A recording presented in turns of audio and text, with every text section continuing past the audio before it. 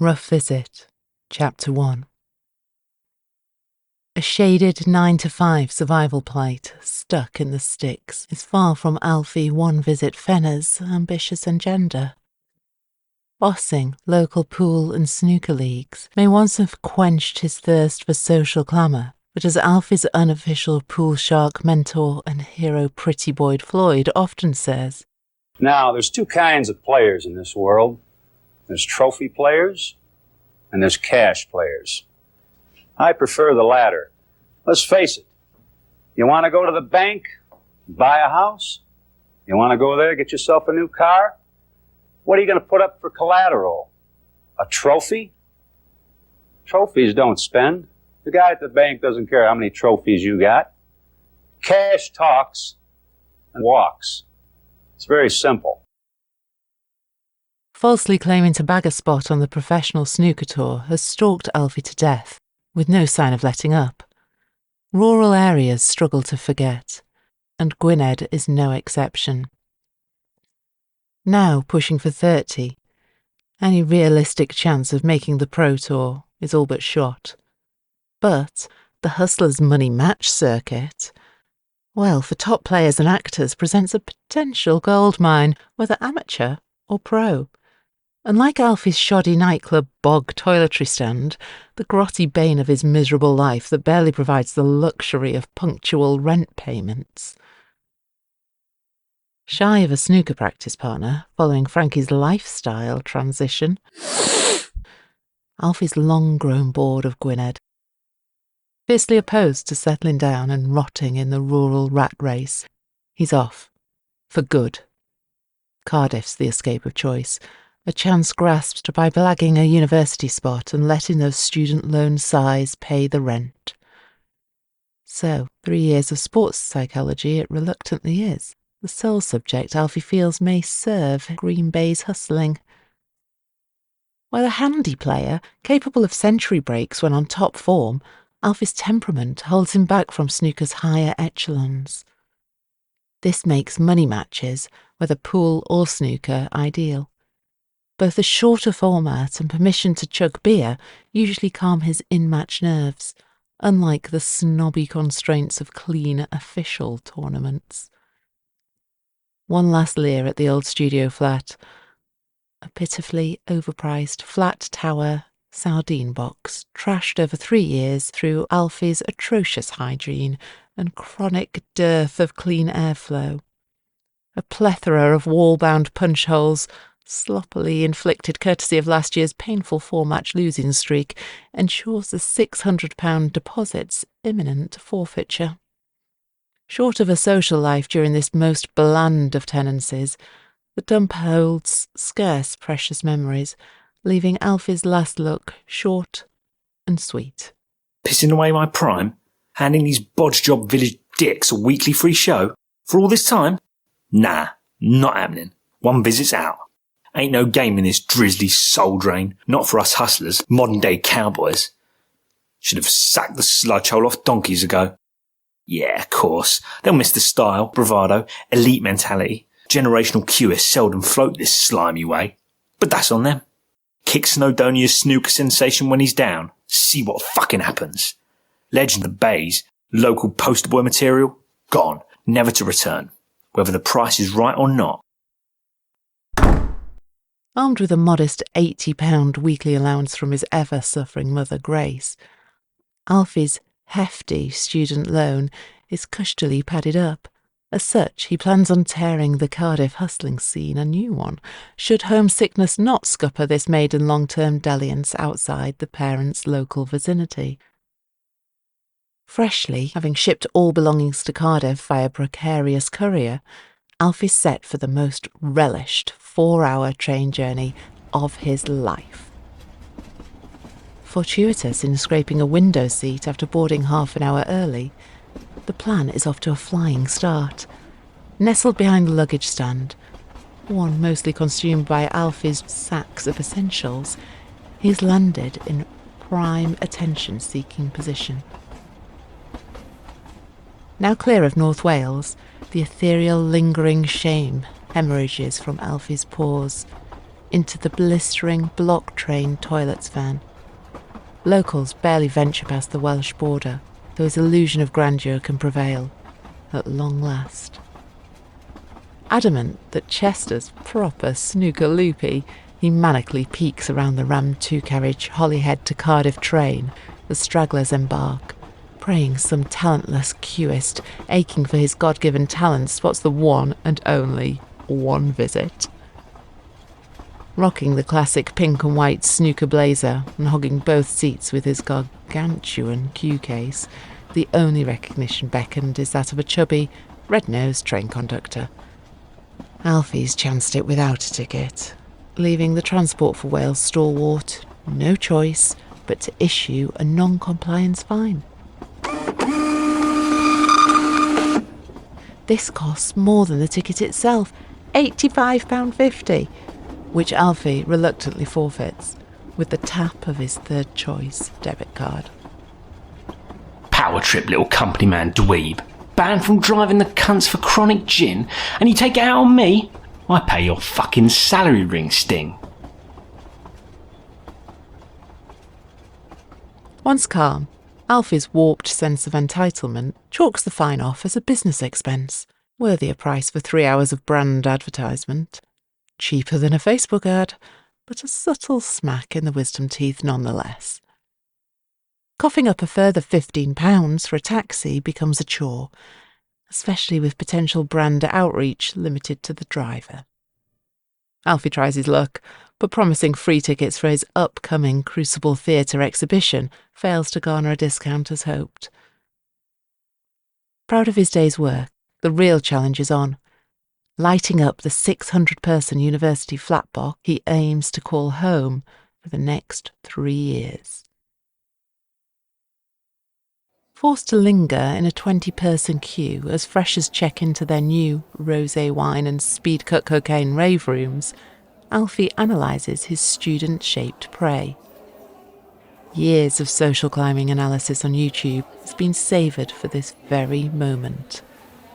One wrong move, coupled with his self-proclaimed, but cloaked, social anxiety, could see Alfie spiral. Sink to weirdo status, resident loner, source of poverty porn for sheepy students in their cushy little groups. Given snooker's elder demographic, he modestly doesn't expect recognition outside of the snooker loopy. Yet a sneaky peek from middle-aged building manager Gwyned's office soon has his glib grandeur on full alert. Proper Michaela Tab. Might even be her. Snooker MILF or what? Give her a first to 5 any day. Get me the chalk, Tab girl. Yeah, you can come on tour as soon as I turn pro. Oozing adrenaline that simply cannot be curbed, Alfie sacrifices his cue spot and takes his shaky hands out for a celebratory smoke. Worth it, so he thought, until Gwyned's restraint seal breaks upon his return as she bursts into hysterics. Usually the embarrassment alone would scupper any mood. Not even an extra 20 minutes in line seals that fate on this glorious day. Besides, now he can scout the pool talent, as weedy students take their stab on the communal table, in between giddy table football battles. Every rattle shot, miscue and schoolboy error feeds Alfie's ego, which aches to establish his resident pool champion status. Above waiting for his room's floor to dry after mopping, Alfie treads his boots right through, oblivious to the fact he's now responsible for the studio flat's cleanliness. The place is refreshingly spacious, longer than its pictures perturbed. A built-in multi-purpose oven microwave occupies the thin, generic kitchen. Not that it'll see much action, with Alfie relishing the personally set challenge of rating every fried chicken shop within delivery distance. 28 as of last week. While sweaty, Alfie swerves a change of clothing before introducing Snowdonia's snooker sensation to the Flat Block's pool scene. Left with just 2 outfits until his life's belongings are couriered by van in cheap, zipped plastic bags, it's wise to save the other for emergencies.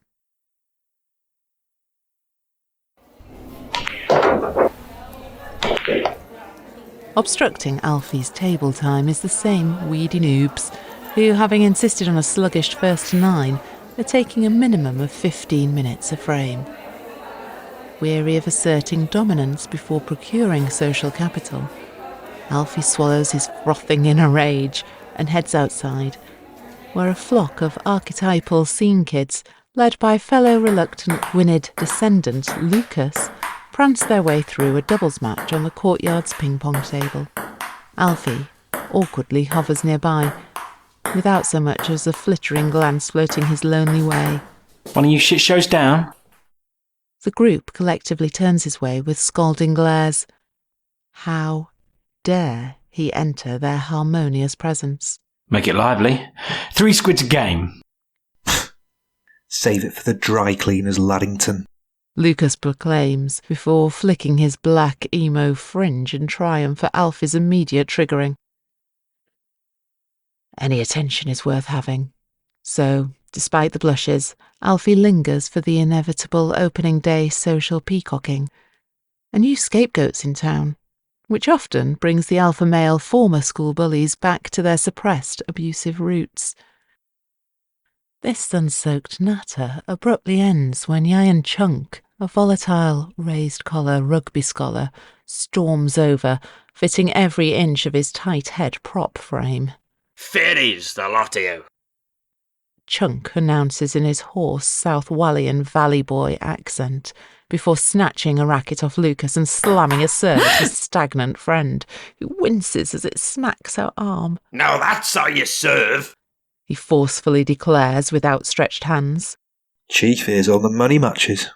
Lucas pedantically says whilst pointing at Alfie. Savage, lad. Let's have it. Top wages. Impeccable timing. Lucas adds as he and his mates scuttle inside.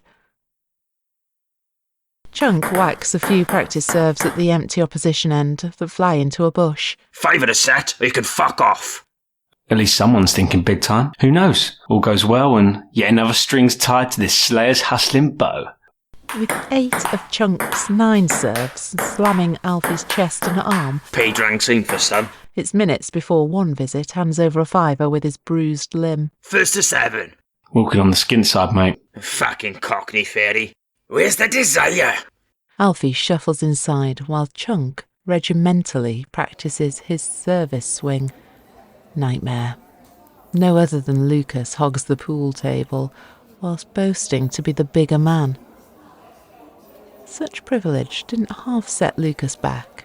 Tenner, to be precise, the haggled-down bribe paid in exchange for adjourning the earlier lot's epic 1st to 9 slugfest.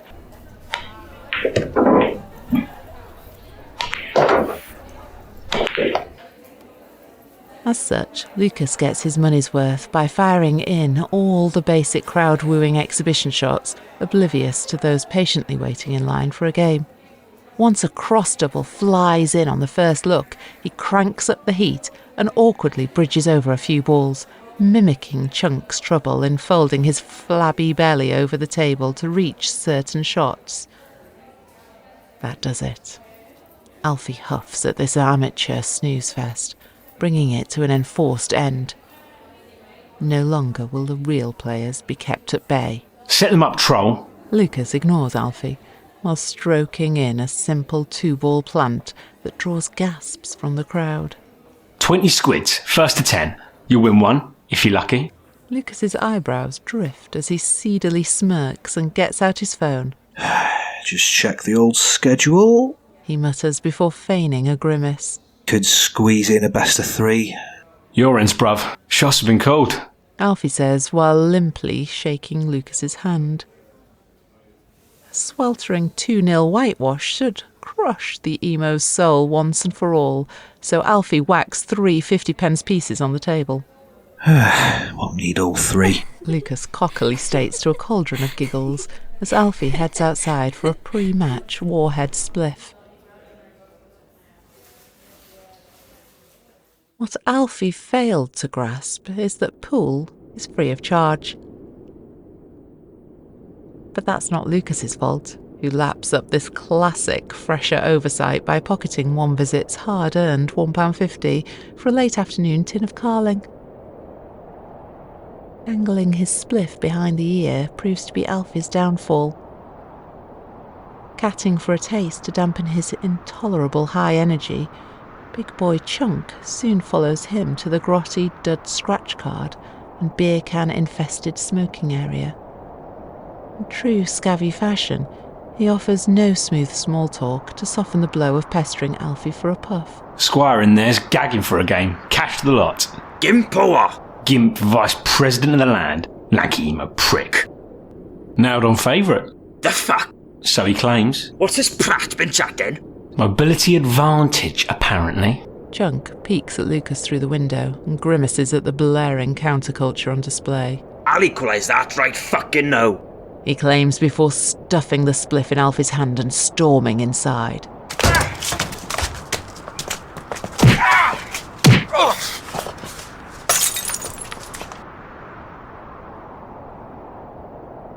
While planning to leave Lucas knocked out cold on the beer-stained green baize, a cracking opening left cross-counter from the unassuming emo leaves Chunk dazed. Despite Lucas's stick-and-set entourage's best efforts, Chunk easily swats them off, winds back his arm, and makes good of his vow, landing a lucky shot on Lucas's glass jaw, who flops back onto a run-down sofa. Out comes the rigid alley shuffle, save for Chunk's most savoured TKO wins. But this isn't Rumble in the Jungle, or a WBC World title fight in Eddie Hearn's backyard. One of the alpha nerds storms straight over to security, sending Chunk right down the sewage-stained river. His very first overnight stay from home, bar one rugby game in South Shields, he's blown it. Carving an existence beyond dull and sporadic minimum wage slave labour. Forget it, as the place's entire four-strong security crew marched the lump to his room, with stern demands to avoid all communal areas before vacating the premises by 9 a.m. Pumped from both the fight and clearing his gambling station of time-wasting slugs, Alfie heads straight for the corner shop's last 20 crate of Fosters, delightfully discounted owing to a Freshers' special £9 deal.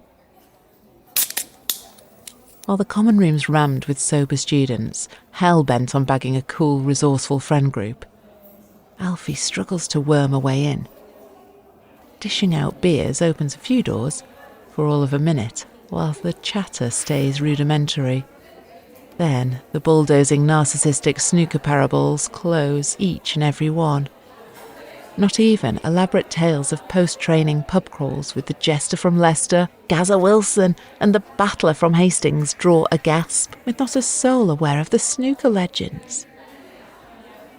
Accustomed to such cumbrous social interaction, Alfie revels in the flittering attention and thoroughly embraces the dysfunctional opening night. Just as bed calls, Alfie can't help but kick Chunk whilst he's down. A decent knockout victory should see One Visit instilled as undisputed resident alpha male, a chance worth taking given Chunk's homeless status as of tomorrow. With security guarding the building's entrance, there's little chance of him coming back for revenge. All that vigour stripped as Alfie backs off once by Chunk's door, rattled by the blaring hardstyle tunes billowing in through his wall. But that doesn't halt any passive violence. One solitary morning egg bap has left his stomach short of lining, and what better time to cure the itch? A one-finger tonsil tingle beckons sufficient chunder to wreck Chunk's door and nearby hallway, leaving a soggy beige carpet for his walk of shame downstairs tomorrow, uni-style. Buoyed by his newly void stomach, Alfie struggles to soothe his whirling mind with a blast of Rolling Stones off his substandard phone speaker. Anything to pass the time, with deep sleep unlikely owing to the absence of any covers bar his spare t-shirt and jeans. drilling from an overnight weed tent and light installation next door means Gimme Shelter's guitar solos barely heard, leaving Alfie's bedroom rave in dire straits. Now, defeated, a scratchy few hours ensue on the uncovered mattress while lapping up a snooker betting podcast. In search of a gritty 24/7 garage, Alfie abandons his quest for sleep and heads in the only direction he knows, down the high street. At this delicate hour of 4:30 a.m, loiterers are out in force, the stagnant homeless, lushed-up drinkers with 4 times their sober confidence, crackheads itching for a pocket to pick, lower echelon prostitutes, the whole shebang. Most glance Alfie's way as the pink back gilet glows under flickering streetlight. Alfie picks up the pace, but in his way stands a couple of crack-dabbling drips engaged in an evenly fought cardboard box fight, distracted from their plight to score a cheap and cheerful curb-stop prostitute. As it happens, the only two in sight jump in weedy old Reginald's black Mercedes, leaving the dopey tricks short of female company for the next hour at least. Rough Visit, Chapter 2. Petrified of burning through another 1/4 ounce of weed on this long, sludgy day, Alfie chongs on a rare, filterless, cigar-sized fag in a tight, ash-stained white t-shirt. Having sacrificed sleep to drink beer alone, we don't wander far in case of passing out. However, any peace is soon tarnished by the grisly, homeless ghoul, off his head on spice, scouring the slimy floor for mud-caked joint ends. Thunderous rain deters neither their resident fag scav nor Alfie, who glares through the rough sleeper with bitter disdain. Kinda nutty ring piece wines up here. Fucking no good grubby squirm noddy of the north. Joke shop. We're the chosen lot. Specialists of our day. Tosser ain't worth the second-hand sterling smoke. Rather than bow down to his elitist urges, Alfie limits the physical outburst to a shoulder barge whilst bursting past. A happy mid-ground, exert his alpha male presence while not succumbing to Chunk's violence-induced homelessness. Should not be dealing with this. Time for Alfie's maiden solo practice session, a chance to utilise the office in its natural form. Daily practice at a snooker club is beyond Alfie's budget, so the accommodations pool table provides just the compromise. Following last night's performance, at least a 10-girl crowd was expected, wet for a free top-level pool exhibition. But with the place empty and all chairs nestled on tables, that simply won't be possible today. Thorough monthly detail cleaning is in full flow. What a shame. No one to appreciate his beaming custom ball set, freshly wiped for the occasion. Establishing his unanimous resident celebrity status will have to wait. Their loss? Lazy lightweight dossers. Just as well they stayed in bed, as within a few flamboyant shots, Alfie chips the cue ball off the table and into the long-haired cleaner's murky mop water. Alfie storms over and snarls. Janky little dick. He mutters to Brian, who's just on his second shift after 20 years on the dole. Outraged by this atrocity, Alfie turns to the front desk where the moody receptionist Quentin restlessly watches his beloved Australia getting trounced by England in Test cricket. Where'd you find these fucking third world rem gems? He inquires, to no reply. Loathed to hack the place's disregard for professionals, Alfie pedantically picks out the cue ball, vigorously wipes it on a leather sofa, and aggressively packs his balls into a placement box. Not even a nerve-calming bacon and egg baguette makes up for this horror show, as every phone call signals the arrival of his life's luggage. Caught off guard in his boxers, Alfie whacks on his sweaty clothes and sprints to the back gate, where his zipped plastic bags and boxes lie battered, bruised, and muddy, as the driver hurtles off after a swift thumbs up.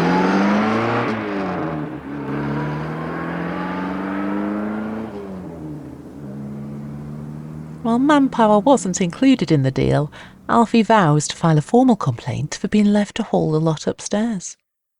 So much for the A-list treatment bracketing professional snooker player on the form was supposed to secure. Poor anxiety-ridden Alfie, who faces 10 trips up to floor 5 in the lift. What this forced tour of the building provides is assurance that every sloppy stoner and their goldfish puffs the herb in their room, a liberty Alfie's yet to take. With this in mind, he dumps the bags aside for a 3-skinner in his box-sized bathroom.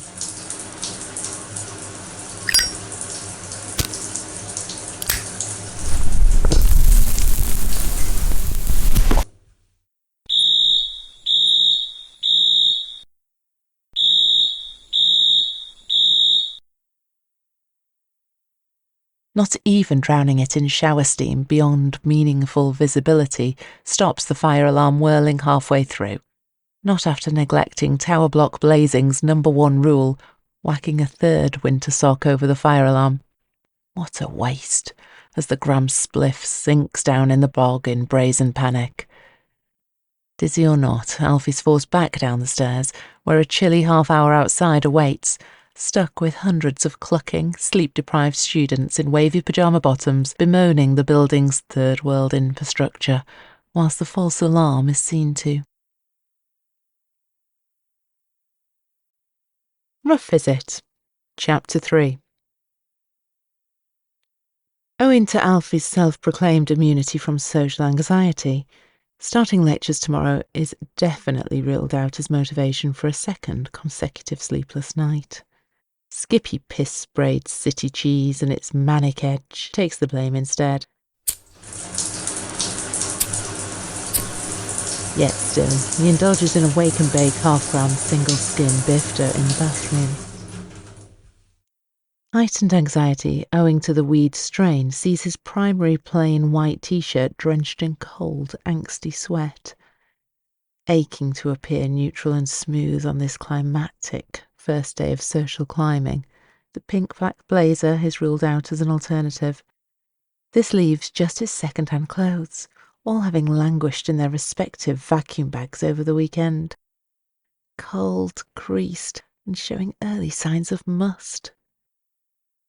Opting for a useless mummy's boy bachelor image over unforgettable first impression BO, Alfie settles for a vintage snooker loopy jumper with late noughties carrot top moncinos. However, half an hour of dallying has left this frazzled Jamaican hangover no time to clear, not with a panic attack creeping his way. To block out the apathetic racing thoughts, he delegates the last 15 minutes to another bathroom spliff, sacrificing chocolate spread porridge for the privilege. Whole fucking month to prepare, and gear and beer shits on it all. Chance at the high table, where you belong, in tatters. Can't even fold his own clothes. Green gimp of the Baize. And now, new tube of the glass by day fucking 1. Wake up, boy, before it all slips away.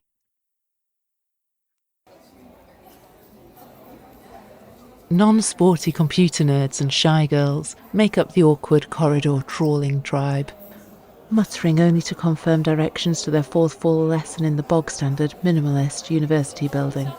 Alfie's barely noticed, until lanky, speckled alpha male nerd Petey leads his self-worthless, dutiful follows Logs and Greg their way.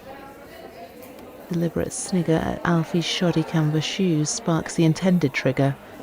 An early warning shot smashed at anyone deemed a threat to Petey's fragile sense of self. Alfie grins and turns away. Snipping Logs and Greg's clear loyalty is a challenge he'll relish, but the time's not right to start. They'll be back, once they hear of Alfie's celebrity status. But not before a parting blow. Shutting the 100-seat cinema-sized lecture room door rather than hold it for Petey washes the brewing pettiness from Alfie's soul, clearing it to embrace whatever curricular-centric claptrap slips through his bull-headed cracks. Poised for a crucial seat selection, a social definer for the year, Alfie follows Greg up the stairs when disaster strikes. While aiming for an end seat, Greg's tactically shuffled up by Petey, who sticks his fanny pack on the free seat. Every last square student on that row, bar Greg, chuckles as Alfie gazes their way, refusing to show his triggered abandonment trauma. So, the empty far end it is, where the COVID-masked hermits and rejects gather in their socially distanced masses, petrified of suffering Alfie's humiliating fate. Not that extra space has helped Alfie's concentration. Anger sees him disassociate through their cheesily buoyant West Brom lad tutor Clivey's long-winded introduction. Once a West Brom under-14s utility player, a ruptured Achilles tarnished any hope of a pro career, which drew him towards sports psychology. Baffled by life outside of curricular structure, being an analyst for a professional football club could never work. Teaching's his life, a key platform to perform and wield power over others. Well, that's not going to plan so far, with this class proving a tough, stoned audience by the halfway point. As such, Clivey cranks up the intensity and skips 4 carefully crafted PowerPoint slides to post-match coaching. Straight after game, you're in their ear. First few minutes, crucial. The ideal time to sink in that performance reflection. Mindset's there to be moulded. See, it takes a special sort to rock it alone, without a performance coach or analyst, in any solo sport. Alfie's eyes perk up for the first time. Toe rat cunt. Skippy piss, bruh. Sly little dig. Defo read my file. Drag down the shining lights. Competition. Keep the sweet stage and loyal audience intact. I know your game. It's a compliment, mate. Comes with the territory. Frankie's calming voice suddenly replies in Alfie's racing head. Incapable of comprehending any form of pragmatism, not least from a smackhead's intrusive thought, Alfie grunts, cracking for the first time this lesson, which, lucky for him, is only heard by his semi-deaf neighbour. Deadbeat brummy prick. Wait till I finish this course. I'll be seeing ya. Which leaves everyone else's business for you. Easy pickings. Clivey cheekily says, despite the fact that only 1 in 10 graduates statistically ever hold a professional position in the field. Alfie grimaces, as some chuckle, finally swayed by Clivey's substandard Keith Lemon-inspired stage presence. So get your heads down, and it's wide open career-wise. Clivey passionately adds, incurring a flurry of entrepreneurial murmurs and generic career-related Google searches. Forget problematic student. Clivey's just made an enemy for life. Alfie's certain of the thinly veiled dig, beyond any doubt. From now on, this course ain't nothing but a job. Spot a graft, student loan being the salary. Minimal, hangover-dependent attendance, winged essays, piss-take level referencing, scrape by on passes. Bit of a shame, but gotta think of the craft. Here for a reason, and ain't making it. Not with these half-baked academics threatening One Visit's God-given temperament, dragging this prodigious talent kicking and screaming to their stagnant level. Hit your ceiling decades ago, Clivey boy. But this lone wolf ain't. Alfie channels all indignation into vowing to 5 hours of practice tonight. Maximum effort to prove Clivey wrong, rather than smack him one on the way out. But despite harbouring grand plans of elite-level preparation, Alfie's diet doesn't quite follow suit, as he settles for a stomach-lining curry pot noodle, rough sanding down of his Q-tip, a cold water splash over the face, and a spot of quiff maintenance. Being his first meal of the day, summoning drive for a 5-hour session won't come lightly. What Alfie finds waiting at the table is just the jet fuel needed. PT, Logs and Greg playing pool, smashing in a pot every 4 shots, adamant that they're undoubtedly the bollocks. It's on, baby. Serve the melts a few frames of fainter drivel, then squeeze Chief Sire PT for all he's got. Alfie squares in and clicks both sets of fingers as Petey pots the winning black of a lumbersome 15-minute frame, hell-bent on obliterating the trio's exorbitant joy. That will take both time and the endurance of further squawking. Dominance needs asserting. Easy, boys. Alfie whacks a fiver on the table cushion. Which ring sting's having it? Greg and Logs, as expected, keenly gaze at Petey, the winner of the last 33 games, just as Alfie had hoped. While on a formidable win streak, Logs and Greg offer fickle competition. But a win's a win in Petey's short-sighted eyes, who sniggers as Alfie racks up his custom pristine condition pool balls. 2 of each colour flying in off the break only further gushes Petey's ego as he glances back at a cheering Greg. On that police baton break thing! Greg shouts in his sporadic, dodgy, South Wallian-style London roadman persona. Despite being a 6'4" lump, this character's only beckoned in safe spaces, those where offence won't be taken by true roadmen. Bang! Within seconds, Petey nails the next pot. A thin cut on a long-range red. Man like pit stop Pete! Logs and Greg cheer, referring to a long-term nickname given owing to Petey's regimented afternoon napping routine. Despite a lift of the glasses with a wry grin, Petey's stomach churns under his tribe's overbearing pressure, which tells as he fluffs a mid-range red before stomping his fake Doc Martens.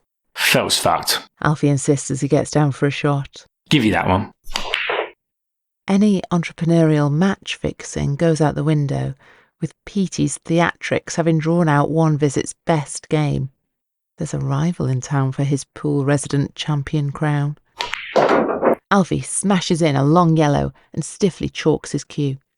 Petey's opening pots have left it wide open. Should Alfie sink a tricky 3-ball plant first?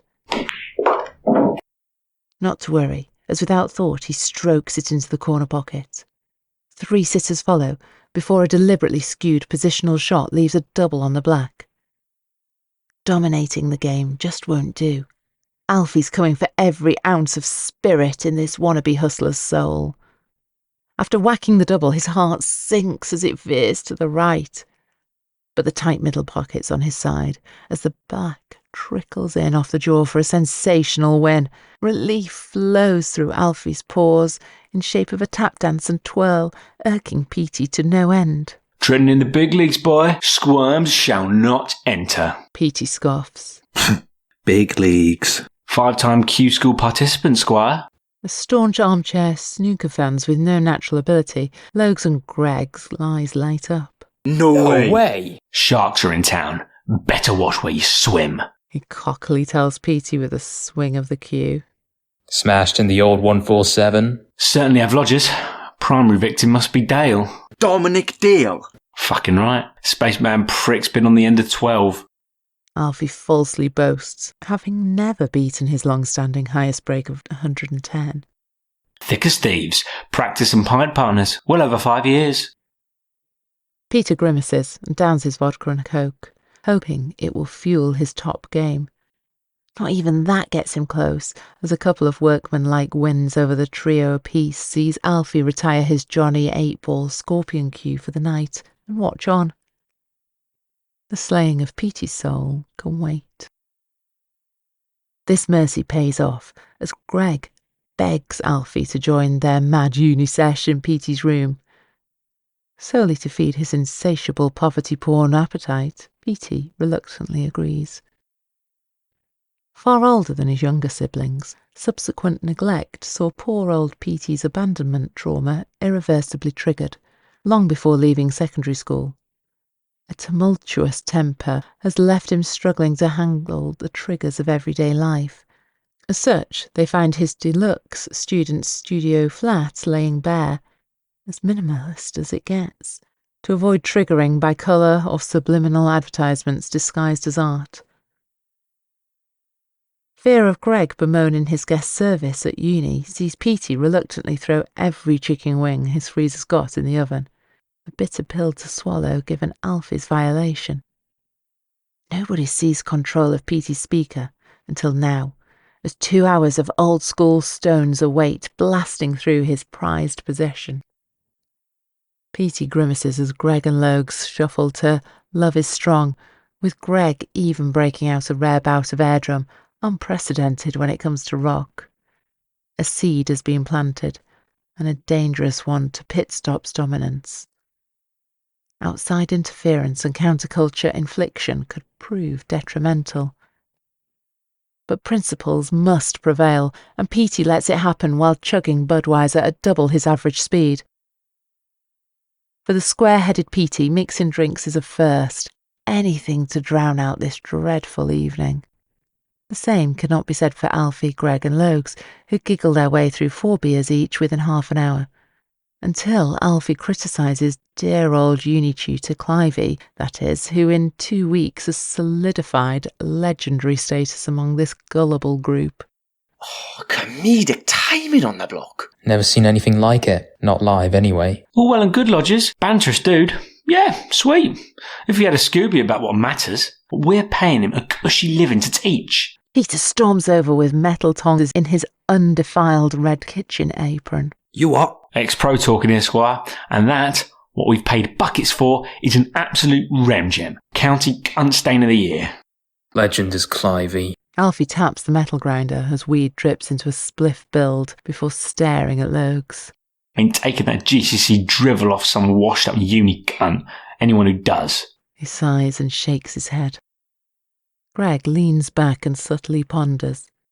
For social acceptance, he seldom harboured individual opinion on group matters until now.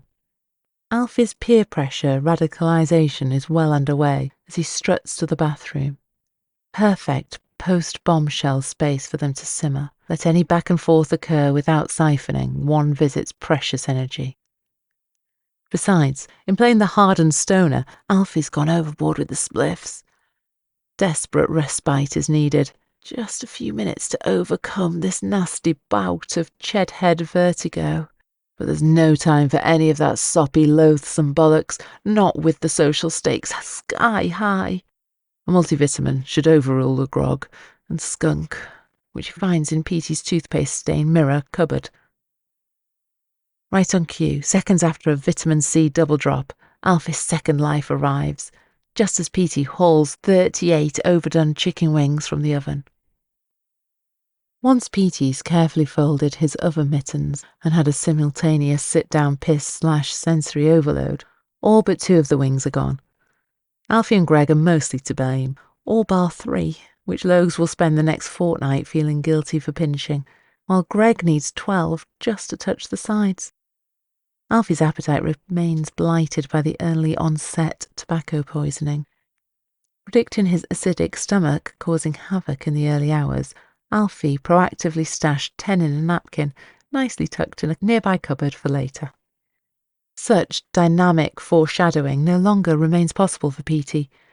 After blowing a tenner on dinner, astronomical for his stingy ways, he can either fork out on a takeaway or buckets of top-drawer fruit juice and supplements. Essential stuff for this hypochondriac who fears alcohol poisoning's long-term effects when on measly 3 out of 10 grade hangovers. Until payday arrives in 48 hours, it's one or the other. Right. I hereby ban the smoking of ganja leaf on my premises. What? Until further notice. But who cares? This plays right into Alfie's hands, who has just the odourless answer. Cocaine. Bursting his tight leather wallet's withered seams to the point of rupture, 2 grams of Justin Wee Wee's bash cocaine is in desperate need of release. For his wallet's sake, of course. Greg's attention is slowly swiped as Alfie chops the coke with a battered credit card on his phone screen. An occasional dabbler of nos balloons and weed, the Big C remains a source of intrinsic intrigue after devouring all 5 seasons of Top Boy in 3 days, the inspiration behind his wannabe roadman persona. Just as the subtle prying reaches tipping point, Alfie spares Greg's blushes by passing a line on the phone case next to a rolled £50 note, a fake Alfie summons for all snorting endeavours. Bomb of MD last week. And now this. But it's free. What happened to interpersonal boundaries? Petey glares at both Logs and Greg. Staving off student stereotypes. We're under control. Self-care day tomorrow, and it's grand. Another bomb of Mandy. Fair enough. But otherwise... Petey shakes his head and points at Greg. You've crossed a line, pal. Step off. Alfie rubs a dab of coke into his gum before swinging his head Petey's way. None of that 6th form shit in here, Bert. Yeah, man's a fully fledged fresher. But we're, you could say different. Aren't we, Gregor? You know, trying to swerve debilitating addictions. Give it a fucking rest, Chief Sy. Mummy's miles away. Shagging now you've finally left the home alone. Alfie snorts the smallest line before standing on the table. Are we session or what? Manically chants with outstretched arms whilst jiggling to miss you. Greg pumps his arm before snorting the entire line, now well and truly on the beak bandwagon, despite erupting into a coughing fit as the gear clogs his nose.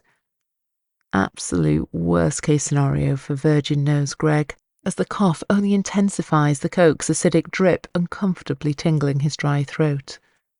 That does it, as Petey storms off for a main road stroll, bitterly itching to demean Greg's choices, but unable to muster the energy before a recharge.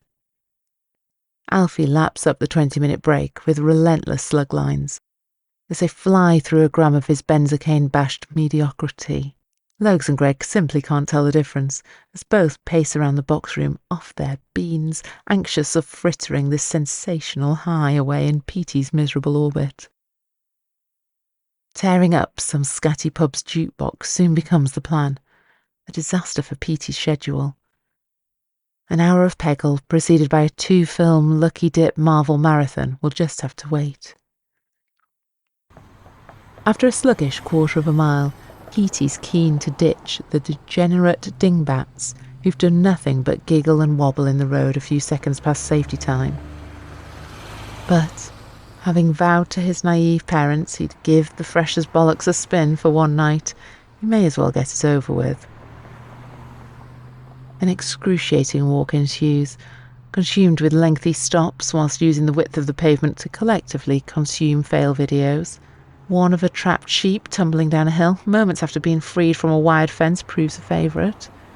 Even Petey reluctantly smirks, while a burly pedestrian whose path ahead's been blocked north of 30 seconds can't help but cackle. Some shoddy parkour on a stone stairwell sees Petey's pain temporarily numbed as they reach Alfie's favourite arcade, an essential pre-piss-up pit stop. What beats a night on the Fosters, paid for in small change bagged from a rigged fruit machine? First of all, Alfie needs capital to honour tradition, yet naturally he's come out empty-handed. A risky move, but with everyone padded to the gills in student loans, one of emphatic potential gain. What a chance to test their malleability. Tap tap, followed by a flicker of feigned shock as the right pocket lays bare. Shit a brick. Skin. Left the leather lad at base? Any of you psychos payday loaning? Oh yeah, sure. Logs and Greg simultaneously say before waving tenors galore Alfie's way. With such power comes great responsibility, and Alfie vows to use it by never paying Logs back. Greg, well, he may be of future use. Whilst Logs appears sprightly, malleable and game, Alfie's clocked him as a choker from the outset. Pool hustling in sketchy bars can get rough, not least when serious money is lost. Pussies simply won't cut the mustard for life as Alfie's future assistant. Without compromise, Alfie leads them down to the run-down, cold-carpeted arcade's deal or no-deal fruit machine and shoves in 2 tenors. Bit light over here, mate. 20 though, that's a lot of goes. What are you going to do with this cackwort? He says to Greg, who rolls his eyes, ecstatic not to be the banter's focal point. Ratios lodges. It's fucking rigged. Queefs out every few hundred spin, which needs monetary backing. We have our own ratios, mate. Non-destructive, food for the soul, above average restraint. Prince Nuben Notre Dame. Jaeger bombs. Petey sighs and joins the bustling drinks queue as Greg and Logs bask in their newly found Alfie-inspired freedom. Now loosened up, Logs gladly hands Alfie 20 for a spell of flashy entertainment courtesy of the coolest kid he's ever met. Alfie's blowing of £20 in minutes soon sees Logs ruining his investment. That is, until £37 in, when he finally gets back on the board, which gets Petey mentally involved alongside the chanting Greg and Logs. After 4 twirls of the dial, the machine frantically lights up. Jackpot! Ow! Right in the fucking kisser. Alfie slaps both sides of the machine as £200 coins jangle out. Zing! This cash cow's got milk. Petey gazes at the door, desperate for a puff on the lime vape, but petrified of taking that liberty inside. In absence of his beady attention, Alfie passes Greg and Logs a Xanax bar and Jaeger bomb each. Freshly wooed by their resourceful working-class hero, neither question the pill's content, and presuming it's MDMA, down the lot with their bomb. What Alfie's truly slipped the dozy mugs is no mini taster, but a full bar.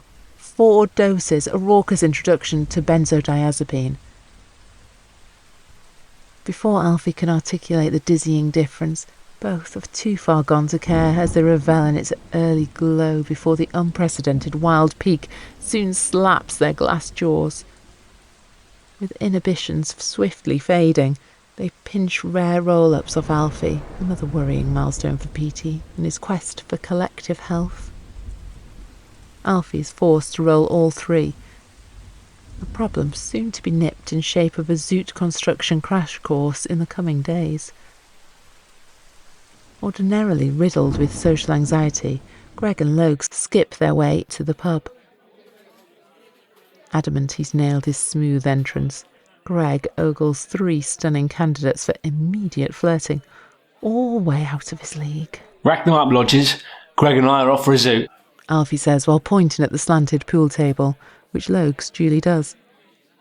Taking just Greg signals his status as second in command of Alfie's newly forged hierarchy, with Logs assuming the role of peasant. Got first round, ain't you, Petey? Petey grimaces and reluctantly sifts through his wallet, expertly shielding 3 5s that's scrunched away at the bottom. Shit the bed. Here you go. Alfie stuffs a handful of 10p's into Petey's wallet, some of which crash to the floor. Petey's continuous back chat sees him skirting dangerously close to Alfie's delete section, which could entail socio-political escalation, namely the turning of Logs and Greg against him. For now, Alfie siphons his concentration into top-notch jukebox selections. Given a dearth of tunes already queued, pub domination remains eminently feasible. In their way is Greg, who wasted multiple minutes mulling between Smash Mouth, All-Star, and Green Day, Boulevard of Broken Dreams as his choice. Alfie saves the day by rescinding his special 1-credit allowance and whacking 10 Credence Clearwater Revival bangers on back-to-back. 99.5, just a won't do. Alfie and Greg manically jiggle to the funking openers of 99.5. That's where his joy peaks, with Logs' pool ball setup needing instant correction. Wake up!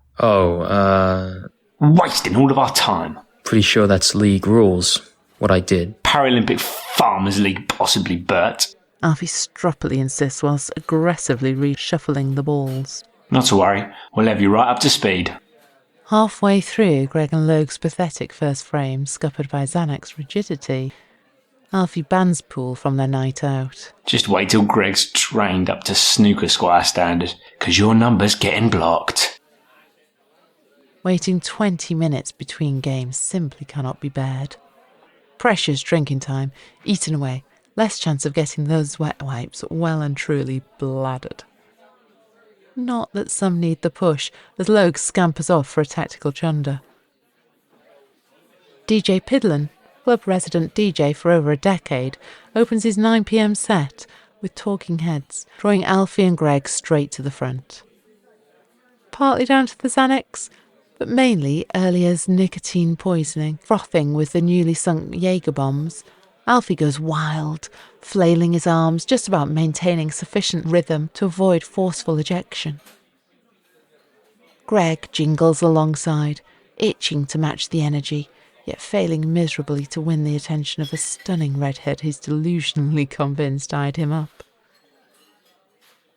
While it's usually at least 10 before the dance floor seeks action, Alfie's brazen heroics of it booming by the second song. Thunderstruck, AC/DC.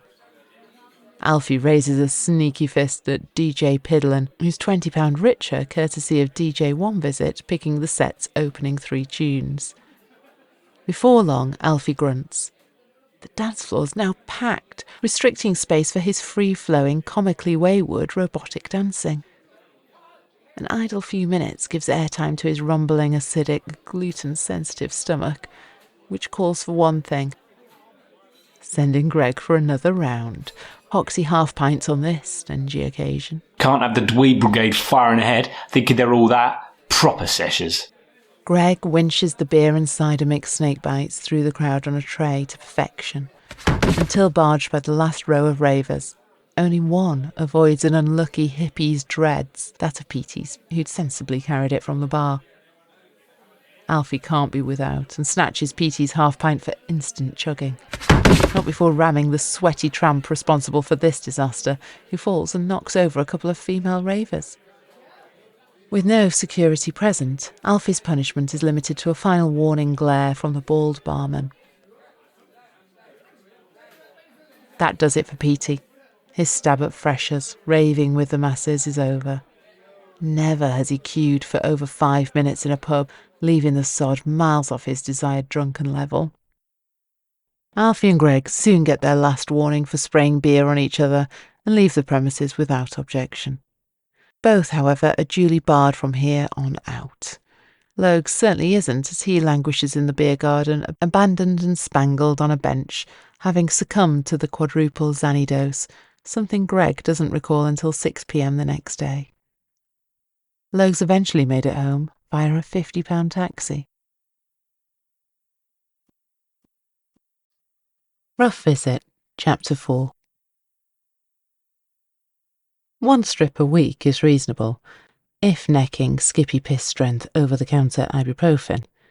Alfie's stab at a 1 strip week was going swimmingly well, having skipped to Xanny altogether on Tuesday and Thursday. But the frazzled, broken addict side of his ego holds gnarlier plans.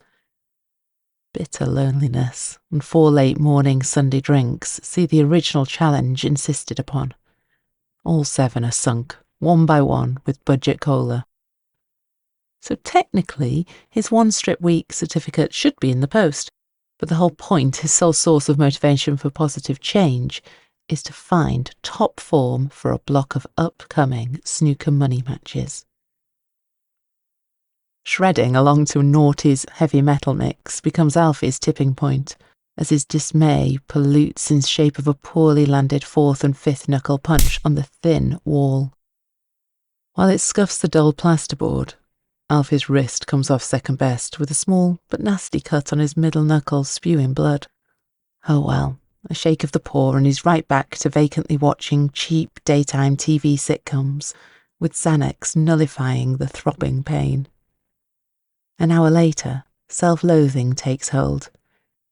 Bitter at slipping so far from soberly grace, he curls up on the bathroom floor.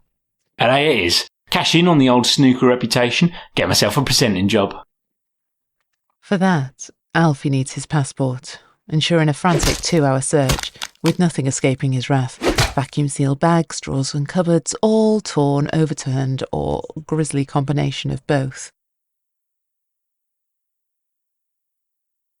A 2-minute pipe break morphs into a comatose 4-hour sleep, slumped against the bathroom wall before an 11:30 a.m. alarm whirls, waking him up by a whisker.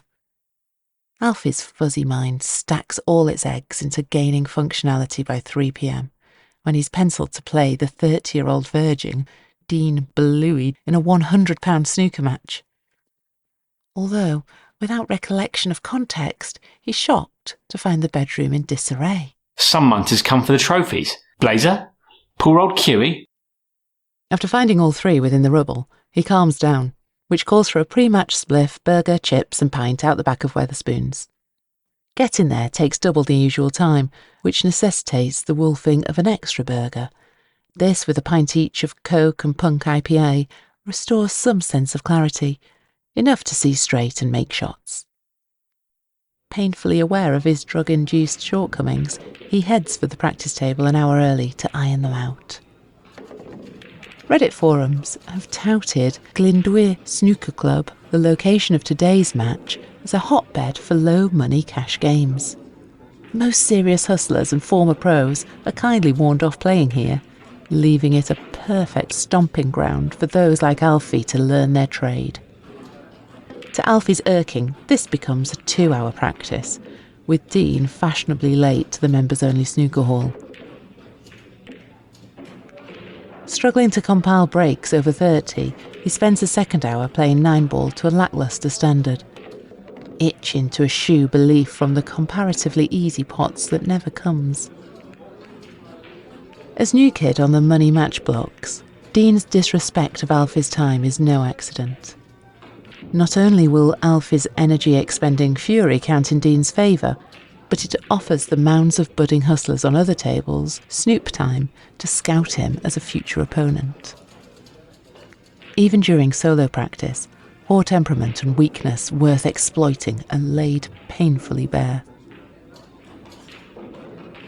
While Alfie played to a high amateur standard and once competed at Q School, the nature of club money matches is apparent. Often short of a notable crowd, especially in smaller games, sportsmanship can come in short supply. All that time between frames, bumming a fag, having a piss, or even that split second while respotting coloured balls can be used to tamper with the table, chalk, or opponent's cue. You strut into a new club, fresh blood on the prowl, no witnesses are outing the club's regular scam. They look after their own. Finally, dressed in his best charity shop red, white and black check shirt under his granddad's hideous grey sleeveless gilet, the 30-year-old virgin trudges in. But that's not where the mind games end, as a long-winded natter with dodgy barman Bobby sets the game back another half an hour. It's worth the wait, as Alfie grins once the highly sought-match table's light flies on. Showtime! High on the narcissism scale, Dean revels in the admiration and consequent narcissistic supply yielded from his Q Sports exploits. Already a hero in the local pool and snooker leagues, he's desperate for a shot at the big time, with hustling offering the education and capital to power a push onto the Pro Tour. While Dean's aware his chances are slim, a powerful mix of grandeur and grit ensures he'll leave no stone unturned in giving his dream a stab. His first 3 months of hustling have been rough. Going full-time is fine, should you win enough matches to pay the rent. Bluey scraped his courtesy off a few dismal shifts at the family cafe for £2 under minimum wage. A chronic Tinder dater in his 20s, the snooker lads christened him Bluey on account of the countless blue balls suffered after calamitous, self-sabotage dates that promised so much during the talking phase. No longer chasing the loss of his virginity, the nickname has lost all meaning. With a ruffle of his long blonde hair, ensuring anyone snapping piss-poor photos for the club's Facebook page gets a prime 5 out of 10 Bluey, Dean smashes an excellent opening break. Aggressive enough to split 8 reds, while leaving the white just behind the yellow. Alfie escapes off the side cushion and splatters the remaining conjoined reds, only for the cue ball to trickle into the corner pocket. Dean takes his chance with a clinical 67 break, leaving Alfie needing snookers, a monumental task given the awkward spread. All remaining reds sit tight on the pocket, leaving Alfie's 15 minutes of escapes and attempted cannons merely a ploy for inconsequential table time before Dean eventually seals the frame. Confidence seeps through Dean's perpetually sober veins as he bags the second frame with an outstanding 80 break, straight from Alfie's dismal break-off. Now it's on. So sobering up is duly postponed as Alfie buys 2 pints of laugh, both for himself. This fuels the bravado for a quick-fire 40 break, before fluffing a close-range red as his stomach painfully grumbles. Dean Bluey Dooley takes no prisoners, not least drunk ones with a shoddy diet. 31 and 45 breaks seal a 3-0 lead. Despite Alfie needing 5 of the next 6 frames to win, he pulls out a magnificent 55 with low-value colours under pressure to stay in contention at 3-1. But with the Xanax and alcohol plotting mutual carnage in Alfie's gut, his game falls apart. Dean sails to a 5-1 victory, bagging £100 of Alfie's hard-scrounged pocket money in the smooth process. To show those snooping eyes he's no sore loser, Alfie sticks around for a few practice frames. A poor performance, fuelled by bitterness of blowing his first match, does nothing to quell his brewing reputation as ripe for plucking. Where's the flair, boy? Airtight safety play? These dicks are on it. Framo one was a fluke. Dozen similar shit shows and I'm broke. And the dream's over. Head back up noddy north, a failed hustler. Not a life worth living. Burnt out from playing, Alfie lingers for a few barstool post-match pints, failing miserably to grip dry, socially awkward Bobby's attention. Alfie sees arse-licking as paramount. Priority bookings, choice of table for matches, cheeky lock-ins, the odd free pint. But Bobby suffers no fake friends. 2 hours of drinking later, a rare sight beholds this grisly industrial crowd. A couple of dolled-up women in their best vintage bargain dresses, out for a few games and rum cocktails. Many eyes are cast their way, but nobody makes a move, leaving Alfie a free shot. Naturally, he clocks the prettiest, Alicia, rather than her average-looking friend, Monica, who's preying on Alfie's innocent face, volunteering itself as tonight's seat. Alfie chugs his pint to pave a natural round-buying opportunity, which backfires as a hefty dollop drenches his knackered grey skinny jeans. Get me the chalk tab, girl. Eh? Oh, snooker. Top ref in there somewhere. Fans would adore you. I highly fucking doubt that. Won't know if you didn't try. Could be left wondering. Despite growing accustomed to the customary wacky snooker club preposition, Alicia side glances in scatty bewilderment as she and a chuckling Monica dart off for a best of 21 9-ball slog with their free double gin and tonics. Rough Visit, Chapter 5. Enlightened to the peril Xanax poses to his snooker credentials, Alfie scraps resistance by embracing abstinence and binning another one-strip week. Adamant that weed will cut the mustard, he waltzes through the first few days, somehow swerving the burn of previous Xanax cravings. It's only when his first essay's deadline, a 3,000-word biomechanical analytic whopper, appears from nowhere that he is forced out of procrastination. Murderous fantasies regarding a certain PT take over while undertaking initial research, as the ravenous receptors refuse to hand him full access to concentration. A painful 4-hour session yields a puny 100 words, his introduction and a GCSE-level outline of the subjects to be covered. There'll be no second chances off Clivey. Brummy pound shop garage tool has it right in for one visit. Desperate to boot me off the course. Some drastic assistance is needed. With primary dealer Kirk and his benzocaine-doused trab on the run after a raid on 2 of his trap houses, Alfie's short on options for a chemical leveller. Were he to own a car, a 4-hour drive for Wee-Wee's mid-grade speed would be no issue, but with that off the cards, there's only one person to call, his only hope. Greg.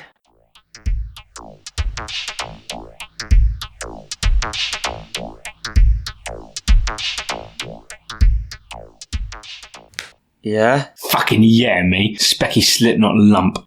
Cough up, or we'll be back. Oh, I knew this day would come. Sorry, look, your bullseye. I'll have it next week. Cash. Fucking bog sponge. One visit? How'd you then, Gregor? Broomstick Mafia on their rural tawny pandy roadman thing.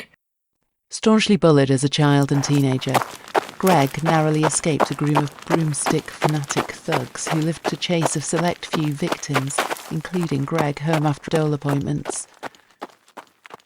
After a few years of peace, he made the mistake of ticking a 1/4 ounce of weed off their distant cousin, who since sold his business to the infamous Tony Pandy Broom Boys. Greg's now indebted to them, and while often holding the means to pay, fear has stopped him from settling the debt in person. They simply won't accept bank transfer, despite his countless pleas. Not if big man Petey starts swinging. Wettest wipe of the land. Speaking of cleaning products, any bugles down your end? Bashed up or not, send it my way. Feel I can ask. Sweet as. 8 Ball should do it. Ain't parting with a penny over $2.50. It's the actual broomstick, boys. Soul Shotters in town. Get it sealed then. Chop fucking chop. Greg's initial crack at scoring Alfie some bugle sees him chased into the garden by Edgar, the mafia's curtain-head joke of a leader, a bloke far braver when flanked by his speed fiend associates. While Greg should have rung in advance, as staunchly demanded in every flare text, he calls in the heavies regardless, his barbarian older brother Tommy. Greg's never called in such a favour, but keen to slip into Alfie's good books, it's a savage resource worth exploiting.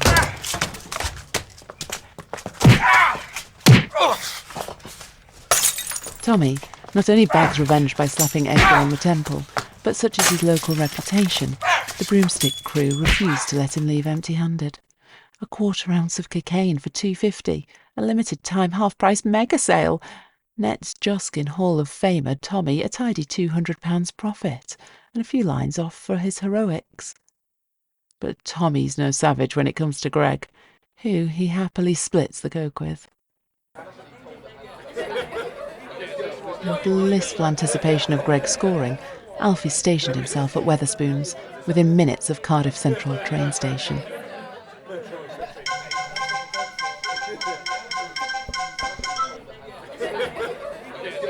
Once Greg gives the snowflake emoji green light by text, he jumps straight on the next Tony Pandy train, delightfully due to depart in just 2 minutes.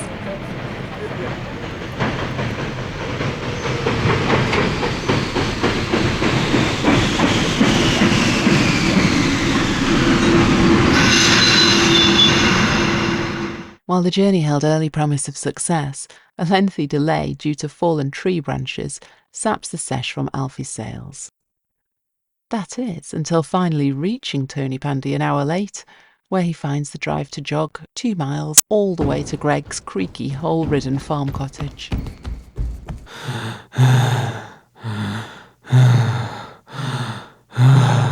Risking a slap from his industrial right-wing father, Greg gladly accepts a few lines off Alfie in their dusty shed, ecstatic to watch the last hour of Shrek 2 on Film 4 for a new, chemically altered perspective.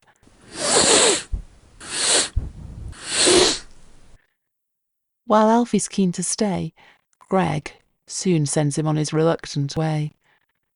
Still, at the age of 19, he's not immune to the odd spell of irrational parental grounding.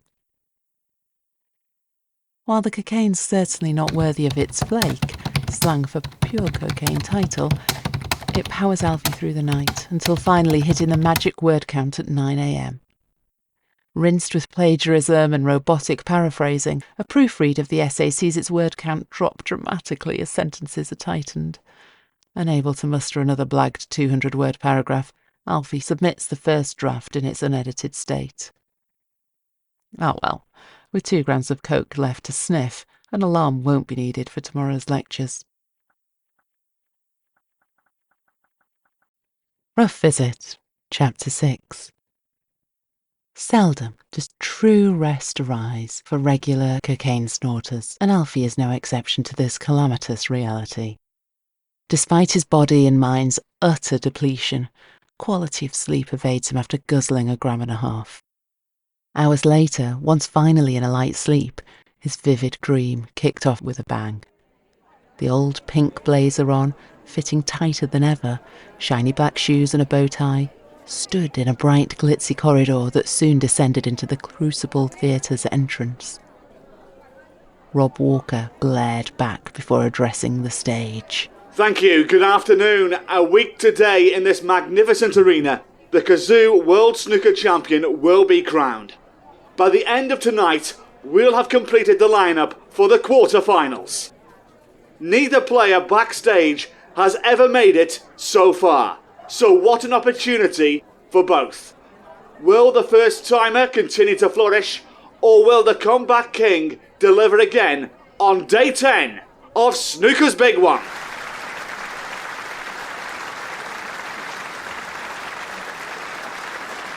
The mostly pension-age capacity crowd went wild, creaming to witness Snooker's new poster boy in the flesh.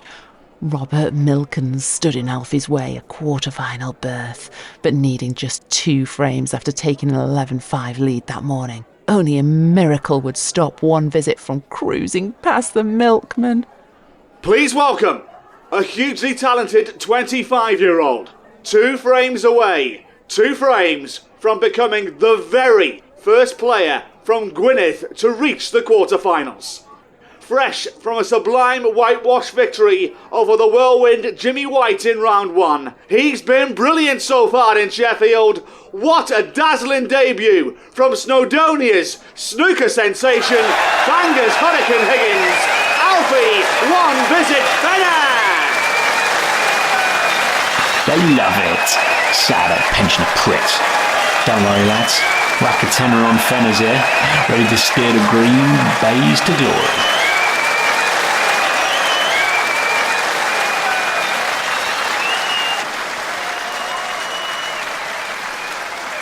As thunderstruck bellowed from the speakers, Alfie pumped his fist and embraced a spot of air guitar. Detchawait Poomjang watched on in awe, a source of pride for Alfie, who modelled his theatrics on the Thai legend. Dominic Dale, Alex Higgins, Sean Murphy, Mark Davis and Bill Werbeniouk made up the crowd's front row. All prayed from their stable shining star to prevail. The post-match balmy pub crawl with snooker's chief party animal just ain't the same post-defeat. Look at them. All here to watch their sports saviour flourish. Coming of age, Crucible 147. Coming right up. Straight onto Easy Street, automatic BBC snooker mainstay. Cushy little paycheck for life. Alfie blew a kiss to the crowd. See you in a bit, Sean Murphy. One visit's coming for your punditry crown. Rob Walker opened his arms after a last peek at the notes. His opponents approaching the end of his finest season on tour. Semis of the German Masters, Welsh Open champion, and seeded here for the first time. He's already mounted 1 monumental comeback in the first round. Can he do so again? He's a cider drinker, but we call him the milkman, Robert Milkins.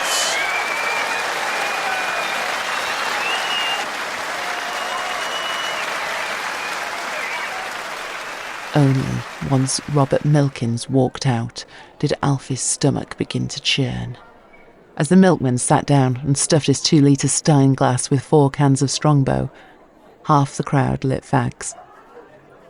A giant, filthy, stinking Marlborough ashtray suddenly appeared centimetres away on Alfie's match table, 5 times the size of an average tray. Result: Alfie'd never played in a smoking arena. Desperate to join the crowd, he patted his pockets for a pack, but he couldn't find a burn whatsoever. Worse still was the clunky absence of his lucky chalk, usually nestled in the gilet's pocket. 5 fans in the crowd dangled their packs, beckoning the island's top young prospect to smoke them. Of the 5, Alfie was most perplexed to see Justin Wee Wee and Damo. Justin's eyes whirled into unfathomable depths of their sockets after smashing 4 pre-match crack pipes in the toilets. Damo gleefully downed continuous shots of pink gin, relishing every sip of his nearly empty bottle until Alfie's beady sight saw his blissful drunken glow dissipate. Well prepared for a long session, he reached under his seat and passed Alfie a fresh bottle of pink gin, 20 packs of Marlboros and a sleeve of plastic cups. Get this done, fella. Places to be, dinglers to see. Alfie lit a fag and choked. Have this plot owned by 2. Better well, lad. Both flummed thousands on you. Alfie's eyes flickered. How many wee? 20, to be exact. Jeez. Damo winked. Don't worry. As long as you win. Won't miss it for the world. Damo raised his glass before snorting a key of cocaine. Bangor's Beckham at Baize. Alfie grinned. Yet another nickname for the collection. Frankie knocking about. Damo gesticulated with his head towards the walkout stretch, where Frankie appeared in a suit and bow tie, donning thin white gloves, ready to referee just his second World Championship match. No way. Damo descended into hysterical giggling that sunk Alfie's fire and spirit for the match. Not that he'd be able to play, having forgotten his cue. Shit. Alfie stormed over to Frankie, who was setting up the balls. Fuck's my cue? Excuse me, Mr. Fenner. That isn't my concern. Frankie robotically said. I'll make it so, boy. Biggest game of my career. And where's my PA? I have no idea what you mean. Frankie flatly said with a calm grin, before placing the coloured balls on their spots. But you're my assistant, and I don't have my cue. Third time, Mr. Fenner. We simply cannot tolerate such sloppiness. Alfie followed him around the table, drawing concerned murmurs from the crowd. You know what this means. What? Fucking spit it out, ring piece. Automatic ban from the tour. But fuck, it can't end like this. Afraid so, boy. Now sling your hook. Backup game needs announcing. Frankie shook his head at Rob Walker, who fiercely glared Alfie's way, inciting jeers from the crowd. Alfie caught his mentor Dominic Dale's grimace while leaving with his fellow pros in a cloud of despair and primal disappointment. Blown it. 15 years down the drain. Alfie wakes up to his Korean neighbour's wild K-pop techno rave popping at full capacity as the DMT and subsequent bin bag odour obliterates the flat block's previous crisp aroma. As the stench creeps under Alfie's door, headache's throb only intensifies. Back to this miserable reality.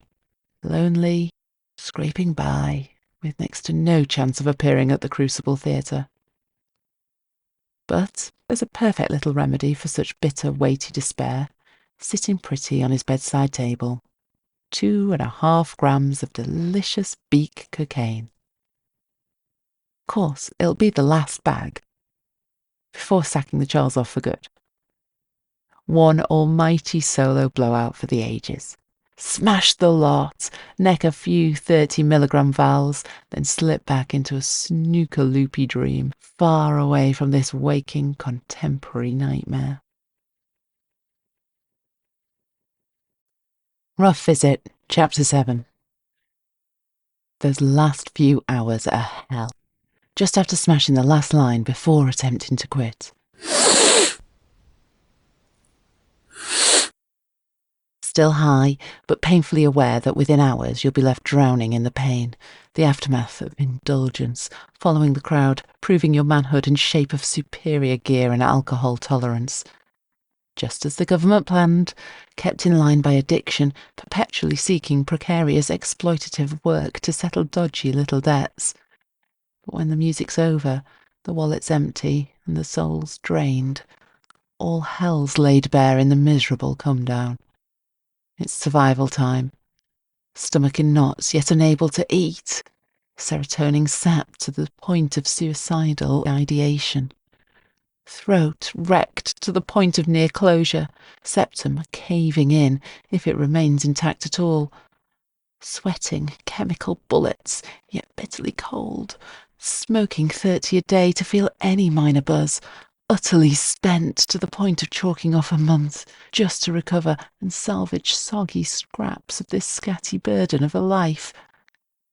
When, really, it could all be in vain. Undone by one slip. Just a cheeky drink or line before you're straight back in the deep end, left to face it all again. Weeks of shattering, intrusive thoughts back in town. Get us a bag, you selfish prick. Oi. Boring yourself, let alone everyone else. Get lively. What are you waiting for? Tell you what, we'll give it one more go. Come on, be a right giggle. We'll be sensible. Few lines a week, dabble, just a pies, get up for work, nail this drug game, prove everyone wrong. Show these muggy addict size a real balanced soul. Rattling through your head, time and time again. Well, that dreadful first few hours of Alfie's latest stab at sobriety has come, He still has a gram left, but with perpetual come-downs wrecking that old snooker practice schedule, the plan is to give it away. Who will benefit from Alfie's snowy freebie? Well, Greg certainly ruled out after sneakily pinching a 0.3 gram rock last time, despite the mounds of free lines dished his way. Within minutes of scouring Cardiff city centre, Alfie finds just the recipient. Curtis, a shaved-headed, militant, PTSD-ridden ex-soldier. Curtis survived months of rough sleeping before bagging a gnarly halfway house hotel room. Yet still, he spends 12 hours most days panhandling on the streets. After a shoddy week's takings of £7, one pot noodle a day, he gleefully accepts Alfie's free gram of cocaine. None of the 10 sketchy-skinned homeless men at the halfway house have seen close to the hectic grin on Curtis's face as he scampers in. Bad mistake, as every last one either hounds or licks his arse, praying to get near whatever gear's on offer, or what bright energy can be sucked into their dead-end lives. Nobody gets close to a sniff, as the only person sharing this once-in-a-lifetime experiment is Gareth, a well-read former barrister who has fallen on hard times after a mental breakdown. The first few lines sink down a treat as the pair's customary chuckling reaches the record decibels. Oh, fuck! Jealous of their fun, knocks galore slam on the door, with multiple residents scavving fags in hope of catching the merry boys mid-line, locked in a moment of weakness-induced generosity.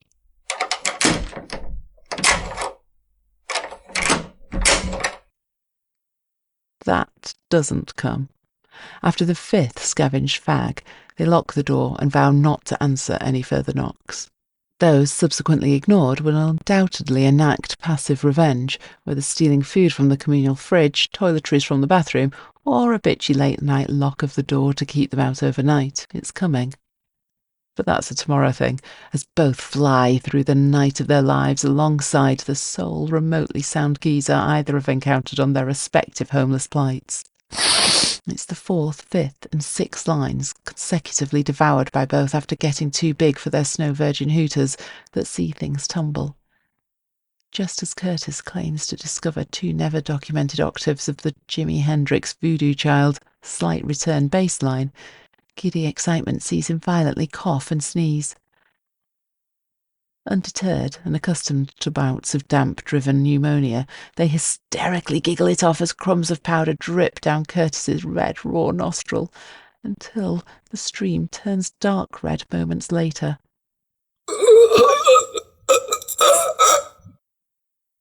When he puts up a fight, Curtis soon chokes to death on his bumpy bottom bunk in a puddle of froth and puke. Being homeless, no fuss is made, other than Gareth's eviction from his room of 3 years for drug use. Left to sleep rough, without his best mate.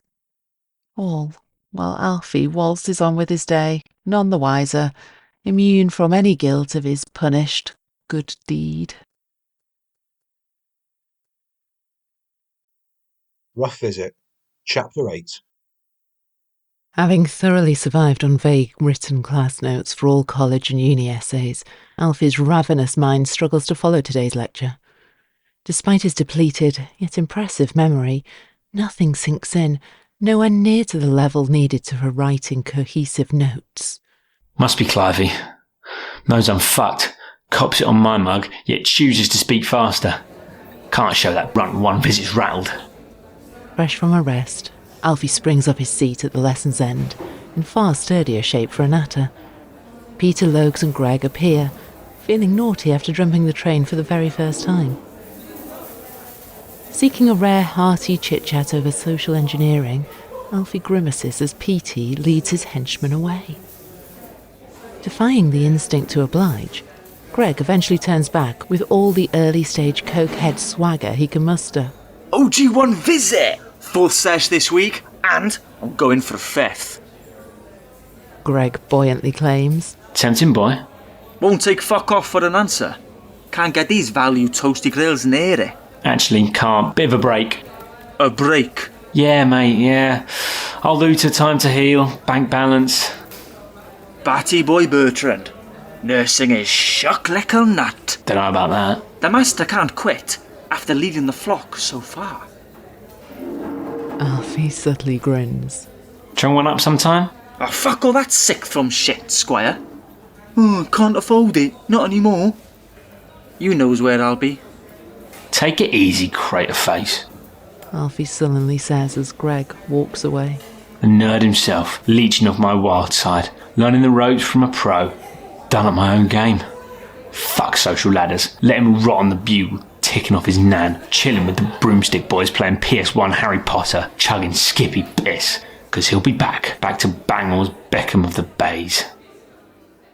Not even a night of abstinence helped Alfie revise for this morning's exam. The courses first. Owing to these fourth-day blues, historically the toughest in Alfie's previous stabs at quitting cocaine, the exam's timing could not be worse. After answering 3/4 of the questions, at least half being blagged, Alfie's the first to walk out. Paranoid of handing Clivey ammunition on a rusty plate to boot him off the course, he channels it in true sporting entrepreneur fashion by staking the dregs of his student loan on a money match. Having thoroughly analysed Alfie's practice and match performances, Glyndŵr club gatekeepers have dubbed him a risky opponent. Inconsistently brilliant over short matches, making match odds hard to figure. This has Bobby once again pit One Visit against the far superior Dean Bluey Doley, the only press around apparently. Bobby aims to cull Alfie's interest in the shape of a sickening string of defeats until one day the problem stops asking for matches. All or nothing is Alfie's style, but in a rare display of insight he stakes 200 on the game, leaving 20 quid for emergency ham sandwiches and beer. Owing to Alfie's cocaine-craving induced shaky hand, Dean cruises to another 5-1 victory, dumping the fourth frame while 3-0 up nets his Swedish friend and fellow hustler Olof a tidy £500 from a correct score bet on their game. Without that, Alfie offered nothing more than a measly 29 break in frame 6. While £20 of sensible Lidl shopping could easily feed Alfie for a week, a long-standing dependence on his parents has offered no motivation for developing budgeting skills. Despite Lidl only sitting a 5-minute walk away, the price-inflated Tesco Express has been his sole Cardiff food source, bar door-delivered takeaways. A family-sized pie, multiple meat sandwiches, high-end desserts and gourmet sausage rolls are among the cracking options donning the roughly assembled bottom-shelf discount section. Being a self-proclaimed high-class citizen, Alfie refuses to stick his staunch pride aside. Never has he knowingly consumed discounted food, and his warped sense of entitlement ain't bowing down just yet. Sickeningly uninspired by the pricey ready meal section, Alfie's swung by a special offer, 3 pots of Ben & Jerry's for £12. Craving a disposable vape as well, apple and mango flavour on this occasion. Only £2 remain. What could possibly fill this 6'1" twig for 2 days with that? Alfie scours for the answer until stumbling across the last 2 full-sized white baguettes in stock. Petrified of judgment from students, he breaks both in half to avoid them poking out of his flimsy 10p plastic bags. Such starchy cuisine sees Alfie satisfied for a few hours, which he spends binge-watching Cheers. Once the 2 baguettes are caned after a few minutes in the oven, only half a pot of Minter Wonderland Ben & Jerry's sinks down before Alfie's bowels wail in early-stage IBS distress. Once the warm bread cools and shrinks in his stomach, a hollow hunger creeps in with vengeance. Brewing IBS symptoms aside, Alfie peeks at the half-eaten tub, only to grunt. It needs to last days, maybe up to a week. Void of money-lending friends, he does have the parents to make up for such destructive money management. However, sponging is a last straw. Freshly having blown his monthly allowance within a week, they'll smell a rat should he seek more. An enforced rehab stint can never be ruled out. Alfie gazes around his room, prying for a swift fix to this self-imposed poverty. One thing sticks out, the old Xbox. While an avid gamer since he and Frankie's parting of ways, perpetual hangovers come down to the Rams' snooker schedule leave mere dregs of drive for gaming. CEX hand £120 his way for the console. FIFA, Grand Theft Auto 5 and Redemption 2. Enough for a money match, but not enough to prize most hustlers out of bed. Dean and Olaf are usually no exceptions, but once Olaf gets the late morning match offer through text, he stupidly tells Dean of his delight. Olaf's won a few money matches and is yet to find his feet at this ruthless level, so he jumps at the chance of a statement win. Dean simply cannot have that. Not only does Bluey want the prize money himself, but he cannot face matey Olaf racking up wins and confidence, one day usurping him in the circuit's unofficial rankings. So he slings Olaf £40, a bit of a bribe to step aside, and give the match to him. However, such is Dean's complacency that he skips his customary 8-hour pre-match kip in favour of a night on Call of Duty Ghosts. Despite the 30-year-old virgin not topping a 45 break, Alfie somehow let a 5-2 lead slip as Dean draws level at 5-5. Alfie eventually grinds out a tight win in the decider by potting the last blue, bagging a £120 profit at this dire time of need. Finally, a victory on the money match circuit. Hunger isn't the only itch that needs tickling, with Alfie's winnings paving the inevitable end to his 3-year sex drought. Hundreds of candidates fill the Cardiff adult work home screen, offering a range of sexual services for as cheap as £20, yet only one grasps Alfie's picky attention. At £130 an hour, Dillith doesn't come cheap. But cognizance from my countless paid romps whilst both living up north seals his business for an in-call. After serving her escorting internship under Dolly's stewardship for 6 months, Dillith cut ties with the flaky free-spirited Fruit Loop, who'd often turn up late, if at all, to their paid threesomes. Soon, having usurped Dolly and Tilly Lick as Bangor's #1 prostitute, Dillith soon got a place of her own, ditching Dolly's bedsit floor for a detached bungalow. But with her hustle thriving, the call of a big city and its potential goldmine of customers proved impossible to ignore. Cardiff has since become her home, where up to £8,000 a week can be earned. That mostly depends on Dillith taking overnight jobs, which set her wealthy punters back £1,500. Alfie certainly doesn't fall into that financial bracket, but left with dire pulling power, blowing huge portions of income remains his sole key to human contact. While full intercourse has been ordered, Alfie only plans on taking girlfriend experience. The supposed romantic gesture in his eyes, a surprise hour break for Dillith's body that she'll surely appreciate. As such, he whacks on his shiniest purple and white striped button-up shirt and black cargo trousers. May as well make the effort since it's all staying on. Dillith gawps on arrival at both the room's meagre size and uncharacteristic squalor.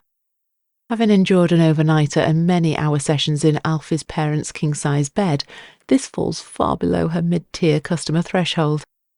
Had she known of his greasy kitchen, a mere metre from the bed, treating them to a generous smattering of fruit flies, she'd have rejected the call in an instant. But now she's here, she whips her hair into a ponytail just as Alfie adores and leans in for a kiss before uttering a word. Only for Alfie to pull away. Only then does she spot his sunken, jaded eyes.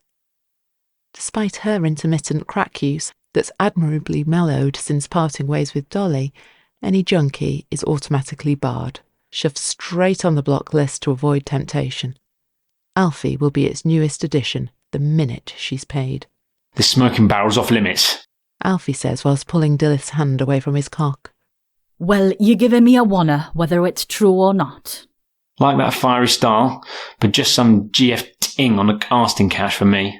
Alfie moves to his newly acquired £30 second-hand two-seat leather sofa. The casting couch. Off limits, baby.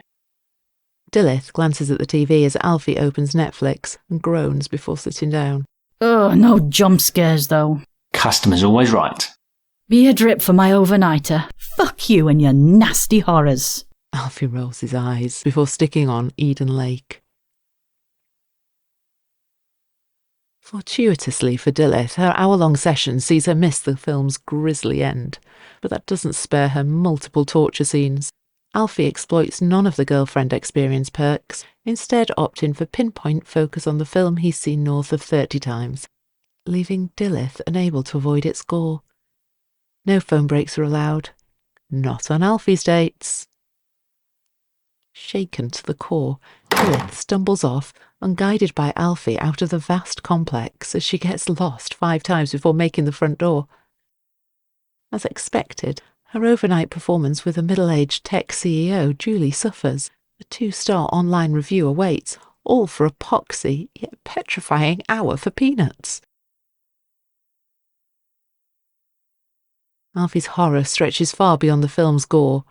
While he adores hiring prostitutes, the bitter pill of seeing them leave gets him every time, glossing an inevitable downer over proceedings. The brief carbonated warmth on a shallow meter fades as the lonely night bites. Then the sense of dread nestles in. Imagine what that dough could have bagged. Today's and the thousands from days have been. A car, mortgage, fresh motor, cruise of the world, snooker pro tour season ticket. Who knows? What he does know is the warmth needs to return, and fast. So, with cocaine out of the question, Alfie scores an 1/8 of tacky, low-strength blue cheese weed. Knowing it's bound to be weak, he whacks a gram in the first spliff and sparks it in the bathroom. Packed with tobacco, of course, way more than normal to compensate for a few painful days without. Prodding the joint's lit cherry into his scarred arm certainly leaves its mark. What's the point dabbing it with a skinny jail roll? No one will ever see the scar. Rough Visit, Chapter 9. A month of pain, scraping by off food banks while sweating out the cocaine cravings, over. It's allowance day. With Grace Fenner's guilt money safely bagged, Alfie scores his first bag of weed and pouch of sterling tobacco in 3 weeks. Finding snooker hall entry fees has been a struggle, starving him of practice in that skint time. A night on the accommodation's pool table is therefore made a priority. Yet PT, Logs and Greg obstruct Alfie's wish for a continuous solo session. A cunningly deliberate move of PT's who sniggers, safe in the knowledge they're 14 frames, all won by himself, into a 1st to 19 match. The North Walian Slayer has gallantly returned. Bandito at the Baize, back in the office. Get the fibres out, lads, because this great white's guzzling them for brunch. PT half-heartedly dangles out a fist, but is tactically ignored. What's shakalacking down them snooker ends? Alfie awkwardly grins before regaining composure. I hereby summon you, dicks. He theatrically presents a chunky 3-gram spliff from his pocket. For a scandalous Jason Derulo. PT scoffs before smashing in an aggressive cross-double to set up an easy shot on the black ball. First in weeks. Managed sobriety. Fuck the Charles right off. Unlike Jobsworth Jr. over here. You on that San Pedro the Fourth? Bit of a Jason. PT rolls his eyes and chalks the cue. Only his precise weed consumption, 0.4 grams a day, is acceptable in his scornful eyes, leaving Alfie's concussive warhead well off limits. We didn't risk our financial liberty to come here and become fiends. PT squarely fires back. More for these noob tubes then. Only sharing won't be possible. Anxious of losing his carefully curated and controlled social security, PT briefly glares at Greg and Logs, who are soon sapped of motivation for a late afternoon doob in the sun. Sensing victory, PT smugly leans in for the kill. Have a tidy Christmas. Mate. He gets down on the black ball shot and smashes it in. Alfie's lip trembles as he squares off in defeat. Not even the lonely 3-gram spliff cheers him up for a traditional December 1st Christmas wander.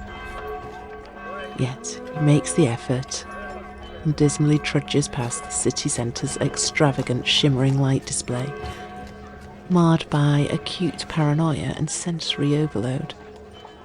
But that's often a problem with cheeseweed, ineffective after the first spliff, so the stoner puts more weed in each time, often incurring subsequent textbook paranoia. Indoor crazy golf lies next on the list, which Alfie nearly swerves on account of his heavy ched head. A few holes are needed to find rhythm, but by the 4th he's flying in the birdies. However, such rapid play comes at a cost, with Alfie subject to strenuously long waits for the modestly talented family of 6 to finish the holes ahead. By the 15th of 18 holes, most eyes are glued to One Visit, after banging in a sensational long-range shot over a hill for an eagle. This leaves him sitting on 12 under par, 2 short of the course record, with 4 holes to go. After bragging of this during a lengthy wait in between holes, players and staff gather to catch a glimpse of potential course history. Boy, do they get it, as Alfie nails a hole-in-one on the par 3 15th hole. Now the spectators cheer and whistle, finally making their presence felt. Alfie shoots them with the putter, tap dances and wiggles his arms, cherishing every second of his loudest cheer since winning the under-14 snooker shield in front of 20 people. Now, level with the course record, Alfie needs only 1 birdie from 3 holes to seal it. As such, the family of 6 ahead step aside, a rare gesture on the crazy golf circuit. 2 pars follow, leaving the expectant crowd suddenly flat, ruining their potential waste of valuable time. It all rides on the final hole, a par 4 with either a long, looping, steep hill or a shortcut hole as pathways through. Alfie opts for the shortcut hole, but horribly judges the medium-length wedge and leaves the ball tight against the wall a few feet away. While a straightforward shot for someone of Alfie's calibre, the pressure's on this crucial putt, offering the simplest path to the green, a square-foot area around the hole for 1 shot at glory. Levelling the course record simply won't do. One Visit and silver medals aren't friends. But unable to circumvent a clean swing, he fluffs the shot and rolls the top of the ball. Yet, it remarkably slithers down the shortcut hole towards the green. Multiple staff members and fellow casual players instantly shout, cutting short Alfie's sigh of relief. No way, fuck that. Not for a club record. The place's manager pedantically states. Despite an outside chance of a direct put through the shortcut tunnel to equal the course record, Alfie slams the club into a wall and storms out to a chorus of murmurs.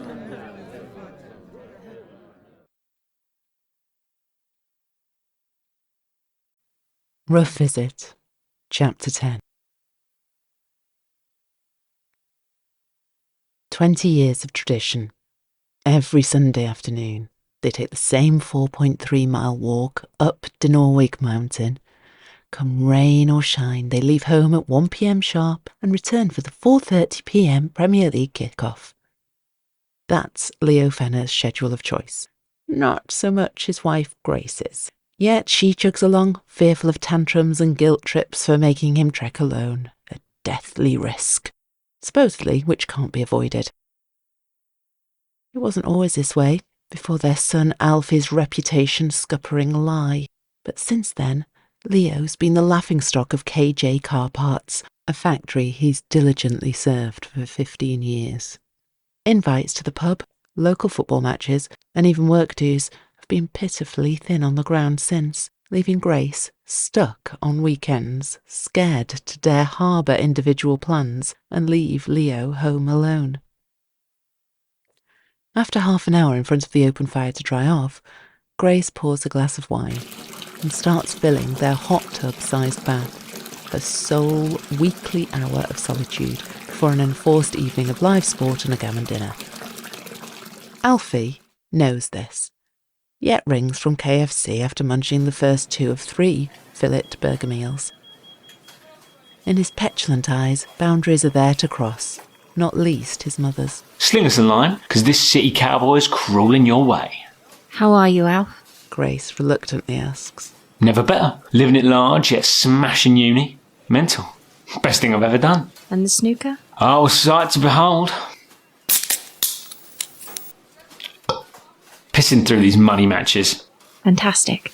Pro circuit, better watch out. Beans in this Kent thoroughbred wolf yet. Should have seen Sean Murphy. Rattled. Bit of a recurring theme. Well, can't blame him. After One Visit's 4 consecutive centuries, Magician weren't having that. Telling you. Pissed off in the murk 2 hours early. Couldn't write it. Well, I hope you're getting enough fresh air. Yeah, fucking hell. How'd you think I'd get down the club? Dragged anywhere bright of late? The usual. Decent. Billy Wiz she'll need summoning. What? To keep pace. Over Crimbo. Grace anxiously gazes at Leo, who's avidly absorbed every word for future shit-stirring bait. Pale, eerie stare he returns, soon answers Alfie's question. Oh, Alfie. Fuck it, whatever. Such short notice. Get over yourself. Result for me, love. We'll sort something next Christmas. If there is one. Grace's face tightens as she freezes. Not a given. For us all. Gotta live large. While we can. Leo grabs the phone. Look here, you don't scare us. And don't even think about coming. See about that one. Fucking try and tell me otherwise. Calls like this, exactly why. Sorry. That a threat? To your life? To ours? Depends. I bet it does. Well, don't bother driving up because you're not welcome here anymore. Leo! You've disgraced us enough. Put me and your mum through hell. Out pool team will have me. What? 'Cause of me? Knowing his father lives for weekly pool matches, Alfie leaves 10 chicken wings and a fillet burger meal behind after swiftly losing his appetite. Blissfully void of cocaine cravings for the last fortnight, they creep back in their masses. Still, he has the spiders in corners of the bathroom for company, an unforgettable fact as he walks through their thick web upon entering. While the last head count stood at 5 house spiders, it's not until lighting his spliff in the deliberately dark, compact bathroom that their intruder is spotted. But it's too late, as a daddy longleg mauls poorly Alfie's number 1 house spider, who's been there from the very start. Well, this murderous prick pays the ultimate price as Alfie boots him into the wall from a sitting position. While the subsequent 2-inch hole may cost him all or part of his deposit, it's a price worth paying for family honour. Alfie turns off the heating for the last time this winter, while certain to endure cold-boned, blotchy sleep. It's nothing in pursuit of preserving his 8-legged pals. Ice-cold conditions will hopefully see intruders swerve Alfie's flat and opt for nearby dwellings when seeking winter solace. Rough Visit, Chapter 11. Without the 8 ball boys, Alfie's gang tag for the bathroom spiders, he'd be truly alone. As he finds himself on Christmas Day, glazing a full turkey in 7-pound-a-jar organic honey, feeling less than hungry by the minute. 5 fat joints in 2 waking hours are partly to blame, along with hearing PT, Greg and Logue's party just a few rooms away. This soon becomes the honey's glass bottles problem, which he lobs into the bathroom at Joey, the gang's supposed runt. Have a bit of that, Joey. Fake planted spider. Cardiff University drone wannabe. No one spies on One fucking Visit. While Joey instantly dies, her unspotted nest does not, as mounds of baby spiders stampede in all directions, thriving in their glass-shattered premature birth. While a welcome addition to Alfie's residence, he seals the bathroom door with clothing to control the spread. Plenty to stuff under PT's door while he sleeps, or to set free in lectures. The power lies with him. This sadly isn't true with his drug addiction, as the outburst prompts an immediate call Kirk's way.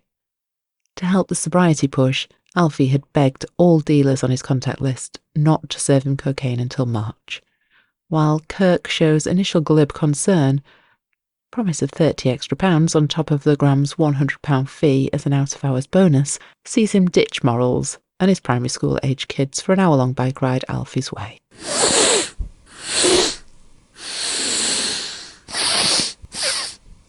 A gram, caned in 3 frantic hours, isn't ideal preparation for a long trip the next morning. But if you can't celebrate the sweet end of a 3-year driving ban, then what is there to live for? Rough Visit, Chapter 12.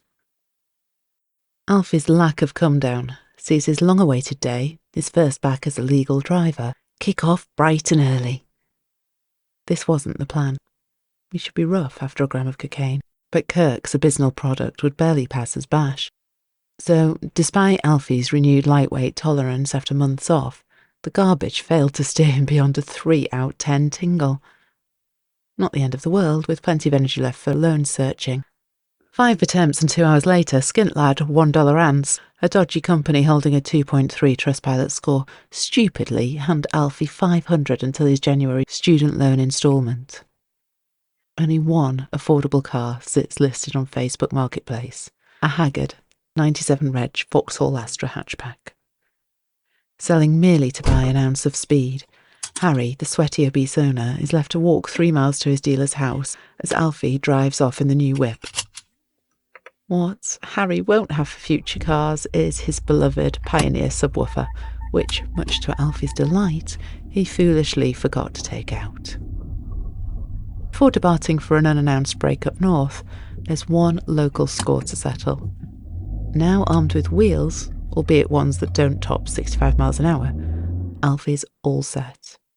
With a bandana firmly strapped over all but his fresh eyes, he clinically slices Kirk's BMW's tyres with a kitchen knife. Bangor's bandit of the Baize ain't taking no more bash off anyone, he repeatedly thinks whilst hurtling off to deafening drum and bass courtesy of Harry's subwoofer. After surviving a slippery scare on Illith Wells' ice-cold roads, Alfie makes it to Bangor High Street in one piece. Firstly, it's time for a home visit. Not that he's called ahead, but that's all part of the plan. Gift them an almighty shock, bit of forceful back and forth, get the blood pumping, then lap up their chaos-induced fatigue with concussive, coercive guilt trips until forced into submission. A classic ploy of Alfie's over the years.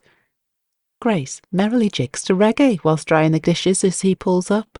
Pricks, having fun without me, should be distraught. Their only son, not about for Christmas. Fuck's the point having me, just to get pushed down the channel in a 30-squid dinghy. This ain't right. He viciously grabs the knife and snips off the seatbelt. In through the back, that over the neck, she won't even hear it. Sneak into the kitchen, bam! See you in a bit, Grace. Fuck. What if she don't croak? Left squealing in her own blood, paralysed, a shell for life. Who knows? Nah, ain't right. All the way or don't bother. Get the Krav Maga in first. Not even calling by seems sensible with what now could occur. So, having swerved life-altering criminal punishment, Alfie's second stop is now imminent, just in Wee Wee's scabby new bungalow in the heights of Bangor Mountain.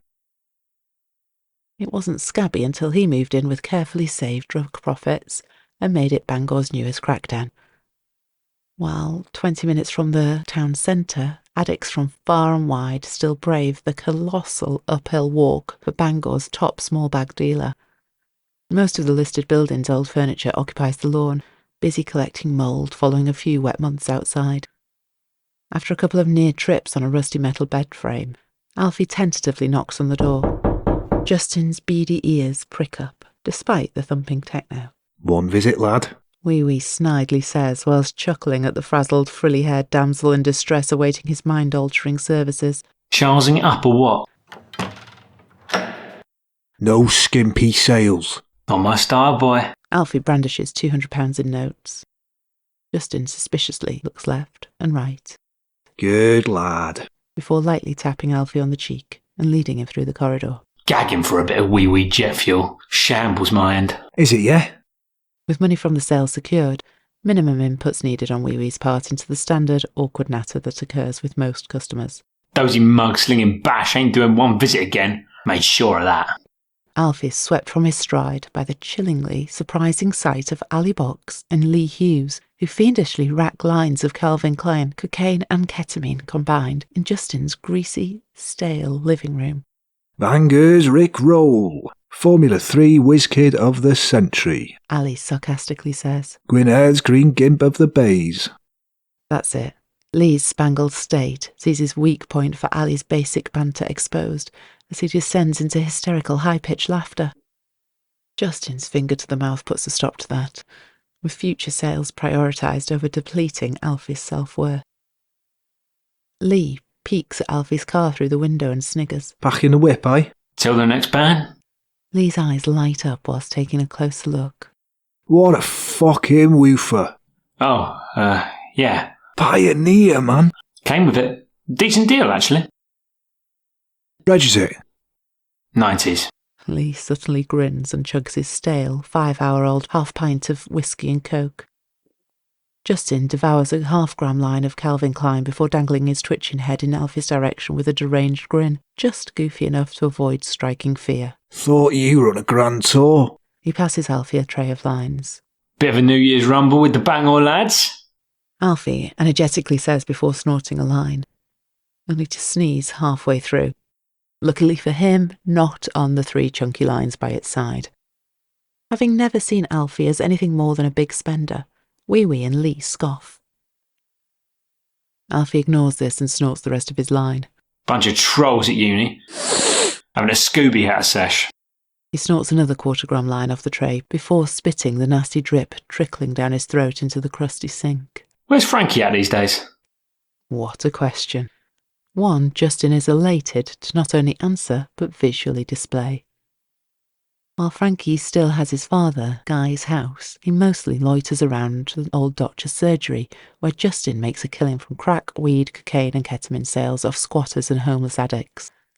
Snapped office chairs and sandboxes serve as makeshift barricade to the hollow old building, void of most doors and windows. However, as chief squat dealer, nobody bats an eyelid at Justin dismantling their arduous graft to break in.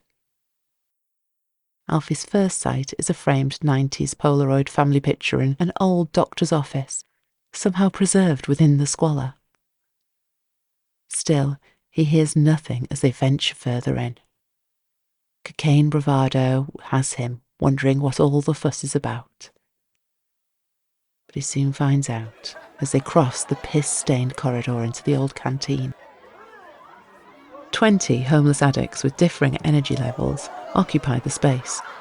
Some wildly chat with bulging eyes in groups of 3, while a few sprawl out in quiet corners, basking in the first 10 minutes of their heroin hit. Just as the ketamine from Alfie's lines pokes through, dismantling his balance and clarity of vision, 2 grisly men shagging in plain view have him close to jundering.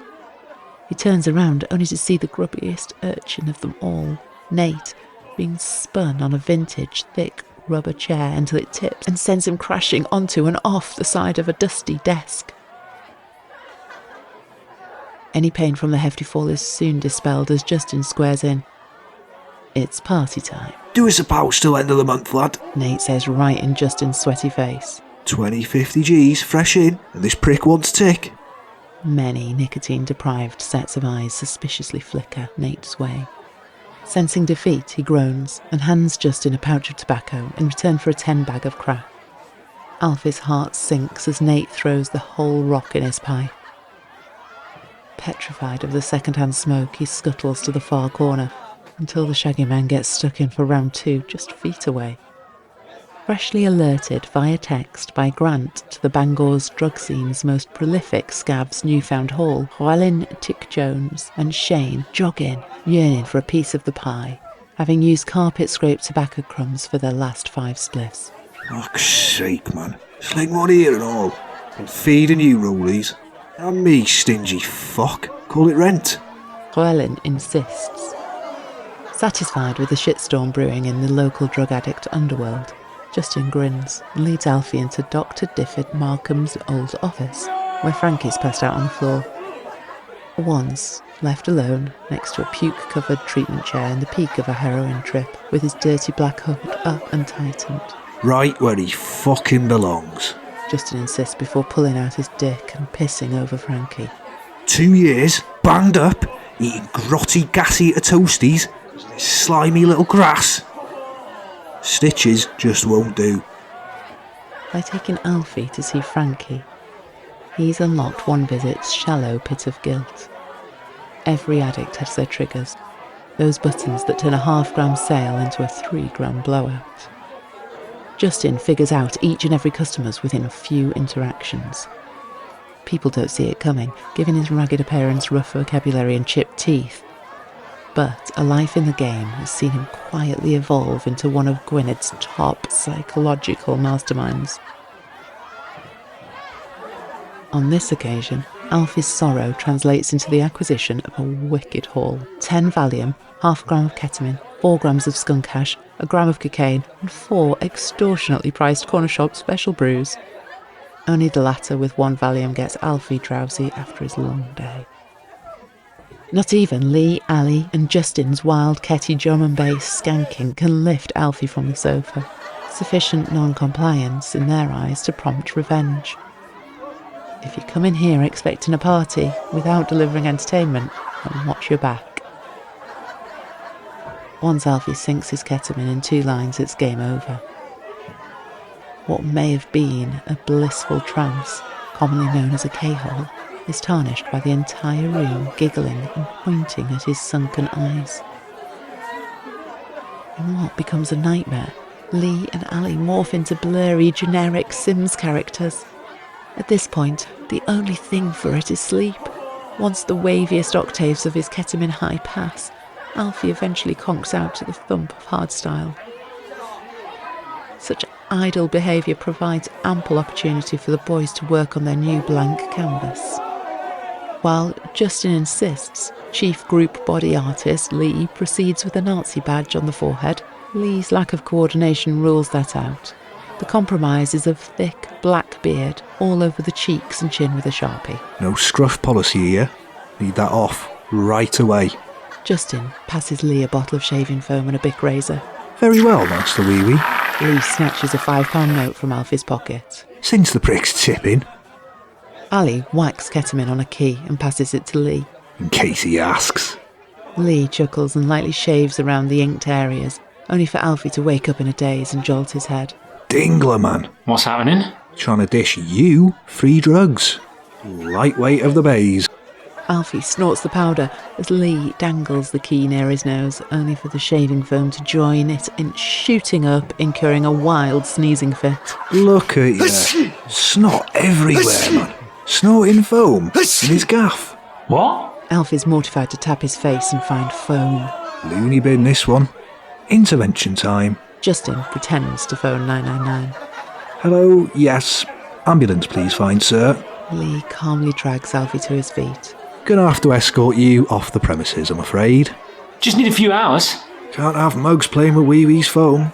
Crossed the line there. Valuable resources. Plenty of foam in Hollywood. You had to come here and fuck with Wee Wee's. Can I grab my gear? Should have thought of that before losing your marbles. Lee says while shoving Alfie out the door. Ambulance is waiting. Minford Hospital. Void of cohesive sobriety to argue, Alfie heads back to the car, sacrificing a few lines worth of cocaine, a quarter pouch of tobacco, and 2 cans of strong beer, all of which are guzzled by the boys within the hour. What he luckily hasn't forfeited is his 2.5 grams of skunk hash. This comes in useful when only 3 miles into the drive the new whip runs out of petrol on a back road. Just as well given his spinning vision, which only intensifies after pushing the car 4 feet ahead into a lay-by. Only now does it sink in, during the 2-hour attempt at backseat kip, that he's mateless up north, a circus joke for life, unless he cracks the odds by making the Pro Tour. But there's no time to think about that. with a 6-mile round trip to the petrol station on foot in thin, battered canvas shoes ahead. Rough Visit, Chapter 13. What sweeter way to wallow than with the crutch that is an early January student loan payment? Chicken takeaway for breakfast, lunch, and dinner, extortionately priced bike-delivered morning Fosters, and evening left. The hard stuff. 5-fold £30 accumulators for both day and night football on Saturday and Sunday, a stockpile of 10 airport amber leaf tobacco pouches, a 3-pack of plain t-shirts, the lot. Mandatory university class trip to Brentford FC's world-renowned analytics centre? Not a chance. Not whilst there's bud to be smoked and money matches to be won. With sporadic but intense temptation for Valium and cocaine yet to flinch, better to spend it all now, so he can't bow to the demon's demands. Dying of stomachache after yesterday's rampage, his first stop's the bog. However, the 72-pack of loo roll gifted by Grace at the start of term ran out last night. So, a newspaper and shower rinse it is. While failing to end up broke after last night, there are still a few things Alfie Fenner's reluctant to splurge on.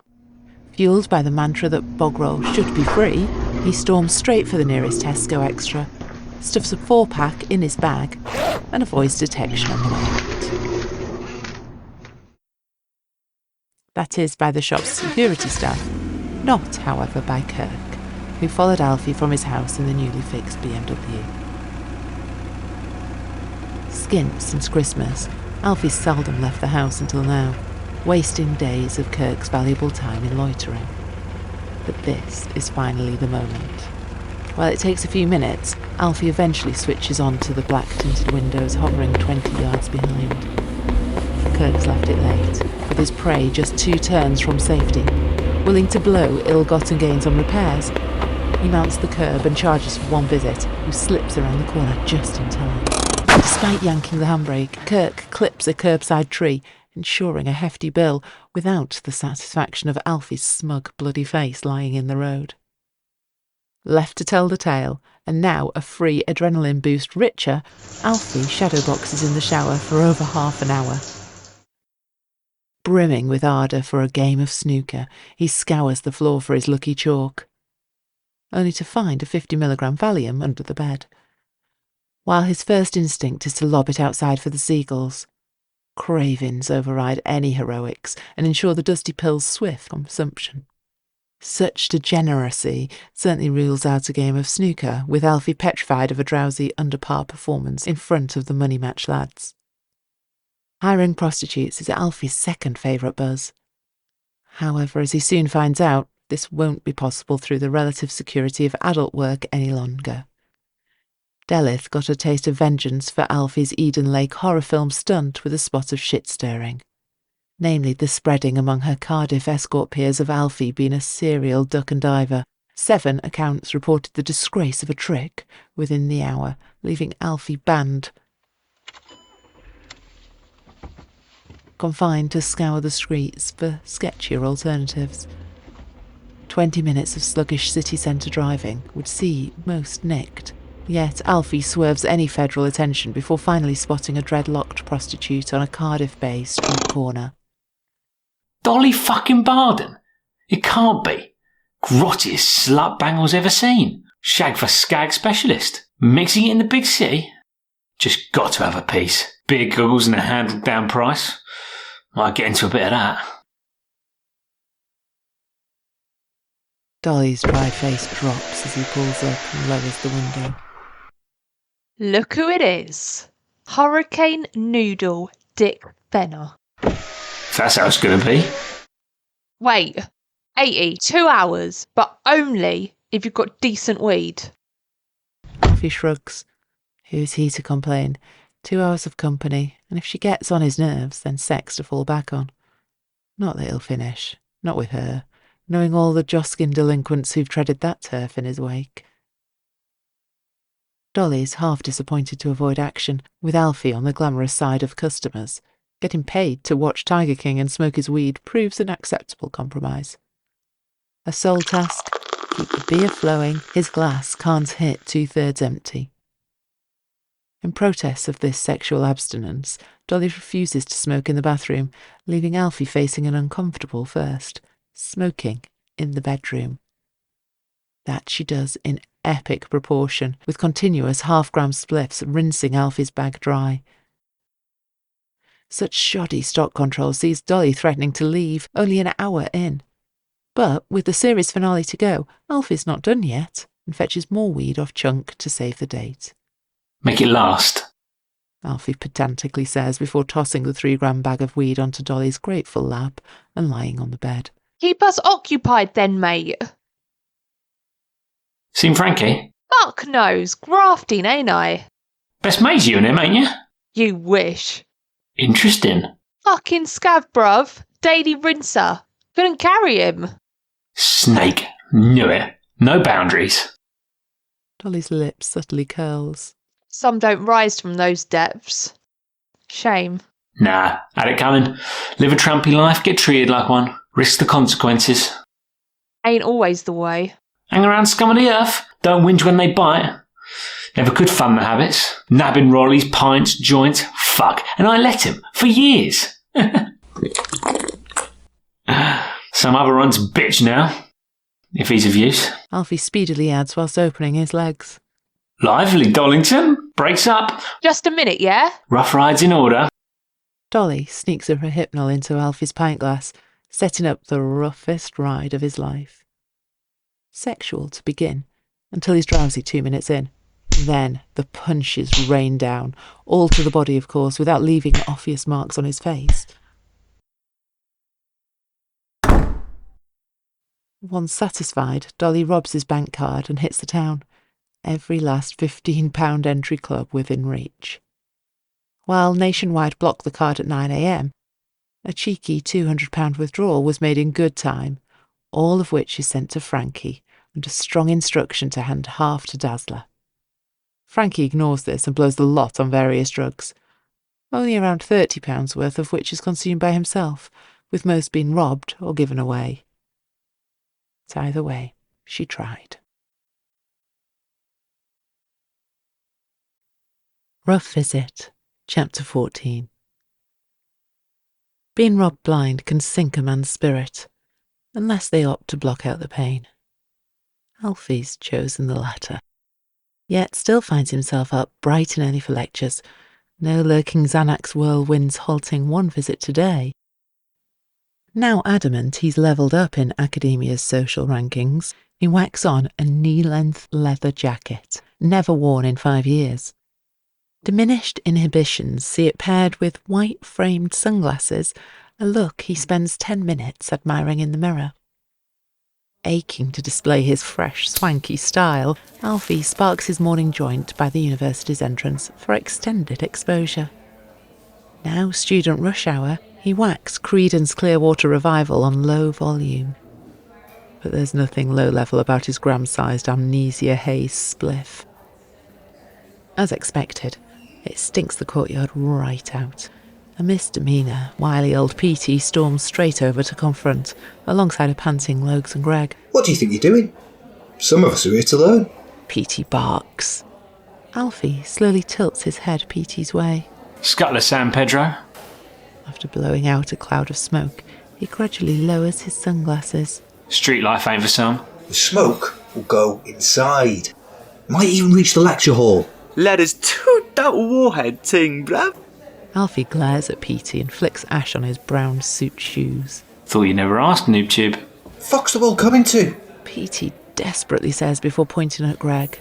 You've made your choice. He rolls up his sleeves, clenches his skinny fists and storms inside. Logs anxiously follows, but not before a longing glance at his fallen brother Greg, who's endured his last chill with Petey's crew.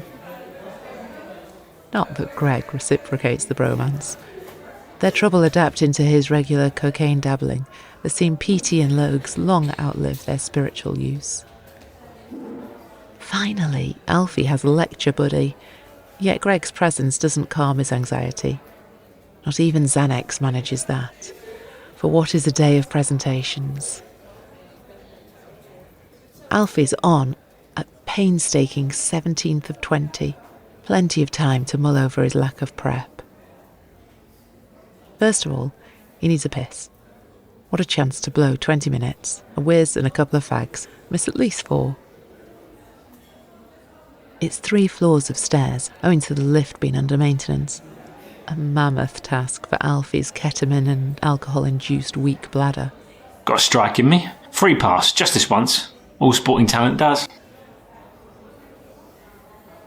By the first floor, he simply cannot wait another second. With nobody seemingly watching, Alfie unloads his piss into an empty litre bottle of water. As it continues to flow right up to the 3/4 point, he panics. A door slams from the floor above, which jolts him to the right, taking his dripping Jap's eye just out of the bottle. Luckily, it's the tail end. Only a matter of droplets leak onto the carpet. Job done. Doob outside to celebrate? Alfie texts Greg whilst flinging the piss-filled bottle in the bin. However, a buff security guard bursts into view and snatches Alfie's short-lived glee. Out now. Come on, Squire. Don't make me lob you. Better than the floor. Alfie's pleas fail to halt his swift, forceful ejection. Bullseye if you don't. Our ordinarily straight-shooting security guard's eyes flicker. Long having languished on minimum wage, his flaky 0-hour contract funds his young family's basic existence by a whisker. A first night out with the boys in 2 years can't be refused. You fucking tell anyone, he says while snatching the fake £50 note. Every man's got his price, Alfie cockily says while strutting back in. Hustler to be made of you yet, boy. Keep smashing it. Flat out flaunting. Keep the look up and this shitty city's yours. Presentation's just the start. Get the old social media pages flirting, bit of a profile. Netflix and Amazon will be begging for an exclusive documentary deal. Might need 3 seasons. Way One Visit's killing this uni hustler dual life ting. Similar grandiose, intrusive thought patterns persist until Alfie's finally called up to the stage an hour later, having absorbed nothing of the 17 presentations so far. As planned, he whacks the sunglasses on once reaching the stage for effect. Light chuckles ripple as the basic black and white squared presentation with single lines of word art appears. So, basically, this curriculum, all trollop. Alfie skips to a shoddy clip of him fiddling with a snooker table's pocket as Greg awkwardly takes a shot. Upon spotting Alfie's infringement, it cuts to a close-up of Greg comically gawping before skewing his shot. Been there, done that. Copyrighted the cowl neck t-shirt. Alfie adds with outstretched arms. Most students, including Logs and Greg, burst out laughing. Despite being simple shots, Alfie's snooker clips, reluctantly filmed by Logs, took a 6-hour session to film. No fag breaks, and at least 12 takes for each angle. The second scene sees Alfie scratching the back of his raised arm in Greg's eyesight, who's down for a shot. Get right in their head. Clivey sternly gazes on. But for his teenage far-left protesting days and subsequent support of free speech, he would strongly consider ending Alfie's horror show. What's coming his way is saved for closed doors, as Clivey opts for an impromptu mindfulness session to avoid overstimulation. Don't matter what your form's like, 'cause they're nailed. Sordid little spirit? Sunk. Sent packing for a 20 squid flight to Bucharest, without a fucking Scooby until their next play. At which point, it hits hard. They don't have it no more. That spark, that what shot them to the top, gone. One less shit stain on the circuit. More money for you. Alfie manically concludes, before taking a seat to sarcastic applause, that he obliviously laps up. After utilising just 2 of the presentation's 5 mandatory minutes, Alfie's the sole sap called into Clivey's viciously bland cream office. Adamant it's to admire the warping of minds, the dishing of free inside knowledge their own tutor couldn't dream of, or even to be tapped up for postgraduate employment, Alfie's stripped of bounce by Clivey's deathly, stern gaze upon entering. Take a seat, Alfie. Clivey asks. Don't like the sound of this. You shouldn't, as I have no choice but to kick you off course. Got to be joking. After today? Especially so. 2 minutes long and bugger all to do with our unit. Final straw, I'm afraid. A lot of work in that. Days, matey. Not my problem. Can't hack it. Real sportsman, showing the man up. Sapping that Clivey aura. I've seen you since One Visit's been in town. Alfie, don't make this any worse. Shadow of your former self, so the seniors claim. Real's third choice Vernon Kay. Anonymous Reddit user. Are you done? You'll miss my buzz, getting the lads up for it. Hole to fill, telling you now. There's just no other way. Think we can agree on that? Put my arse on the line. Moved everything for this course. Take today out of the question. Effort and attendance have been minimal. What work you have done? Well, way off the mark. One more chance? Alfie jumps to his feet. Snowdonia's snooker sensation turns it all around under the expert tutelage of Clivey Niles. Think about it. How careers are launched. It's a decision that has been made. Should we believe there's no hope of respectable grades? Skippy piss, bruh. It's clinical, robotic, scripted statements from here on in. A stage of negotiation Alfie and his antisocial personality know well. While he'd usually summon new gears and give everything to tire the opponent into submission, there are wilder things to think about. Namely, accommodation, and the fact his tenancy relies on university enrolment. Rough Visit, Chapter 15. Despite Alfie's pleas for a fortnight, a mere 6 days' notice was all his accommodation spared to clear off out of the flat. It's now the last of those, a lukewarm, grey afternoon void of character, yet Alfie is still to learn his housing fate. 6 days afforded the council's homeless department precious little time to sort anything, let alone cater to Alfie's flamboyant, luxurious demands of an entire house right away. To ride the angst, Alfie heads for Wetherspoons. In the car, of course, since he deserves the life-threatening threat of driving home pissed, potentially crashing and ruining someone's life, because of his circumstances, of course. In a bitter dose of karma, the car breaks down on Newport Road. Luckily for him, on the inside, with enough drag to pull onto the yellow lines and out of harm's way. A week-long stint at the mechanics awaits his shit heap after a tow from AA. While this strips Alfie of pub transport, the security of a potential emergency roof, should the council not sort anything by eviction time tomorrow, whittles away with the rusty AA van. To only amplify proceedings, Grace scrapped Alfie's allowance as punishment for leaving uni. Only dregs of his student loan remain, which he merrily sinks in shapes of pints and shots of Gentleman Jack. After the 5th double-drink round, the council's phone call finally arrives. Afternoon, Mr. Fenner. Is this a convenient time to chat? Pretty fucking sure of that. It's been a rough one for you, no doubt, but we're trying our very best. What you got then, boss man? Tony Pandy, vacancy at a hotel, as of tonight. Kind of shit show's that? All we have at present, sir.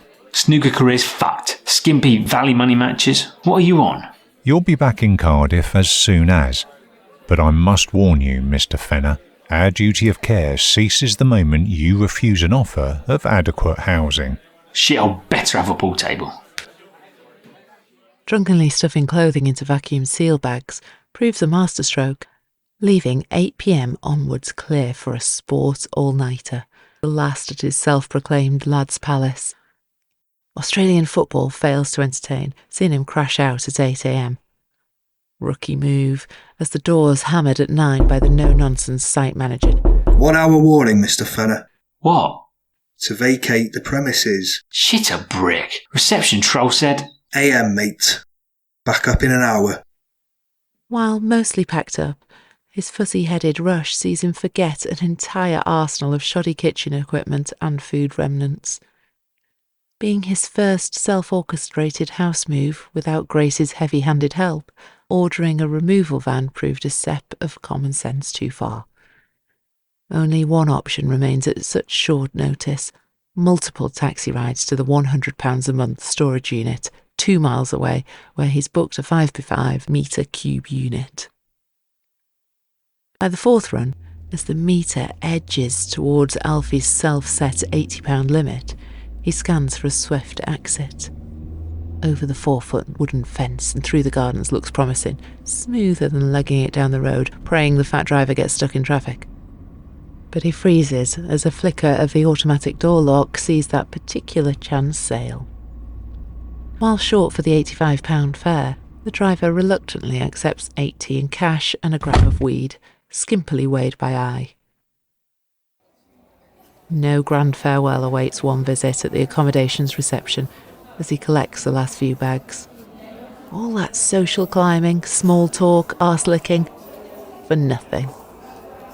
Not even a nod from Quentin, with whom he shared many a drunken natter. Brian the cleaner secretly grins. He certainly won't miss Alfie, the common room chalk, beer and chocolate mark fiend with a foul tongue. So that's it. Now a 3-legged, 2-hour bus journey with unbearable weight in bags of weights, without narcissistic supply for all the effort. Style on the Baize, one-of-a-kind banter merchant. Proper action that don't come cheap. Gone. They'll want you back once One Visit's done with the snooker tour. Be famous then. Honorary student material. Before any heroic turnaround and the inevitable Netflix miniseries riches, he must tackle this sticky episode in temporary accommodation. Its location, Tony Pandy, has seen brighter days, mostly before the winding down of Britain's coal mines by Thatcher's Tory party. As he steps off the bus, the dread-shaped urge has him itching to jump straight back on. Dull, run-down infrastructure, slug-paced civilians and grey houses instantly dims any optimism. No fast life to be found here. Not least whilst weighed down by the torrential rain, making the half-mile lug of his bags an excruciating one. Just from a glance in the distance, Alfie's new temporary humble abode incites a light shiver. Damp windowsills, chipped paint, a faded front sign barely visible from the road, pale undesirables lurking by all 3 doors, and the stale stench of sweat from windows weren't mentioned in the debrief. No alternative tonight, boy. Suck it up, make that glowing presence felt, and have it with those council mugs tomorrow. 9 a.m, bright and sharp. Wish they'd pulled a sickie once One Visit's done with them. Grisly hotel manager Clark leads Alfie past the corridor's pathetically filled punch-hole-ridden walls. Freeview television coverage rattles from the rooms, with most of the 30 residents enduring a poverty-induced zombie-esque existence. Clark's brief tour ends with a glance at the greasy, cramped kitchen, bearing a knackered electric oven caked in dry pizza crust. Bursting out in tears is considered, but halted until further notice by the soothing notion that it's just for one day, won't even have to use it. Built for bigger things. Now, do you like a beer? Clark piercingly asks. Occasional dabble. No alcohol in these rooms. Do I make myself clear? Fucking hell, Bert. Be on your arse by morning. Ask anyone here. Won't hesitate. Bar boozer downstairs is suitably sound. For town's best. Alfie's focus lies with the scratch marks around his lock. A chip in the woods, a sure sign of a break-in or two. On first glance, barring its last resident harbouring a significant drug haul, it's hard to see why, with the room's basic content barely worth stealing. Alfie grimaces at the single bed, awkwardly placed 19-inch wall-mounted TV, square table with 2 rickety vintage wooden chairs, and generic Tony Pandy prints. All that's irrelevant when the gut-wrenching pong tingles his fragile chunder resistance to the brink of collapse. Spilt milk, I'm afraid. Bear with us till the carpenter's in. With 25 of the hotel's 30 rooms bearing ensuite bathrooms, Alfie's been dealt a short straw, a box room by the kitchen's sole, noisy kitchen. Just 3 residents are supposed to use the communal loo, yet many run out of bog roll and rinse the free supply. Between that and the hotel's cleaning, maintenance and management staff, Nasty surprises are aplenty when in desperate need of a number two. While cleaned daily, some deliberately leave their mark in various disgusting ways, knowing others have nowhere to go. This is the jungle, baby. Play your way to glory. Best pool player in town's not getting no shitty room. Set their joke shop local pool league alive. Sign for a top team, win a few cup finals. You're in the paper. Bang. Ensuite, 50-inch screen, double bed, fucking craft ale room service. The lot. The gnarly truth can't escape his futile mask. This is far from over. Without money for rent and a deposit, he's stuck here. As this dawns, Alfie sinks onto the ill-fitting single bed, dangling his toes off the edge. While hoping to relax, the smell takes on nastier shades of dried piss and fermented cider, leaving little focus for daytime TV. To postpone this sickening temporary reality, he checks out downstairs locally renowned top boozer. What a chance to spread the old Q sports wings, make a proactive start to this money match-shaped escape plan. Being a town lacking in snooker tables, the local pool league offers Alfie's sole path to a cheap competitive game. While not at the elite level of choice, it's a chance to scout local players, the big spenders, match ball chokers, shithouse cheaters. However, barring a couple of elderly barstool stalwarts, carefully sipping pints of ale while watching Pobberly come, the place is bare. Certainly no live action or angles to work. Just a quiet practice once again. Alfie takes his usual Fosters before awkwardly lingering by Gwynedd, a pub regular of 60 years. Disgusted to be drawn from a long-awaited hour-long special of the show he's passionately followed since its inception, Gwynedd turns his head Alfie's way. Yes. $5 a game, if you're down. Gwynedd sniggers and pours a shot of whiskey from a shop-bought bottle he pays the barman a £5 corkage fee to drink. Any pool leagues about? Happy to trial if expenses are paid, obviously. Gwynedd shoves Alfie the freshly poured shots of whiskey. To fuck off. He coldly grins until Alfie takes them and walks away. Free of that cockney, pretty blue bottle, he gets right back into Pobberly Cum. Didn't say leave, he says as Alfie loudly packs his cue to leave. Oh yeah, sorry. Fuck's sake. Just don't come over here. Alfie scampers to the pool table and lifts the beer-stained cover. What lies underneath is of grave disappointment. A piss-poor red cloth, riddled with stains, rips and chalk marks. No respect for the beautiful game of pool. How do they sleep at night, owning a pub but leaving the main attraction to rot? Top boozer, mate. Lovely little spot. Trolls. Wouldn't know one if it slapped their flabby glass jaws. What follows is his scabbiest practice session in years. Balls stick to the slanted left side as cushions offer little rebound after years of wear. Barside sniggers reach epic proportion over his subpar performance, leaving no option but to pack up and leave. Left with just a corner shop open after 11, Alfie's forced into paying £8 for 2 bottles of Desperados, which he chugs on a football field to numb the painful first night ahead. Alfie's room, often where newbies are dumped for the first couple of weeks, is known for its tumultuous history. Close proximity to common rooms means sleep comes in short supply. That, with the naturally heightened stress levels of homelessness, has seen it accumulate quite the death toll. Some, like Jodie, a fiery teenage mother of 2, stabbed to death by her boyfriend 5 years ago, make sure to revisit. There's nowhere her spirit would rather be. See, she was shunned on all fronts, at every stage of life, until getting a room in this homeless hotel. Sometimes she's peaceful, to maintain the cloak. Miss a few out, so they're spared condemn any talk of ghosts. Alfie's not afforded that luxury. She clocks him as a fiend from the outset. Her murderous boyfriend adored Xanax and punched rather than slapped when it ran out. Following a week as his skinhead cellmate's spiritual servant, he hung himself in prison. Such selfish behaviour leaves a void in poor Jodie's time, which she takes out on fellow homeless degenerates, especially if remotely similar to him.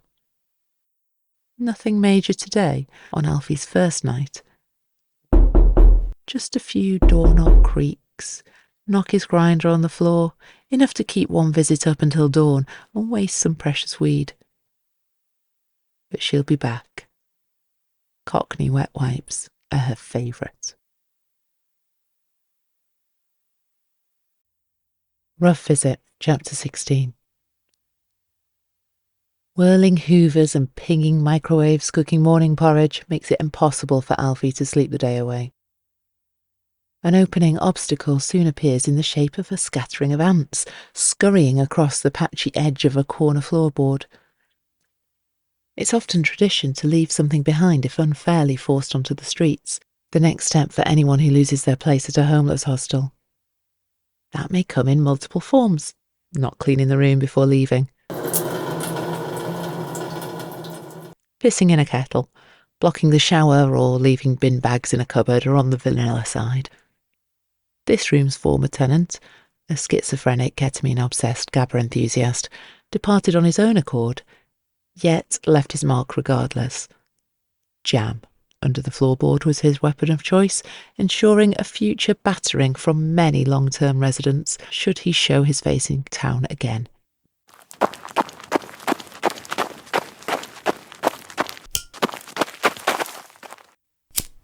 Void of energy to socialise, Alfie ventures to the smoking area, where he's gutted to see crusty old Gwynedd, by far the hotel's record-serving resident. Valley boy Cleddy lives for his ensuite room, paid for in full by the council. Daily arguments and fights fuel his well-being, which entails regular shit-stirring to steer various wheels that entertaining way. Bouncing, after a long night of speed, he's leant on the balcony for hours, lurking purely to cop the fresh blood.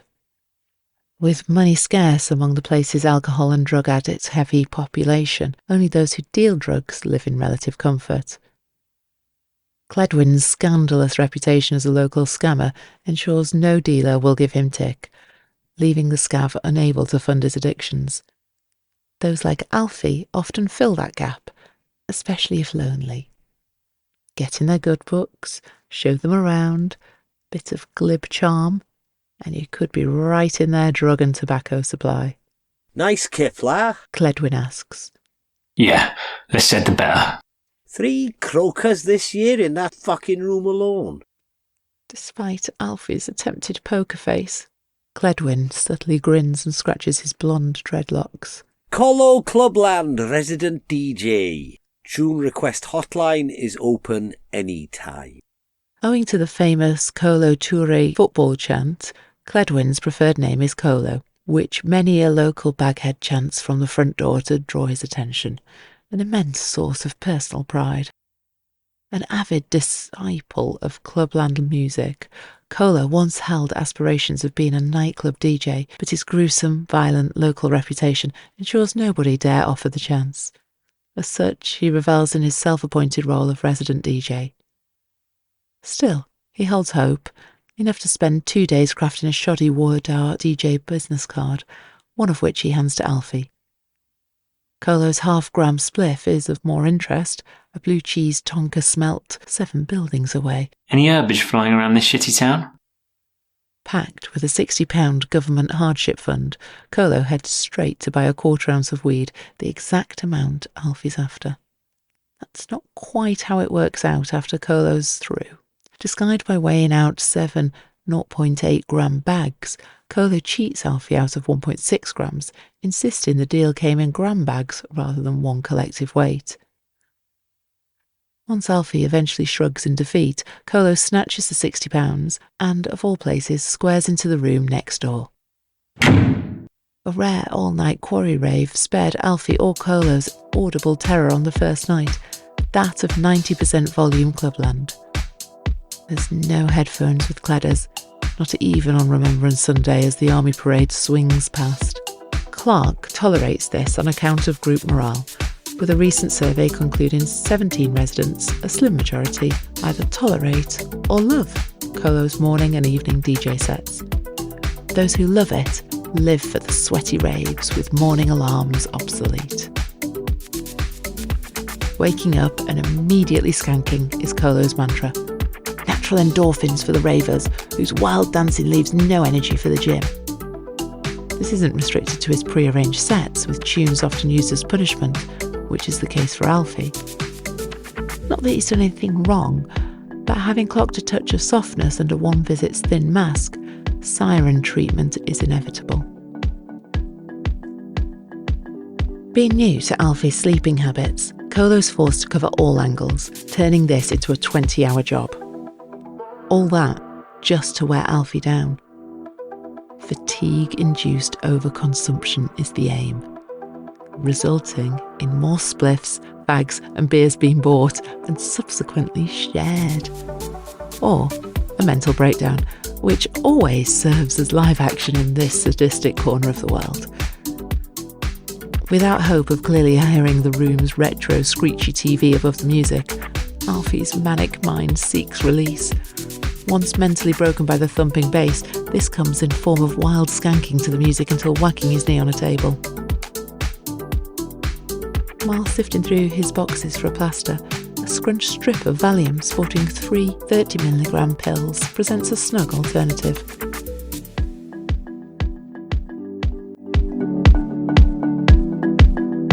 Valleys it is then. World just wants it that way. Early days Ronio style. Bangor's Hurricane Higgins. I'll fucking give it them.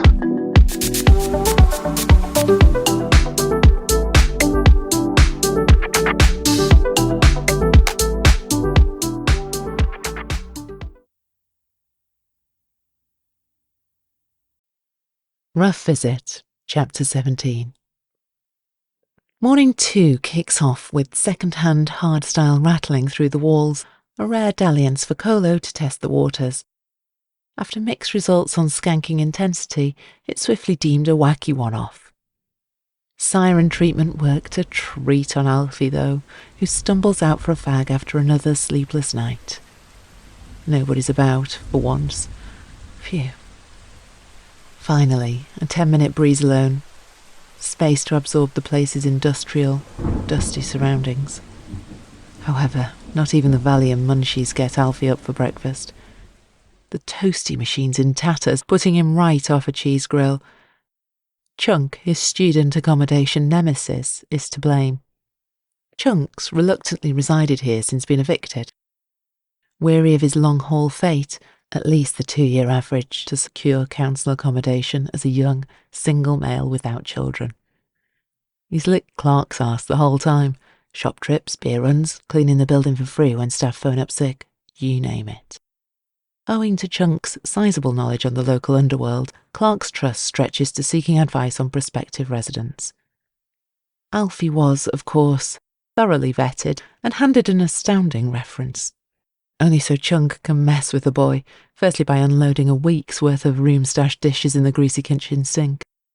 This works a treat, as Alfie sifts through the cupboards, left with nothing to put his toast and butter on. Communal fucking dishes? Can't be right. Slimy council dicks. Stitched you right up. Everything a man could need. Should have your own pans. Who on earth shares woks and plates? Yet another expense. $12.50 for a train to Cardiff, just to get third world plastic cutlery. Checking the cutlery drawer does nothing to quell Alfie's nerves. Barely washed, greasy knives and forks make up the communal collection in a damp plastic cutlery holder. For now, there's no choice if he wants morning burgers. Using the cleanest of 3 scourers, he offers the breadcrumb and oil-covered baking tray a hopeful once-over. But this only adds more dirt, leaving a 2-minute rinse under the hot tap until most base-level gunk is gone. Water waste doesn't bode well with Clark, yet he resists charging from the office after holding his ear to the wall, counting every flowing second. Everyone gets one, but Alfie's card is hereby marked.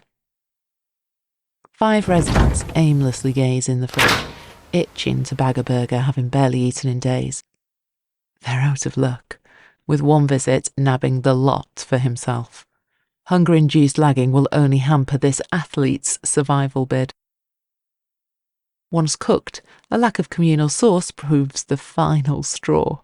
Never has Alfie used a kitchen without vast garnish options, another issue to immediately pester the council over.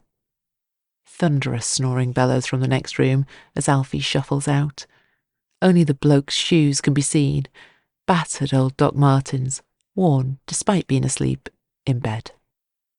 Colo and Chunk suddenly burst out, chuckling with swathes of the fellow's king skins. Can't leave him like that, no? Colo giddily says as they storm back in and lightly slap the sleeping man.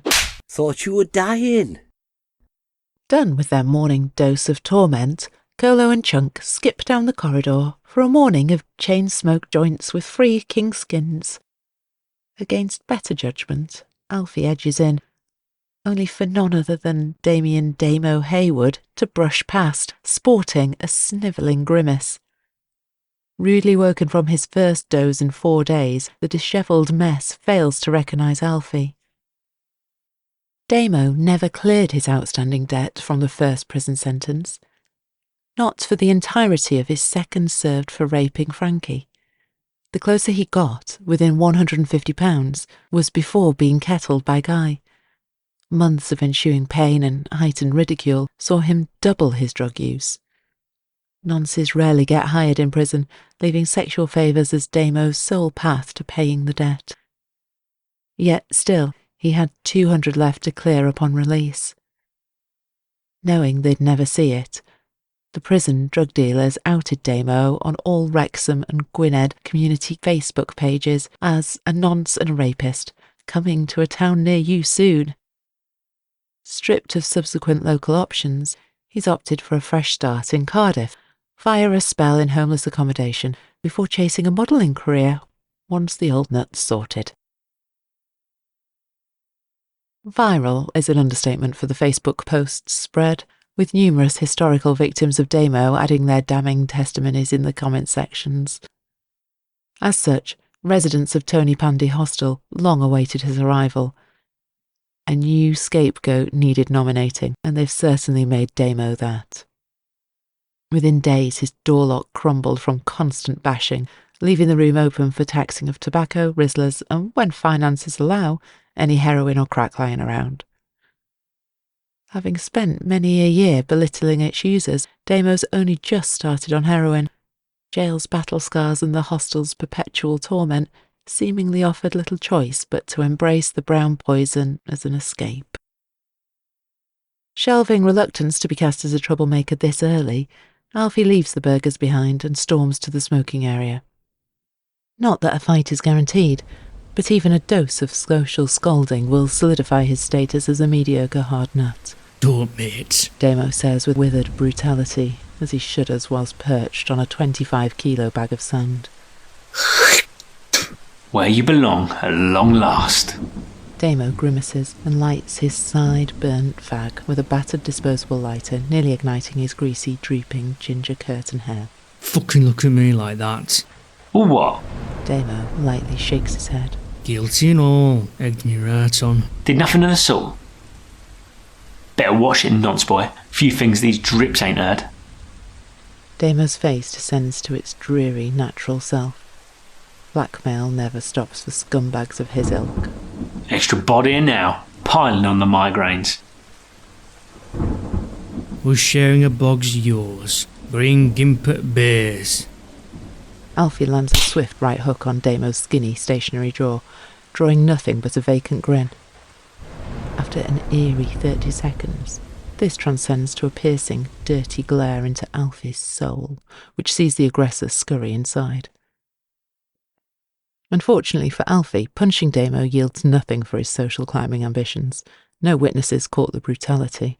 Damo isn't going to tell anyone, and nobody will believe Alfie unless a half-decent bruise forms on Damo's face. No street cred is likely to be gained.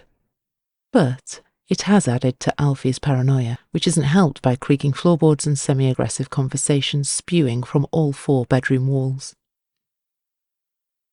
After just one of 4 lukewarm plain white bread beef burgers, Alfie can't take another bite. Recent stress brought on a 4-day bout of constipation, which is finally asking to end. An emergency maiden venture to the grisly communal toilets is needed. However, Alfie's beaten to it, as Colo and Chunk giddily head in with a freshly dumped plastic box of Chunk's Indian curry heavy turd. This day, Moz. Chunk asks Colo, who nods. Alfie panics and hides behind a cupboard just in time. They're soon done, chuckling their way to the bus station for a traditional morning spliff. While most question their geographical logic, Chunk deems the loitering as essential advertisement for the weed in stock. How else will locals know how peng it smells? Alfie braces himself and ventures into the communal bathroom. Even without Chunk's turd on the seat, it makes for grim reading. But that's Damo, or whoever next needs the toilets problem, as Alfie instead opts for the bars.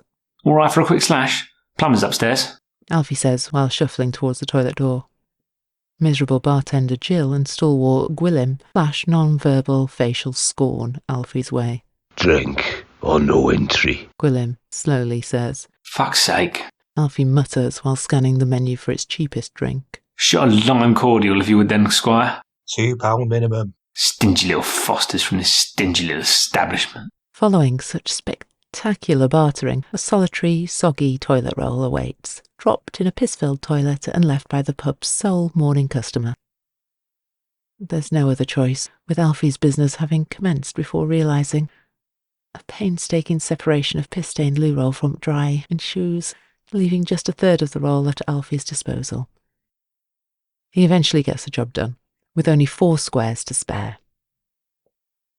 Not even this long-awaited release claws back a shade of hunger, so the burgers are left for later. What can't be swerved is the purchasing of beer, leaving 2 660ml Heineken guzzlers assertively added to the late morning mix. Short of stimulation in the room, the first sinks down in 5 minutes, while the second takes a modest 6.5. Despite providing a 15-minute activity, the mild buzz does nothing to numb the misery. Colo's morning set rattles the walls with raucous crack and heroin addicts skanking to every beat, drenching the corridor in sweat. Dancing doesn't work for Alfie, not this time. So he smashes a bottle on the table and lightly caresses its sharp edges on a couple of fingers. Finally, a bit of emotion up here. Where's this Alfie Fenner been? We've missed you. Just don't hit an artery, boy.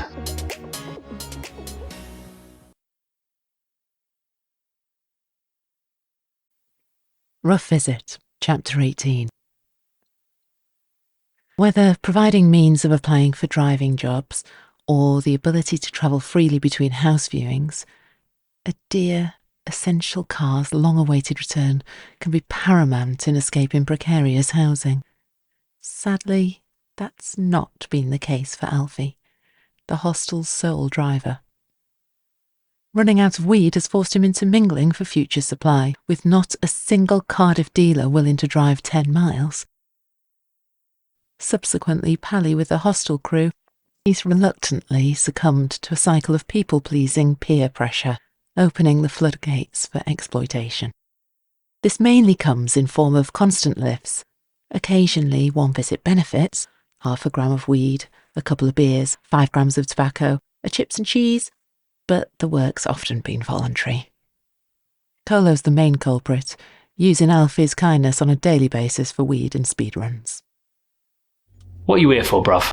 Alfie asks, after an excruciatingly quiet start to today's first 2-mile journey. Hotel? Colo suspiciously says.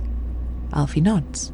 Short of a roof like every last tosspot there. Yeah, but why are you still here? Pissing away your life. Been there what? Well over a year. Scandalous. No one tried to help? Offer a kip on a sofa? Oh yeah, few. Colo's face sinks as flashbacks from his abusive childhood whirl. Can't stand them, not a single one. Rather be here. He grunts and lightly punches the dashboard. Don't ask me fuck all like that again. Jeez. Get the clubland on then, full whack. Alfie scowls. Anything else but... Doing you a favour. Jukebox strings the least you could hand over. Confident of converting Alfie into a fan, Colo assertively whacks on his all-time #1 Clubland YouTube mix and wildly exaggerates the flailing bobbing of his head. Bit of techno in there, Bert? Not letting that garb anywhere near my phone. Won't know until you try. Don't start. Mics can hear you, and if that baghead dross makes it anywhere near my suggestions... Colo coldly shakes his head before erupting into a cheesy grin. Here he is, Pied of the Pandy! He chants out of the window. Every local weed option's dry, so Colo has steered Alfie in an old head's direction. One freshly re-plunked into the dealing game after a lengthy sabbatical. Special K. To Alfie's horror, this ends up being no other than Kirk, who calmly slumps in the back seat of his car.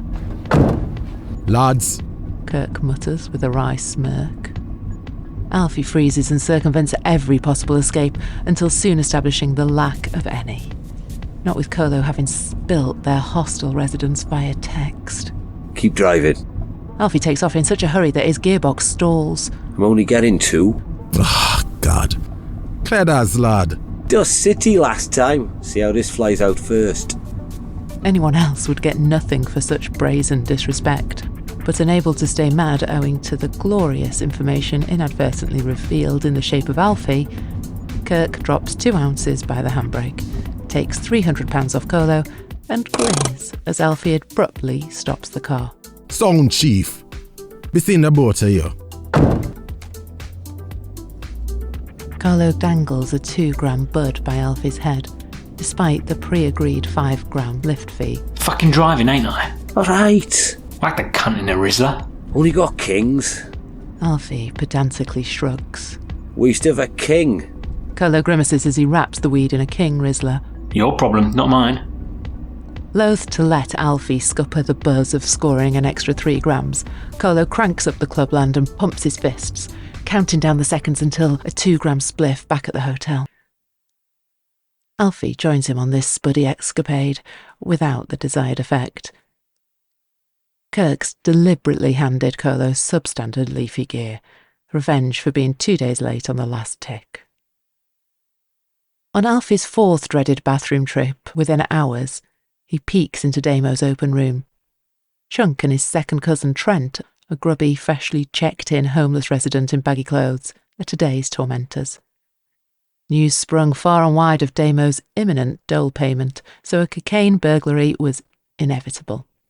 Both despise the lad, and with Trent keen to make an early impression, he's a willing participant of the anarchy. They're not satisfied with just robbing it, as both throw the dole-funded gram of coke back and forth, revelling in Damo's passionate flailing for today's lifeline. Cooked into crack, this would last between a day and 2. You'll get it back. Chunk menacingly says to Damo. If you're the grafter Chunk claims, Trent utters while rubbing his crusty grey cargo trousers. I've paid my dues, Damo erratically says. Paste-ridden garb, that is. Fucking free though, la. Chunk and Trent chuckle their way out as Alfie hides behind a wardrobe. Luckily for him, they head the other way. With a kitchen in an all-time cretinous state, Alfie has to settle for ham heater toasties tonight. The building's heating comes on for 15 minutes an hour, leaving just enough time to bake a sandwich and cling film between one of the radiator's gaps. Tucking in, however, is rudely disturbed by a yelp outside. Alfie charges out, the only one to do so. Drug-induced wailing and chanting is the norm here, leaving most tone-deaf after years in the various claustrophobic forms of the system. This one's no false alarm, as Damo boots over the coal pot holding thousands of fag ends. Your fault, lot of this! Damo shrieks while shuffling towards the roof's edge. Spare the future victims. Go on, see you in a bit, Squire. A rare moment of peace overcomes Damo as he takes a deep breath. Green light Fenner gave me Frankie and this final bush. Never gave you a thing. But you did, batty boy at Baize. Thank you.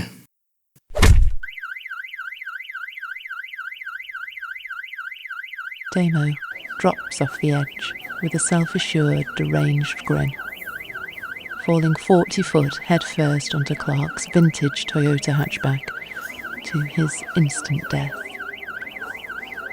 The screeching car alarm draws everyone outside, keen to observe the day's almighty scrap with new kid Fenner. Initially terrified by Damo's bloody remains, Alfie's eyes eventually light up before he spits down and walks away. Colo, colo, clubland, colo, colo, colo. Trent gleefully says after a quick peek over the edge. Clark finally appears as raucous applause rings out, deafening Alfie as he cocks his head. Trent, get inside. Clark pulls Alfie's hand from his ear. What did you see? Nothing. Tell me now. Felt, didn't he? Nancy cunt couldn't cope. Alfie says with a newfound vigour as he bashes through the crowd, some of whom slap his stagnant hand. For that answer alone, Alfie is inducted into the hostel's social circle.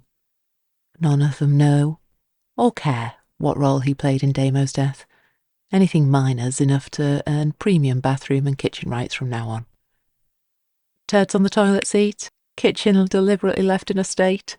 Those days are over for as long as he maintains this upper-tier social status. Such is the collective joy, Colo and Trent take out £350 universal credit advances and vow to get everyone rinsed beyond belief. £30 a month off their next 12 dole payments is no scrape, not to celebrate this prolonged joint effort. Noise complaints could prove problematic, so both go halves on bribing all rooms a tenner to ignore tonight's inevitable Baize rampage. Now clear for a rare collective splurge, Colo unloads his strict plan. Hit the local fun fair, sink a few pints in the local before a wild sesh back at the hotel during his special Clubland set, saved for this very moment.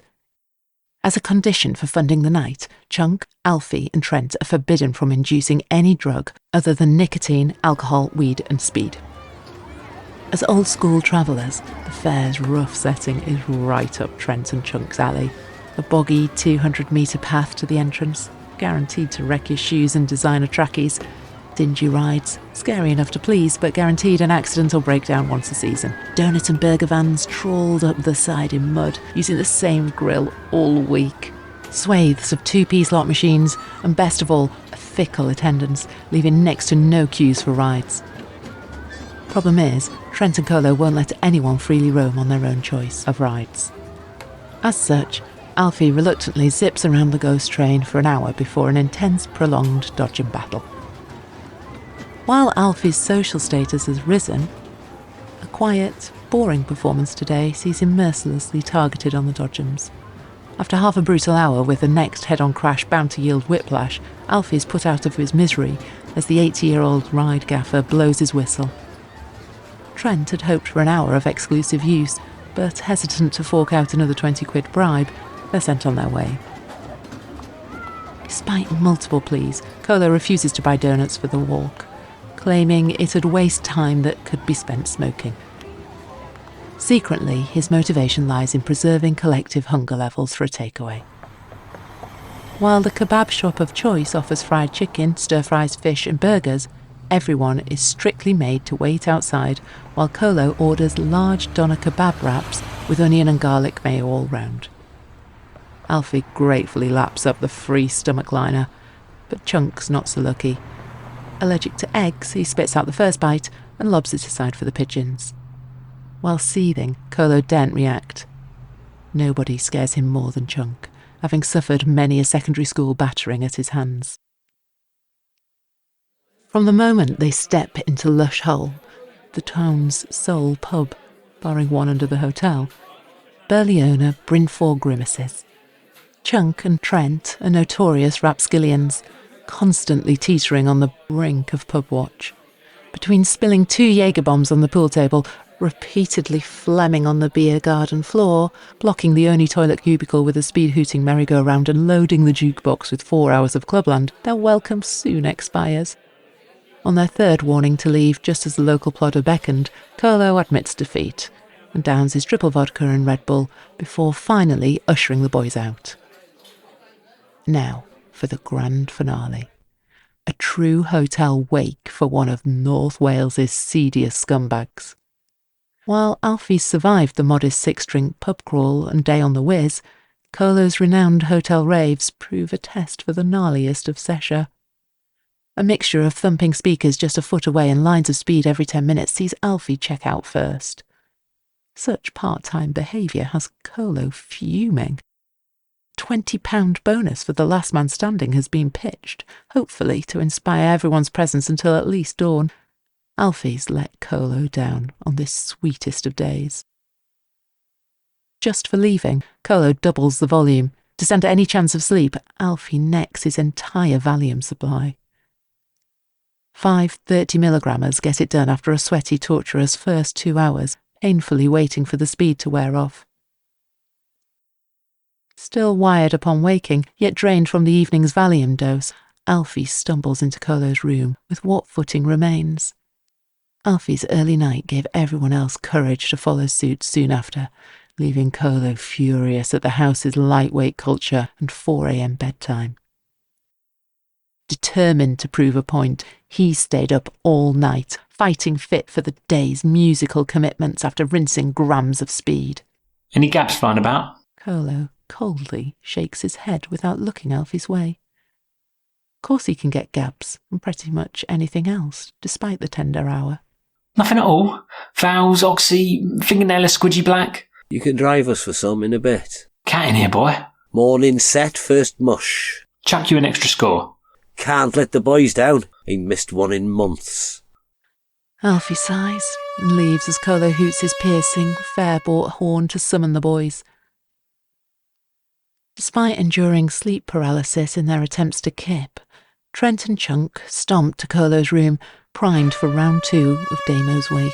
Colo Clabland, Colo Clabland, Colo Clabland.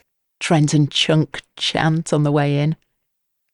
A bitterly disappointing turnout for Colo, who averages 6 ravers per morning set, but with most suffering a sleepless night at his hands, it's no surprise. Despite the internal hankering for a wake and bake line, Alfie can't stand another second of their lowly company, not with a half-hour lift with Colo on the cards later. Settling for a joint instead, he walks out to Kirk booting his Vauxhall's wing mirror clean off. Yet to be seen, Alfie ducks out of sight. But Kirk doesn't stop there, as a brick clatters the windscreen, cracking an edge on the passenger side. Given the car's withered age, no alarm whirls, leaving Kirk in a little rush to whiz off. As a sitting duck for many debtors, the spell on the road seems fitting. Can't get any worse, surely. Long accustomed to the revolving door of residence, Clark barely flinches as Alfie drops his room key on the counter and declares his intention to leave, not before taking the kitchen's brand new oven's grate, which Alfie wraps in bin bags on the way to the car. With most of the windscreen providing clear visibility, Alfie takes off with his dwindled life belongings and scours for a semi-suitable long-stay car park to catch up on some much-needed kip. Rough Visit, Chapter 19. Barring an arduous 4-mile main road trek for fags, Alfie's first 2 days of car living provide ample relaxation time. No thudding music, mental breakdowns, suicides, 4-day speed sessions next door. Just him and his fuzzy thoughts. The lucky spot's just 30 metres from a main road linking Cardiff and Newport, making rush hour a touch rattly, but after weeks in homeless accommodation, it will do for now.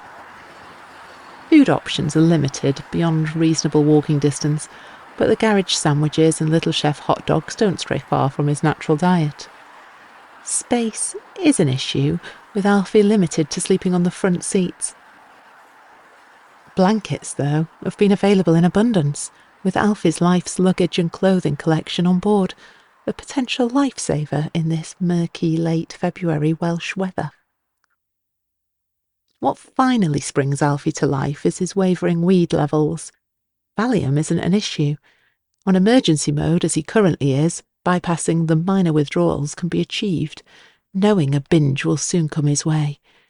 The same cannot be said for weed, which is crucial in taking the edge off cocaine and benzo withdrawals. So, he marches 5 miles to the nearest shopping centre for a roll of thick black tape for the car. Of the booted wing mirrors, one's damage is minimal, leaving a simple tape job before setting off for Cardiff. It's a risk, with the cracked left corner of the windscreen, but not even drugs are worth a 16-hour round walk. These days, Alfie's sole use for Greg is drug links. Every carefully crafted 5-emoji response is ignored. Now that Greg's finding a foothold in the drug game, his contacts have only been getting better. The latest Loz, a mid-level supplier, is by far the handiest yet.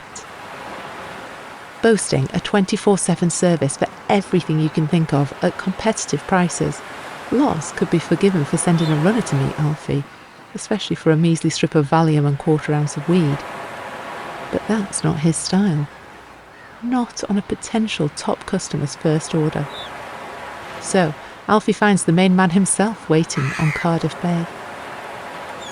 The meeting is mostly a silent one, but Loz likes what he sees in Alfie. Evidently on his arse, in a battered car, baggy, deliciously vulnerable eyes, but a potential grafter, one who doesn't give up easily. This brings regret for dipping Alfie's bag by 1/2 gram on best mate Kirk's orders. However, with Alfie not owning scales to check the weight, that won't matter. As for Bangor's Beckham of the Baize, a step up from the car seat is gravely needed. A month of storage rental will pay dividends in his long-term neck and back health. Once everything's cleared, the back seat and boot can be used for a smoother sleep. At first glance at the storage lot sees Alfie eye a devious alternative. With floor space galore, it's most certainly an upgrade on sleeping in the car. Coming and going during unstaffed hours is key, especially if sleeping there long term. After a swift scan of the surroundings, Alfie picks a gateside parking spot, just within view of the storage manager's cabin office. Knowing a long haul lies ahead, he loads up on honey-roasted nuts, sausage rolls, king skins, and multiple crates of Stumpy beer. 3 hours in, and Alfie can't take the early afternoon tedium. Not soberly anyway, which ends any shoddy attempt at restraint. Having endured months of pint-chug training before uni in the hope of one day being filmed and made viral, these Stumpy beers present a mere gulp to his drinking capabilities. Limited to charty terrestrial radio through pound shop headphones, the buzz fails to hit its early potential. After the 10th beer, not even propaganda radio is possible, with the car battery drifting perilously close to empty. But, luckily by then, 7 hours in, the storage gaffer finally whizzes off for his curry leftovers and an evening of Sky Sports News. Alfie's path is finally clear. One Visit's cherished 2-inch thick mattress topper will have to be sacrificed, while the unit's not totally riddled, it's damp in corners after a harsh winter. A night, maybe 2 on the floor, will see it inevitably perish to the conditions. But Alfie doesn't mind, not with ominous money-match profits soon to fund its immediate replacement. While he could play now, he daren't show his face at the club yet, not after a string of defeats. Got to offer the illusion of serious practice away from the public eye, carry an eerie air on return to crank up the mind games. After 2 Valium bear no tangible effect. Alfie necks a 3rd an hour later, which mildly numbs any shoulder pain from lying on the hard floor. Streaming South American football until the early hours drains his remaining phone data, leaving a few quiet hours ahead. Owing to street sweepers being unlikely, but possible witnesses, a run to the car and back for his bank card seems too tall a risk. Not that it matters, as half an hour later his phone dies. Worse still, the usual scatty cafes, Alfie's go-to for phone charging, don't open for another 5 hours. Time trickles by as Alfie stock takes his belongings, wondering if they'll ever see a home again. While taking the whole strip becomes the night's intrusive thought, Alfie resists, knowing there'll be of better use tomorrow. Once sunlight pokes through at 6, Alfie takes his chances and sneaks into nearby woods for a poo, white with leaves. Their inefficiency presents a problem in itself, as Alfie grimaces, rueing not waiting 2 hours until breakfast at the cafe. Scared of feeling dirty, he drives to the nearest gym and pays £4 for entry just to use the shower. Finally, a bit of warmth.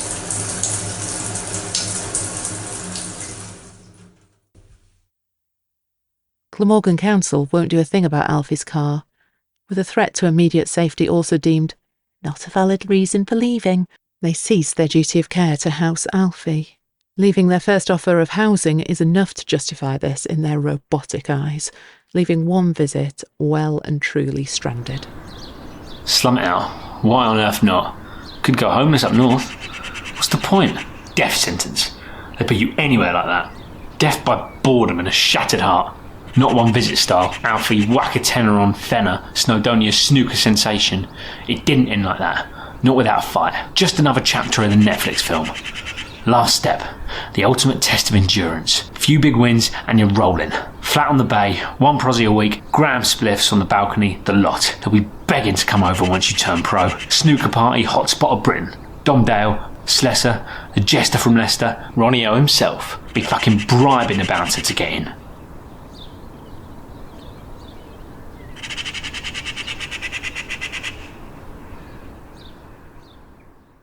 Which is all well and good when or if it happens, but for now this couldn't be further from reality.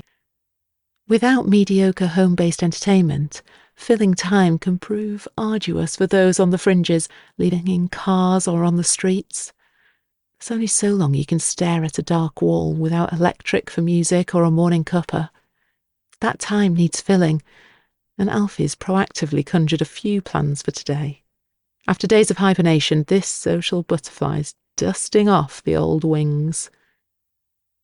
Down to the last 65 quid, an all-day blowout largely depends on his afternoon horse racing bet. With any kind of government benefits still weeks from arriving, it's make or break time. His choice is either a 50 quid bet, leaving meagre beer money for 4 hours until the race, or a skimpy £30 bet, leaving enough for 6 pints and a kebab at minimum. There's only one way to mull this life-changing decision. Chug a pint and smoke a tonking spliff straight after. Summon early-stage whitey shakes to pass the time. Before any of that occurs, Alfie's sure to check the Racing Post newspaper over a coffee at the garage. Priced at 8 to 1, Speedy Lee D is his undoubted favourite, luckily for Alfie on an earlier time of 1 p.m. Having less time to fill, settles his stake at a cool £50. All out. The surplus £11 bags him 2.5 pints in lush hole, which he sinks in 40 minutes. What a nightmare. The magic hour and a half to wait for the next sip. Just enough time to sink right back into the misery that brought you out before dinner, without means to cure it. Short of a few 50 pences for pool, Alfie ventures into the drizzly Tony Pandy outskirts. Blinkered by blustery rain pounding into his eyes, a quiet spot, void of wind to make a few spliffs for the wait, proves impossible to come by. So, he wanders, temporarily skint and therefore barred from any given establishment. Think you're hungry now, boy? Wait till Speedy Lee D gets beat. Fucking fall on the second knowing your luck. Then what you got? Sweet FA, but your fault. Last 60 squids. Could have fed you for a week, put petrol in the motor, few cigarillos. Prick. Green gimp of the Baize, self-sabotaging once again. Won't ever have the old man's gambling nous. Might as well give up now, throw that slip down the drain, get your head in them supermarket bins.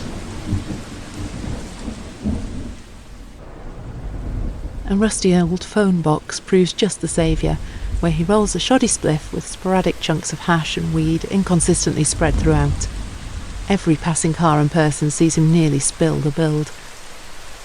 Alfie's rolling skills safely put him in the world's top 10%, but that drastically falls when under pressure. With that sketchy ordeal over, he heads to the public toilets. Never having seen a soul in there, blasting the essential leveller in a cubicle doesn't faze Alfie in the slightest. What does on the way out is the state of his hair in the cracked, grubby mirror. Without money for emergency wax, his sole option is a sink rinse and slick back. desperate for an emergency saver bet to soothe any blow of Speedily D's potential loss, Alfie tears his wallet's mildly haggard lining. While he finds no coins or vintage notes, a wrapped Rizzler lies inside, which for most would represent mindless rubbish, but not Alfie. Inside lies a few crumbs of white powder, rationed after that night at Wee Wee's. Enough for a couple of keys worth. Result: essential medicine to survive a painful 10-minute wait at the bookies. Once sat down, the 12-screen cauldron fizzing out horse and dog races only scrambles Alfie's mind after snorting his gear in the bookie's bathroom. Within minutes, he identifies the stuff as speed. Heightened anxiety makes sure of that. Rarely does he feel so vulnerable on coke, especially after such a small amount. Finally able to swerve his preoccupied attention from the giggling cashier, Alfie fixates on the race as they approach the second hurdle. It's a 1-mile, 6-furlong track with 12 running horses and 10 jumps. Speedily D finds himself trapped on the inside, near last place after the first jump, waggling its claret and blue flag-covered legs in restless anticipation for a gallop.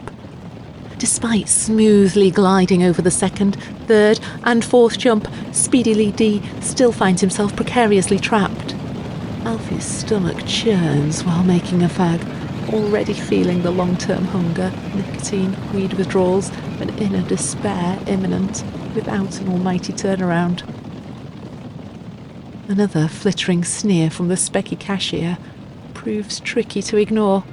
Alfie vows to knock his lights out, but only should he lose. Be worth the probable 24-hour stint in police cells at that point. A lifeline presents itself in the favourite and runaway leader, Heavy L, pulling up with an injury after jump 5. Still off balance after bumping into Heavy L, second favourite and new leader, Robson Canu, wobbles over the 6th hurdle and buckles on landing, taking down 2 horses behind him. Alfie jumps off his seat as Speedily D's path is paved. However, with only 3 jumps left and sitting 4th from 8th, there's still a lot to do. After an exquisite 7th jump, the jockey utilises a speed boost on landing by hammering the whip, edging Speedily D to within a length of the lead. Come on, Speedily D! Alfie chants, grasping the entire shop's attention and support. A stumble on the 8th sees Alfie cup his head and the onlookers lose interest. Despite losing ground, Speedily D soldiers on and catches up by the 9th jump. Now side to side with new race leader Johnny Pidlin, they fly over the 9th jump. Johnny Pidlin musters a graceful landing, leaving Speedily D half a length behind. But now, utterly spent, the 50-1 underdog dramatically tails off as Speedily D cruises to victory over the last 100 metres.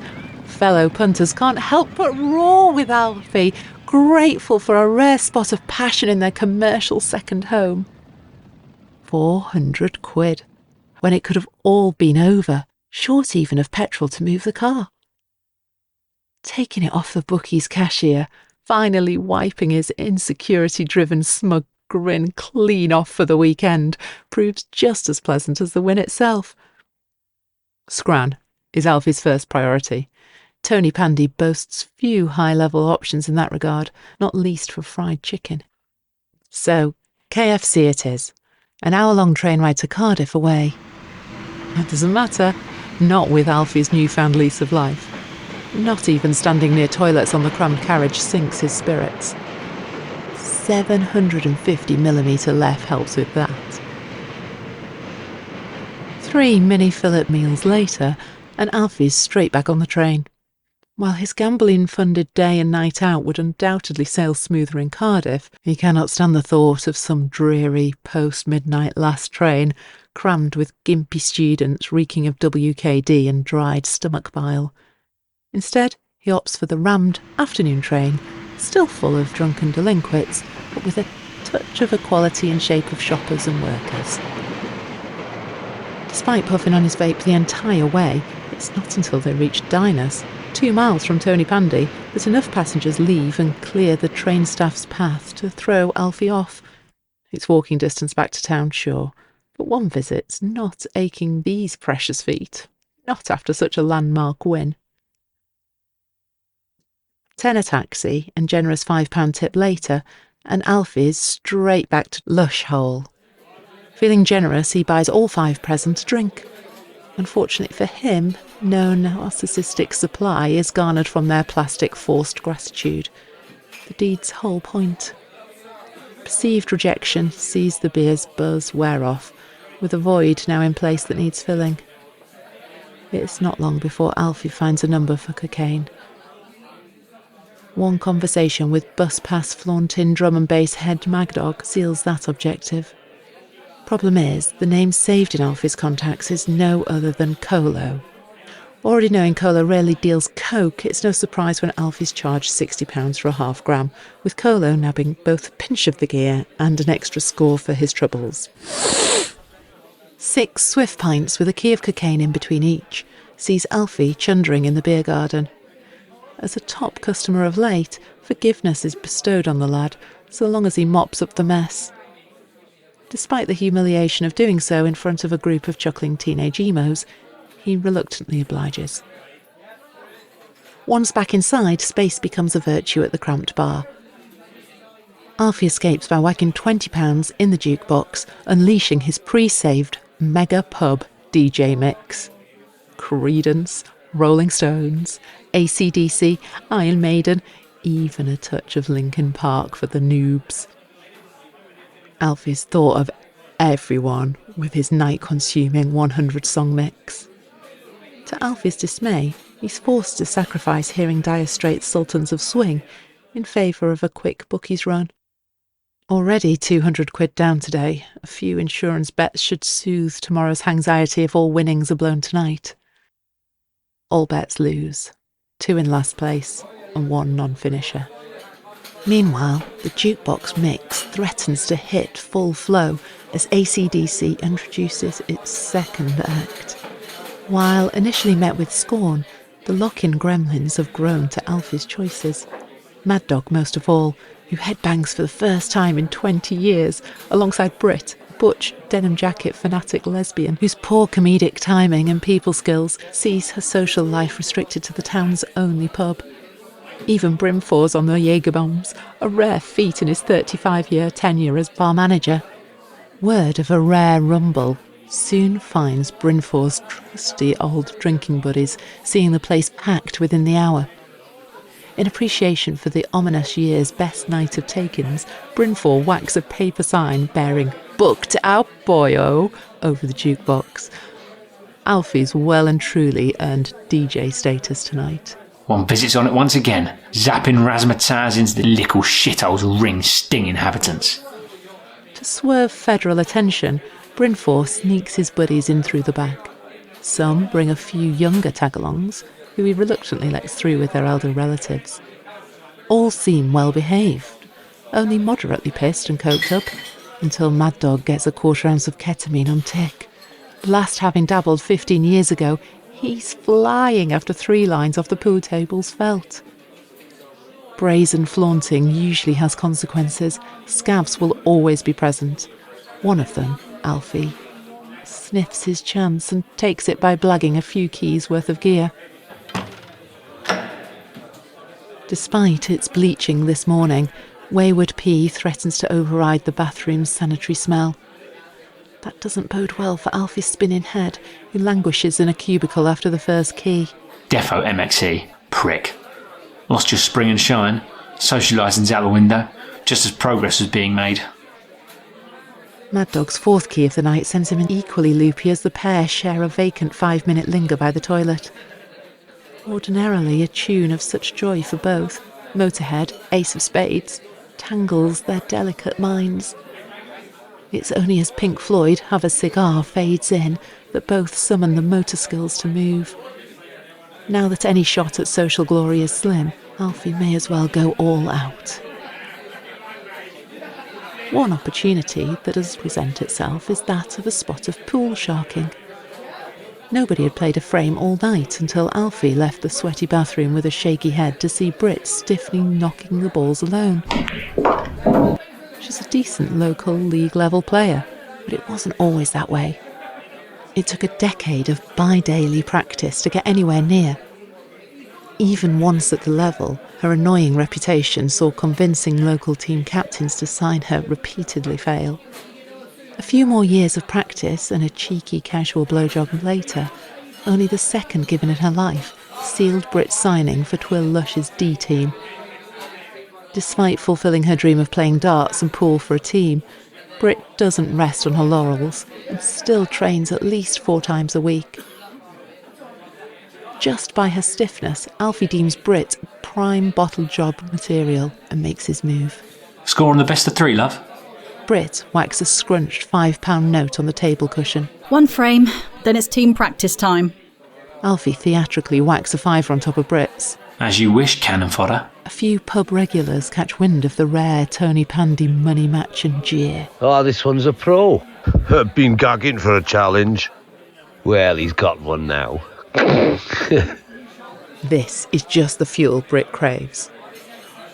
As one of the local circuit's sole female players, industrial sexist banter flies off her back. After winning the coin toss, 3 reds ping in from her sledgehammer break-off. Given breaking is a weakness in her game, she proudly watches the potted balls roll through the machine. 1 visit's on the ropes. Brimford chants, garnering further interest from dancing drunkards. With multiple shots to consider, Brit takes her time in chalking the cue, much to Alfie's irking. Now, unsteady as the MXE begins to peak, every second waiting to play is tripled in his head. Brit opts for a long shot, leaving an easier pot aside, which she cracks in the jaw. While needing 7 pots, Brit's break has lusciously spared the balls, making the reverse dish, a total clearance of the balls not directly from a break, possible for a player of Alfie's calibre. It's only while down on the first shot that his legs tremble. Settling his hand proves a nightmare, but eventually he gives it a go, entrusting his natural game in this withered state. He skews a mid-range straight pot into the side cushion. Get it together, boy. It's now or never. Just a pub money match? Nah, pride's on the line here, and there's fucking witnesses. Brit strokes in a long-range pot and swiftly whacks in the next, barely moving her body position between the shots. The 20 keen spectators clap, having grown on their long-time acquaintance. Brit pumps her fist, revelling in the rare social acceptance. Yet, such showmanship doesn't deter her from the next pot. A nailed, tidy double off the bottom cushion. Never would she have had such audacity, but this, a new Brit. A win over such a player would complete her life, a top story for customers at the newsagents she's proudly served since the age of 16. First, there's one last red and the black to pot. The red's a tight cut down the bottom cushion, a shot Brit would usually aim to get near the pocket in the hope of setting up for later. Not today. If there's a potting angle, it's getting slammed. Brit downs her whiskey and snaps her fingers at Brimford. Another double in there, mucker. She bellows before getting down on the shot. Sure be needing it. The stiffness returns as Brit blasts the shot, rattling the red in the jaws as it settles by the middle of the bottom cushion. Such bravado has opened the door for Alfie, leaving an easy close-range yellow to open. As he gets down, his vision doubles. The balls, his cue, the lot. After finally establishing which of the two visual realities is real and settling on the shot, his balance deteriorates. Come on, Bertrand. Slam this noob tube in public obscurity. Bam! In goes the first. That's a relief. but such was his focus on the pot that any kind of position has been sacrificed. After a minute of hip settling, Alfie horribly miscues the shot and concedes a foul for missing all balls. With Brit's sole remaining red nestled on the bottom cushion, a scorcher is needed to fashion the double. She needs neither time nor her second shot as it pings off the bottom cushion and nestles in a top corner pocket. Without trying, Brit's left herself a 1-foot sitter on the black, which she coolly smashes in before holding the battered pub's cue aloft. Ring piece. Worst defeat of your life. In front of all these dicks. Down here to be a snooker player? Swanky little hustler? Fuck off. Look at that. A sporting pinnacle dished out by you. Brit necks the first 3 of 6 complimentary shots of apple sours. One for you, boyo. Don't you dare. You'll regret taking that shot. I'll make sure. We don't reward bad behaviour. You know that. Alfie defies his inner critic by downing the shot. Brit offers another, which this time he slaps from her hand before shoving the ratty cue on the table and wobbling out to a cauldron of jip. Sneaking back into the storage unit is a risk, especially given his spangled state. So back to the car it is. A 2-mile trek lies ahead, which feels like 7, owing to the MXE's afterglow. Such a wobbly stance sees him struggle on the slippery roadside grass, not helped by his worn-down 20-quid canvas shoes. A few warning slides later, and it finally happens. Alfie skids through an ankle-deep roadside puddle and straight into a traffic cone which tips on his ankle. Luckily, Alfie's in black jeans, which somewhat mask the mud. The traffic cone, however, well, probably wishes it never left the factory as he pelts it into a garden. Another half a mile passes, at a quarter of his usual pace. Despite slightly sobering up off the MXE, the 12-pint headache looms, lurking in its early stages, waiting for a chance to pounce. When it does, Alfie vents his frustration on a bike perched against the lamppost, blocking his limited walkway. Into the road it goes, right on its newly repaired 100-quid seat, sprawled on the road's entire right side by a sharp bend. Alfie's drug-sapped short-term memory thinks nothing of it, until a car whizzes round the bend, runs over the handlebars and narrowly avoids clipping Alfie in the process. The non-licensed 15-year-old oik driver darts off in her older brother's stolen 2002 Ford car. As Alfie changes behind at a slug's pace, only lasting a mere 100 metres before chundering in the road. Half an hour later, now finally back at the car, the second wind finds One Visit, who's ready for more after a change of clothing and swirl of mouthwash. Now approaching 5 a.m, his only hope of carrying on lies in Cardiff. The taxi's out of the question, so he's reluctantly left with no choice but to drive. After somehow avoiding police the whole way, Alfie parks on the city's outskirts. Wetherspoons don't open for another hour, so he takes a detour around Butte Park. The MXC lights up Cardiff Castle in the bright clothing worn by various homeless wreckheads, all toasting another morning on the streets with a spot of spice and special brew. Alfie considers joining them, but soon remembers his place.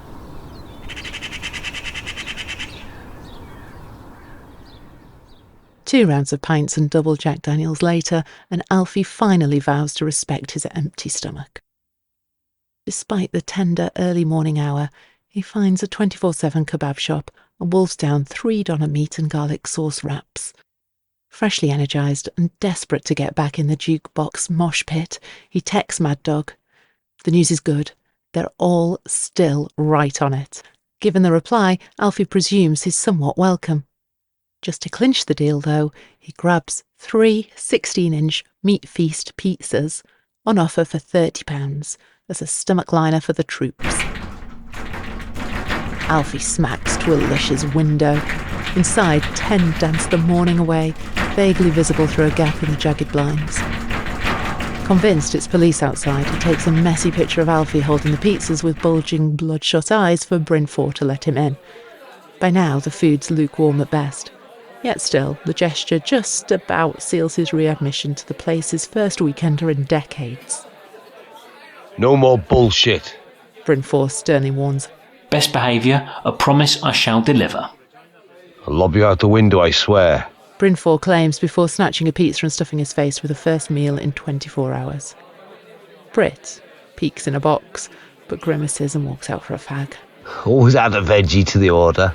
Mad Dog says after doing a key of MXE on the bar. Alfie scoffs. Worthington's... He asks Bryn 4 before turning back to a red-faced Mad Dog. Get the Elvis on then, dog. Oh, if only. Vision's fucked.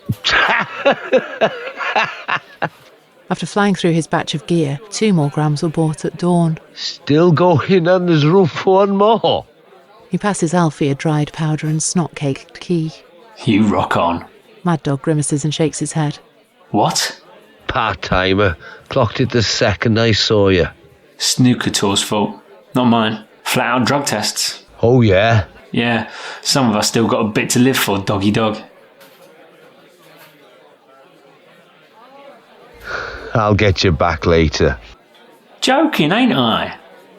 Alfie falsely grins before his attention's swiped by Brit, setting up a pool game. First to 3? No money. Brit slowly looks up and slyly grins. Lock the beer tokens away. Might be a rainy day, but I can't say I approve. You know, just a bit of fun. Steady Eddie's back for more. Will he get it? Find out after the break.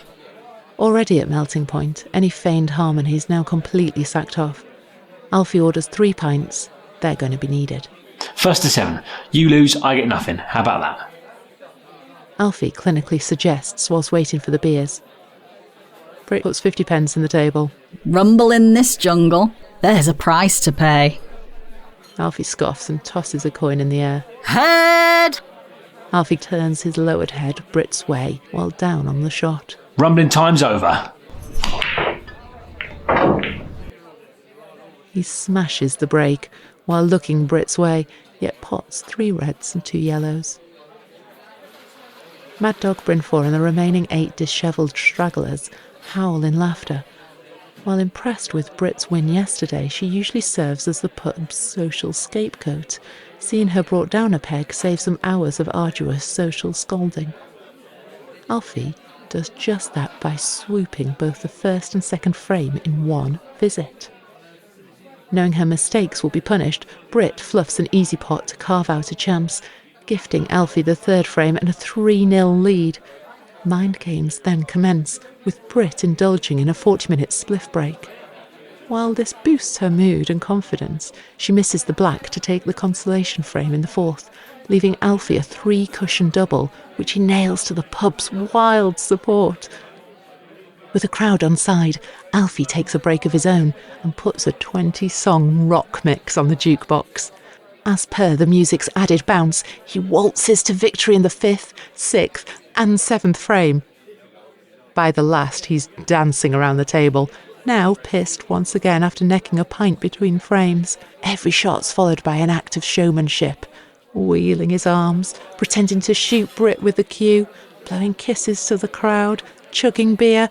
He laps it all up until smashing the black in for a dish and a 7-0 whitewash victory. Utterly crushed and stripped of this newfound vigour, Brit heads straight over to Mad Dog and snorts a hefty key of MXE, her first since year 11 prom 15 years ago. The day's psychological scarring sees her dramatically fall from grace. Brit's form never recovers, which loses her starting berth on the pool team. Subs rarely get used.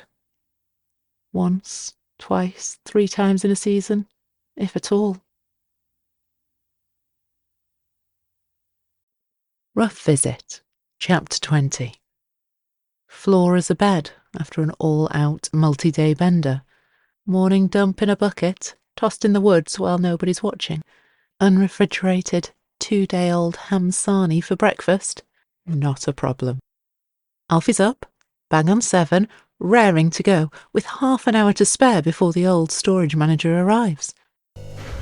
After a £12 laundry run at the garage's self-service washing machine and £20 kept aside for petrol, Alfie's left with £115. Fresh from the 7-0 whitewash of Brit, there's no doubt as to how that will be blown. Supposedly, once again, Dean Bluey Dooley's the only sap about for money matches at Glyndŵr Club. Given the match fee is under £200, he won't play more than a best of 7. But knowing the shorter format should suit any drug abuse-induced withered concentration, Alfie snaps it in a heartbeat. Dean's fashionably late, which obviously means Alfie has to sacrifice £20 of the match fee on 6 pints. Although, by the 5th, sharpness found during practice frames does start to fade. Here he is, Ronnie O himself. Turns up when he wants. Family duties, Alfie. One day you might understand. Dean mutters while carefully placing his folded waistcoat on a seat by their table, cleaned specifically for him. Alfie lays 2 cue balls above the baulk line. Warmed up now, Bert? Before underhitting his lag, the single, simultaneous shot decides who breaks based on whoever's ball lands closest to the top after hitting the bottom cushion first. Left a wide marker, Dean wins by a few feet, therefore earning the choice of breaker. Alfie, of course. While aiming for a safe nestler on the top cushion from the break, Alfie wallops the cue ball into the side of the reds, splitting 10 as the white trickles into the bottom corner pocket, just as Dean had hoped. With Bluey in true 45-second-a-shot mode, Alfie sinks his pint and orders another with a double Jack Daniels. Rough Visit, Chapter 21. Waking up in a field, lying in your own car's skid mark, isn't everyone's path to the top. Having no recollection past the first frame's break leaves its case for repeat up for debate. Keen to seek answers, Alfie crawls to his car's open back door and rolls a joint with a month's worth of grinder crystals. Must have won. Be skint otherwise. No dough for pints. Rub it right in his face. Family man, little prick. Part-timer.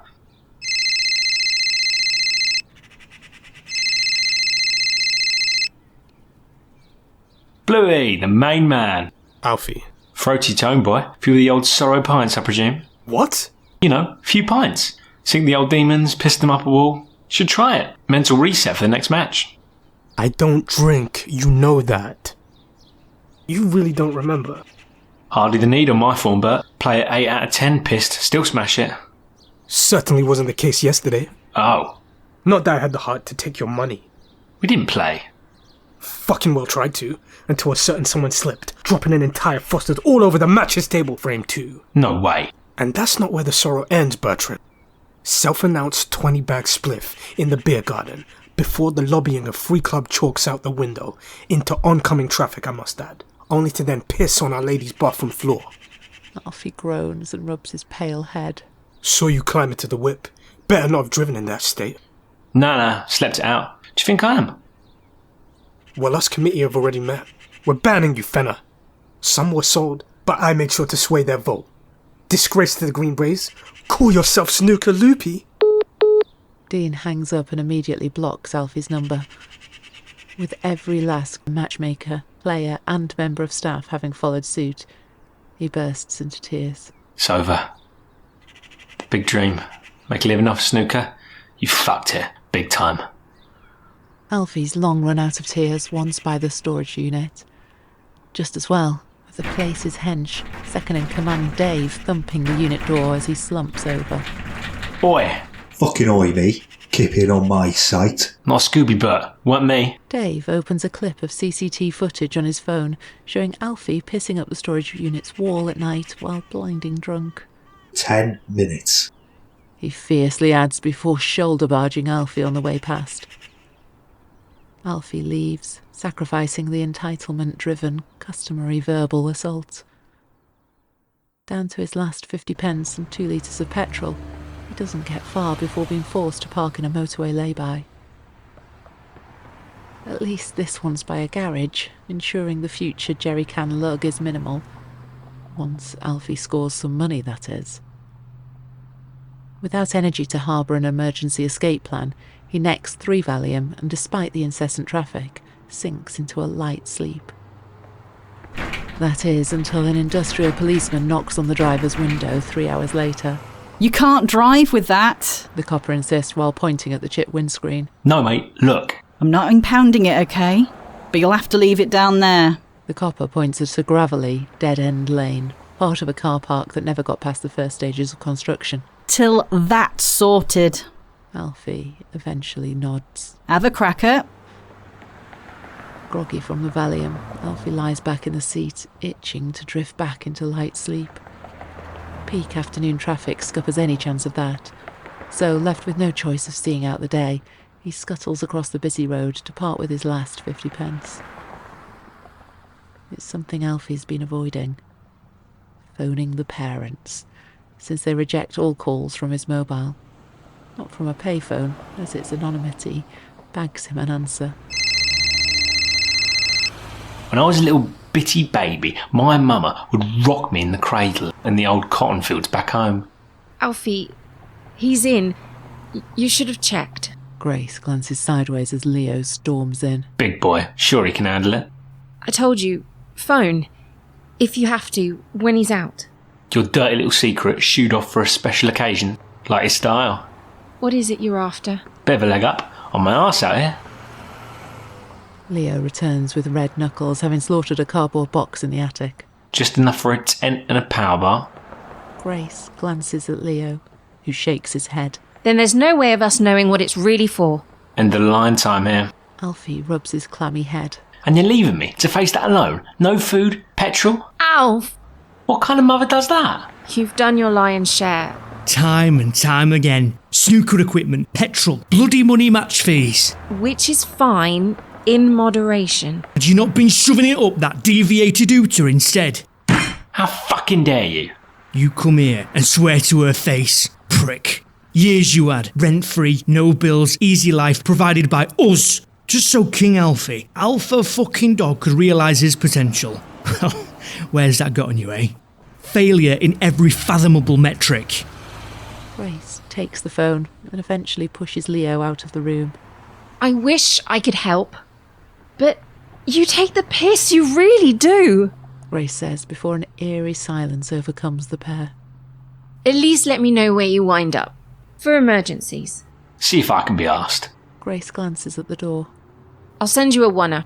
Last one. Do as you please, mother. Alfie suggests before hanging up and slamming the phone into the pad.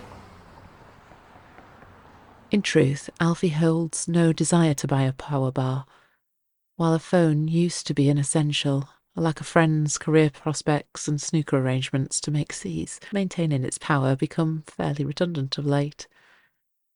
To block out the anxiety, Alfie scores an eighth of weed and 2 strips of Valium on Cardiff Bay, swallowing half his severance pay in one. Supermarket tent picking subsequently becomes a breeze as Alfie settles for a £30 emerald green 2-mana. Limited to a weedy, thin protective layer, it won't last longer than a few weeks. Wild Welsh wind will see to that. Finding the right spot, away from danger, yet within reach of his car and essential amenities, proves far trickier, not least with the fresh Valium peaking at this crucial time. While Alfie's set on Butte Park, nothing on first glance cuts the mustard. An hour of searching later, having long burnt off the morning's Wetherspoon's breakfast wrap, he comes across a former footpath, now littered with gorse. Its single-file gorsebush-smothered path opens up after a gloopy 100 yards, wrecking Alfie's boots and soaking one of his 3 pairs of socks. 3 topless spice heads lying around a fire nearly send Alfie back, but he perseveres, which he's gifted for, in the shape of a perfect spot, sheltered by oak trees and obscured by long grass. Despite stumping 2 of the pegs in with his foot, the lack of a hammer proves Alfie's downfall in the gravelly corner. After 15 minutes of back-breaking labour, Trent and Colo sneak up with devious grins. Ease up, fella. Colo says after startling Alfie. Just offering a hand. Trent suggests. Colo nails the tent peg in with one clinical downward stamp, bringing Alfie's depleted quest to a welcome end. Both he and Trent were evicted from the homeless hotel for hosting Damo's wake and currently reside in tents nearby. Spot on, geese. Alfie, yeah? Trent sturdily shakes Alfie's hand after he nods. And you know the skip rat? Colo violently spits on the floor. Little bitch without his boom. Despite residents being paid in cash or hash for their compliance, high street neighbours inform the council of Damo's wake's all-night music in their droves. A raid on the place ensued, resulting in the seizure of mounds of drugs. Also, most importantly in Colo's eyes, his beloved sound system. First spell in the rough. Why the land? Could happen to anyone, lad. Exactly. No shame, kidder. Colo says while glued to the strip of Valium dangling out of Alfie's pocket. We're just down there. You fancy a smoke or a moida? Trent and Colo cackle as they waltz off for a day on the cheap cider, and perhaps a bit of spice if the boredom takes hold.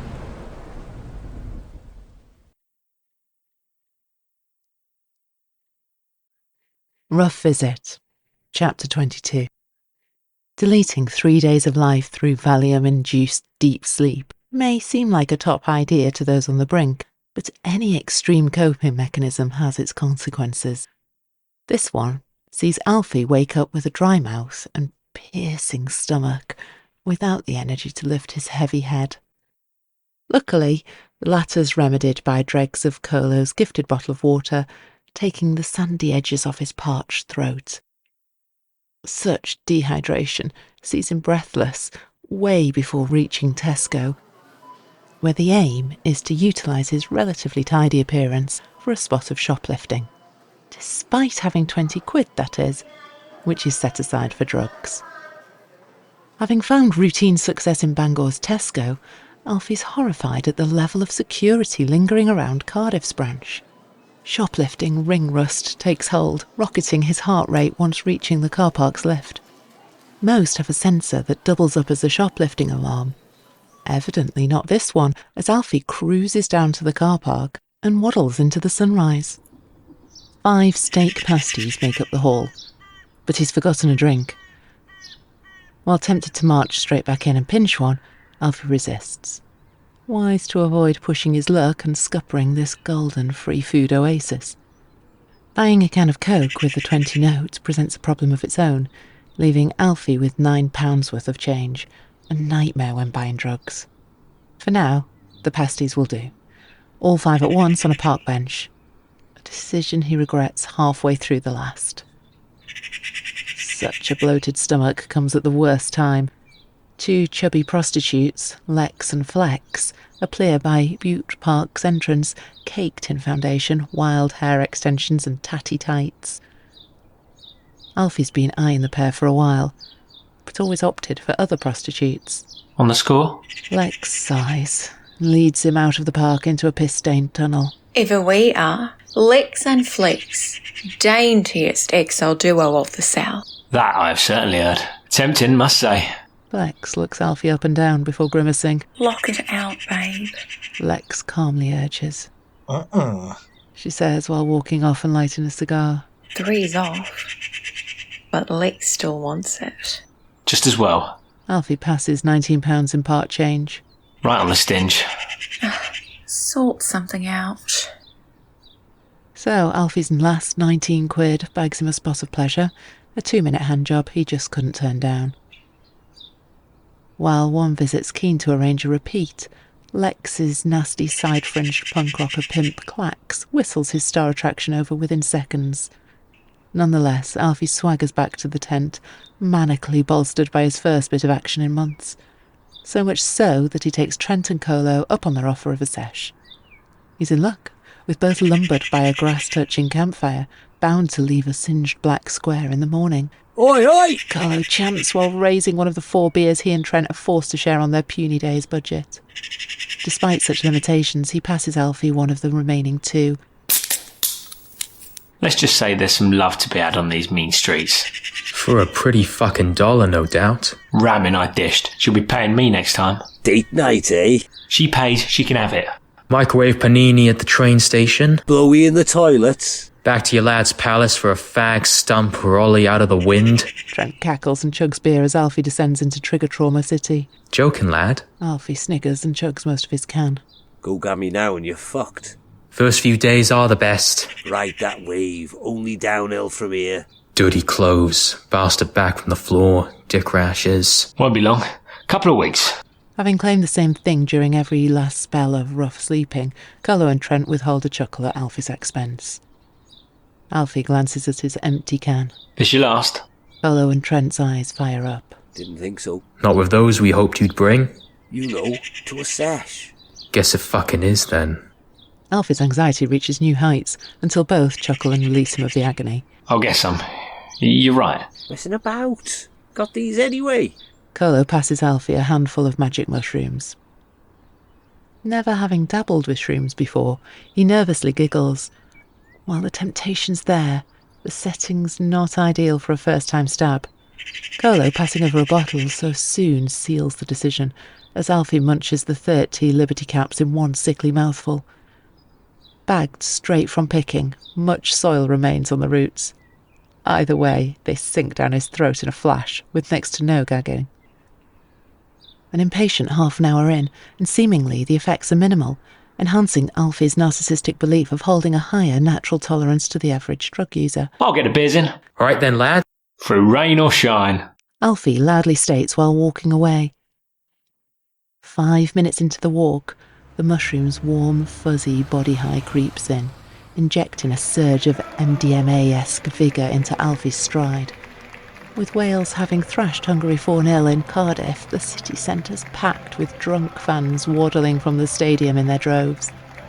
Such is Alfie's fixation with the vast selection of bucket hats on show that he picks a yellow one off the floor, inspects its decently clean state and puts it on.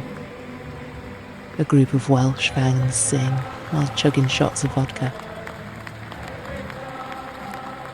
Alfie joins the group and compensates for his foreknowledge of Dafydd Iwan's lyrics with outright passion as the singing group parade through town. Convinced by his noisy performance, one passes their newest member a cap of vodka. While the tingling taste lights up Alfie's tongue, his stomach froths as the neat vodka intermingles with the shrooms. Unable to keep up, he pulls away from the group to lean on a bench. Do not chunder, bitch. Waste of fucking drugs. Look at you. 8 o'clock and you're already a state. A few minutes of similarly stern inner dialogue secures Alfie's puke resistance. Now for the hard part. Tesco. In this progressively bewildered state. The security guard's bald head glows under the light, far shinier than before. Staring comes at no cost until the guard lifts his head and spots him. Oh, wrong aisle. Alfie awkwardly says while scuttling off. Further complications arise once the shopping basket's wheels morph into legs, inspiring Alfie to avoid pulling one around. Once near the beer aisle, the deli and cheese stall's imposing aura sends him back the other way, a diversion that forces him past the fresh fish aisle. A grisly glare from the cashier sends Alfie's eyes down towards the fresh fish on display. The gut-wrenching stench brings up a ball of bile, pausing Alfie's march as he gathers his senses. A mackerel's eyes flashing bright green proves the final straw, forcing One Visit into action. Visual intrusive thoughts of this fish's cruel death, it flapping on the boat, blood gushing from its mouth, stranded from its family, has Alfie disassociating, struggling to recall the mission's purpose. By the time he remembers, he finds himself by the frozen aisle, grabbing 4 boxes of fish fingers. Only minutes later, with bitterly chilly fingers from the box's bite, does Alfie recall his cooking situation. Frozen food's no good for a floor fire, so he flings the 4 boxes aside, without regard for their imminent perishing in the dried fruit and nut aisle. Robbing crates of beer without a significant bag is out of the question. leaving a litre bottle of spirits as the next best thing. Despite the risk of social scorn, Alfie snatches a bottle of pink gin, tucks it into his baggy coat's inside pocket, and leaves through the elevator. What a buzz. Who needs a job? It's there to be taken. Anxiety tomorrow? Nah, mate. Didn't pay for the lush. Half an hour is needed for Trent and Colo to get over both Alfie's choice of drink and lack of food. Both wasted valuable resource in making another fire for grilling. Thirst soon takes over, seeing both indulge in countless chugs of pink gin. Only because nobody's around, neither would be seen drinking it in public. Their relative seclusion permits the trio to enter somewhat of a relaxing flow, void of the standard paranoia that often comes with public drinking. Keen to gift his temporarily crippled stomach a chance to heal, which is unlikely in the short term given the shroom's ominous peak, Alfie's sensible with his gin intake. Trent and Colo struggle to get anywhere near Alfie's all-round wreck state.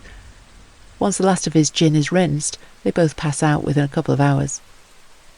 Such energy needs channeling, and Alfie still has buckets of beans left in the tank. Sleeping in a tent's tricky under any circumstances, let alone with such a manic mind. Needing a swift escape, Alfie soon wanders back to the city centre for a spot of speculative social interaction. Bumming a fag provides a way in, despite having tobacco of his own. Even just the asking and then suddenly finding his own pouch sparks conversation with similarly stranded street inhabitants. This keeps Alfie sane, for now. The night's early, and he's got a few wild, precarious hours until normality returns yet. Aimless loitering culminates in the stumbling upon a cricket game in a dirty 20-square-metre park beside student accommodation. Despite initial scepticism from game orchestrator Amir, the crew are soon swung by the false tales of Alfie's Kent County cricket exploits. Bags him a spot on the field out of sympathy. These boys of a top standard themselves, with academic studies halting their potential professional cricket careers. Alfie's sluggish reactions see him drop 2 catches within 4 balls, costing his team the lead. Despite Alfie's attempted razor-sharp focus, the 5th ball sails off the bat and whacks him on the jaw. Sympathy doesn't keep his place on the field and is politely asked to leave. This simply won't stand, but fiercely outnumbered, he swerves any violence in favour of storming off in a huff, adamant it was a purposeful shot. Such frothing fury takes Alfie's trip in a darker direction, one he spends perched under a shop window. As the night drags on, the city centre's pedestrians become wilder, yet the drunken shouting his way remains mostly positive. Unable to make out a word, Alfie takes every last one as a slander. A few hours in, and Alfie's cold to the bone. Wary of the trip's rough second half taking place in public, he heads back to the tent. That's not before another Tesco run. A Tesco Express this time. No security or staff occupy the shop floor, ensuring the nicking of Malbec wines a breeze. Trent and Colo are yet to rise, leaving this bottle for Alfie's sole consumption. Blessed with a smidge of foam battery, he ekes out a YouTube-heavy house mix to break the eerie rustling by nearby rats and foxes. Not long after caning the bottle, it comes straight back out. The red pool avoids his tent by a whisker, just as well given Alfie's lack of cleaning products. Gone too far, Squire. Blood, that is, the lot of it. 300 mil. Pint. End of the line if it happens again. Buoyed by the lighter stomach, Alfie heads back into town.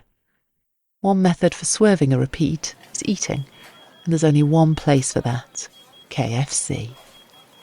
But Alfie's soon humbled by the Colonel's 20-foot moustache on the wall, twirling, flittering from brown to blonde every few seconds. After detailed analysis of the menu, he knows inside out, his card is declined at the checkout. Bloodshot eyes, a pale face and scraggly clothing earn him a sympathetic coffee from the staff, who often help the homeless with free drinks at night. While useful, it's the first time Alfie's been assumed as homeless, mirroring his recent poor hygiene and dishevelled appearance. Does she know who you are? Give them fucking homeless if that's what they want. Alfie squares over to an empty table, where an untouched fillet burger and portion of semi-fresh chips prove impossible to resist. Before the chips are devoured, podgy, long-term fast food servant cashier Ginny cottons on and storms over. What are you doing? Ask yourself the same thing, Skyver. I just seen you wolf down someone's food. Q's getting mental. Go on, get on it, girl. You're banned. We have certain standards to uphold. Bad move, love. Enemy for life territory. On your way. Be belling the gaffer first thing. I cannot wait to hear about it. Go way back. Best mates in school? Ginny gets out her phone and dials 999. Police! No one fucks with One Visit Alfie, whack a tenner on Fenner. Alfie bellows with raised hands on the way out. Having scratched the side of his hunger pangs, a patchy night's sleep in the tent awaits, where woodlice have made themselves at home.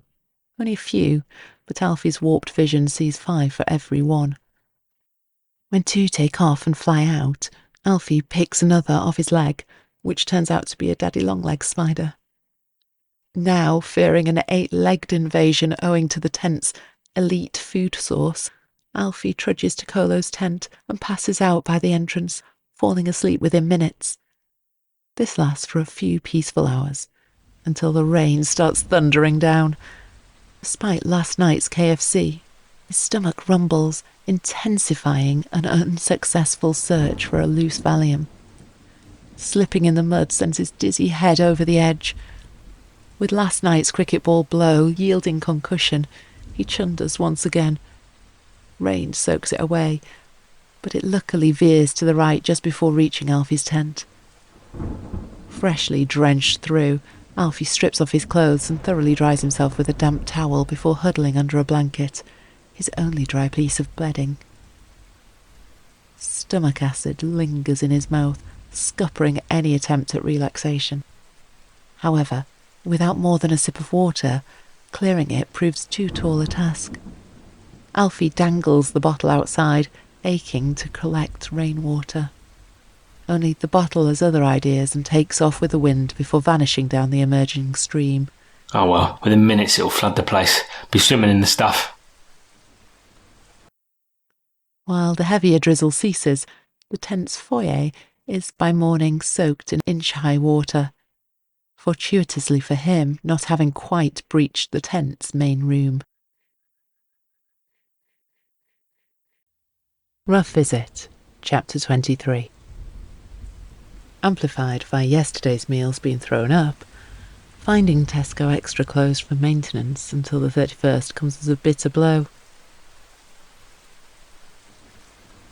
Alfie has a pop at the smaller Tesco Express, but with a security guard on his tail upon entering, he daren't chance it, not until at least 10 tonight. That makes for 12 agonising, malnourished hours at the mercy of a wicked hangover and post-trip paranoia. Rather than settle for murky rainwater to wash down his latest Valium, Alfie robs a can of Coke from the corner shop. This offers a touch of distraction from the dismal hunger and temporary burst of energy. Drastic action is in order, or it's bin surfing time. Colo and Trent are both up, back on the cider after a successful hour of city centre panhandling. Which one of you shitbags are really on it? Fucking right. What's on the cards, Lau? Bit of a swindle down the snooker club. 50 squids in it. Just need a decoy. Let's do it. Might go with Trent on this one, but... Colo gazes away in disgust. Bullseye, yeah? Potentially, if I win. Trent grimaces and lobs his fag. Which I fucking well will. Made for this hustling ting. Boggy roadside puddles drench Alfie's decaying boots during the mile trek to the car, with water now leaking through the small holes. Neither this nor the hunger dents his stride, with a match planned against Olaf at the far dingier Hotshot Snooker Club. There's no time for wallowing. Whacking on the pink and white blazer lifts Alfie's mood. A few days in muddy clothes has taken its toll. Sorting his hair proves a gloopier challenge. Nearly a week without washing tarnishes any attempts at his sideways wax. But it's fine, as he's raring to go. However, Alfie's gusto is hit by the car's perilously low fuel level. It should get him there and back, but it's touch and go. Fuel gauges on older cars sometimes lose accurate calibration. Gutted by his exclusion from the scam, Colo's still glued to Trent as Alfie pulls up. After lengthy negotiations, he's let in. Now, Alfie's plan is fairly simple. Play snooker for money, but leg it if he loses. Where Trent comes in as a decoy is to play on another table, looking his pure, sketchy self. This allows Alfie to break convention by not putting the match fee on the table. So, as long as he wins, all is well. Before strutting inside, Alfie eventually gives in and allows Colo to join. But he's not to be paid, and a £5 is to be deducted from Trent's fee, to be put towards their practice table and extra petrol used from carrying Colo's weight. Trent, playing with someone, makes the scam more believable, but the barman's concerned glance as they walk in sees Colo on non-verbal last warning right away. Since Alfie, Glyndwr's cheapest opponent by a country mile, was banned, Olaf has scarcely been able to afford games there. A minimum wager of 350 is now needed, just to entice the circuit's cheapest opponents into playing. Hot Shotsy Drag boast players of all abilities, playing for as little as £20, which has seen Olaf play here more often. This £100 game with Alfie is his heftiest in weeks, one that either depletes or doubles his month's disposable income. Olaf joins Alfie in going all out for the occasion in a black shirt with yellow suspenders, the colour of his home country, Sweden. 100 squids? Olaf says, while slamming 100 on the table's cushion. First to 3. That's a result for Olaf, who's nursing a cocaine hangover of his own. 3 cans of Red Bull currently fuels his system, making a crash inevitable over any longer match. Rusty from the lack of pre-match practice, the Scandi sledgehammer smashes his break, smattering the Reds but leaving the cue ball near the bulk cushion, well and truly showcasing his renowned shot power. Dollar on the table, right? Slimy in here, Squire. Alfie loudly states whilst gesticulating to Trent and Colo, who bicker as to whether snooker has a 2-shot rule after a foul.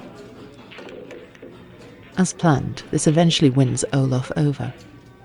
While nervous, Alfie studies himself to pot a long-range red and open the scoring. Olaf's aggressive break left swathes of options, which Alfie slowly picks at until a few dodgy positional shots see him drift up the middle and have to pop blues. But he handles the heat to make a frame-winning break. One visit, 79. Alfie smugly says after rattling an easy black in the pocket. Olaf bitterly shakes his head, conceding an unlikely opening frame. Alfie starts the second in domineering fashion, mustering an excellent 40 break before snookering Olaf, who fouls. A few pots later, Alfie needs just 2 reds and a colour to clinch the frame. Aiming to showboat for potential future opponents, he screws a straight-up simple red up the table, leaving a tough yellow on the stretch with the rest. A wave of dizziness while down doesn't stop Alfie from nailing the pot, but his stiff arm sees him underhit the topspin and become snookered behind the brown. This last crucial red dangles just over the bottom corner pocket. But with the pink blocking a path for anything simpler, it needs a 3-cushion escape. On fire after the last frame, Alfie gets straight down and nails the shot, clipping the red in by a whisker and bagging straight positioning on the black. While still nestled on the table, he turns his head Olaf's way and seedily grins before banging it in. 2-0. Scandi shitstain. One more frame and we've had him. The third frame proves a scrappy affair, with neither scoring for 10 minutes and Alfie in particular squandering some golden chances. Olaf finally gets one in, a fluky red from a frustration-born blast to nothing, which provides the catalyst for a tidy 67 break. Mostly made up of low-value colours, It proves to be a frame-winning effort as Alfie ditches a lengthy, energy-sapping battle for 2 snookers. Olaf subtly clenches a fist in relief. Never could he live down defeat to such a scruffy ruffian, and he's cut the deficit by 1. 2-1 to Alfie. While planning on driving home, the Scandi sledgehammer acquires an emergency tray of 4 double whiskies. A train home it is. Fueled by a couple of these, he enters full flow with every pot creeping in.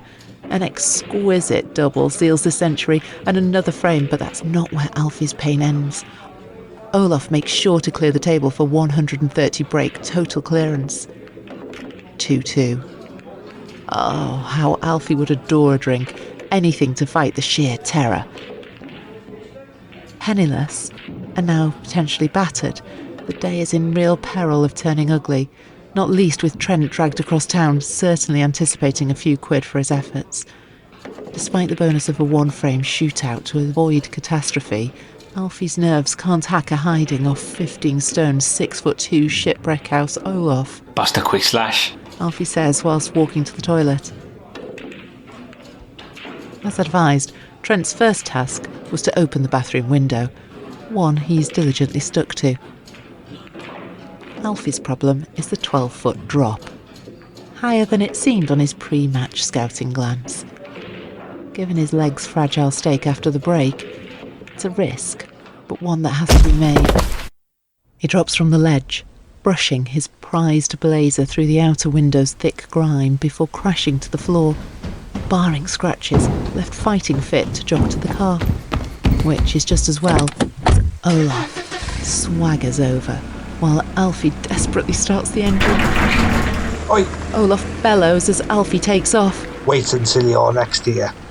He shouts after a parting punch of the back door as Alfie speeds off, soon out of reach. A minor dent is of no consequence to Alfie, not with the thrill of his first snooker duck and dive. See you in a bit, Neek Streak. 1 visit's arrived. Never pays, not even in defeat. Bulletproof business model. The rush of Guns N' Roses blasting on near full volume crumbles as the car's petrol gauge flashes. Luckily for him, near a lay-by just 2 miles away from the tent. Once parked, he gazes in the bent rear-view mirror, bulges his eyes, wiggles his head and roars, craving a spot more action. Wander into hustling's danger zone. Trent and Colo leave buckets of missed calls, seething to have been left with no option but to jump the train home, after neither fancied the 3-mile walk back to Butte Park. Erring on the side of caution, Alfie chalks tonight off as one of avoiding the tense area. What hasn't been sorted, which becomes apparent after the adrenaline buzz wears off, and he's halfway through the 3-mile walk back to town, is that of food supply. Gasping for a beer, he heads to Wetherspoons, hopefully killing 2 birds with 1 stone. Staff shortages see plenty of half-drunk pints on offer, left for the wasps over half an hour after their abandonment, 3 of which are gulped by Alfie in an instant. Keen to avoid complacency, he darts to the toilet, minimising any presence in the seating area. On his second stab, a cashier soon spots him munching loose chips from a plate, but turns a blind eye. Their hench bouncer can't quite muster the same level of compassion. Alfie leaps outside just in time, over the wall and into the high street, narrowly missing a skater with his fall.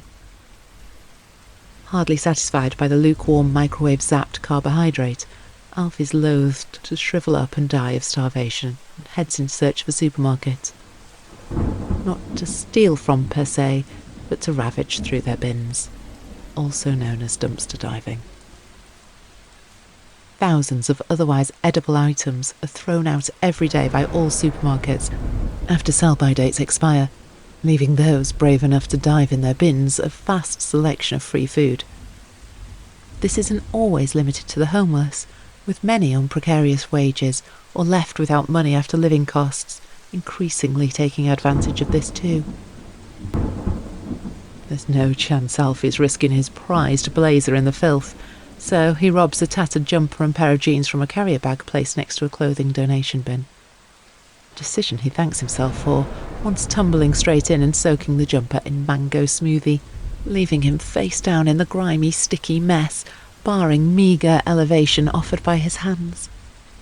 This offers a chance, once out of the immediate grime, to scout today's menu. Burgers, yoghurts, bread, a few 4-packs of bottled water, and swathes of undetectable delights lurk in the darkness at the back. Desperate to puke, he grabs 2 packets of burgers and the only non-squashed or torn loaf of bread he can find. While an attempt to reach for the yoghurts is made, a rat scampering centimetres away from Alfie's arm leads to his electric exit. Finally, a chance to test the old oven grate nicked from Tony Pandy Hostel. Every last burger makes a selection for tonight's dinner, all 12 in one go, yielding 4 sauceless treble quarter-pounders in value, thin sliced white bread. While they go down a treat, he daren't hang around too long, not with Colo and Trent lurking nearby. A night of trekking it is, at least with some kind of energy this time. That might be an issue for his foot, which bears 3 new sores and a wicked bruise around the big toe. It won't be at his customary lightning pace, presuming his battered shoes handle the mileage before total collapse.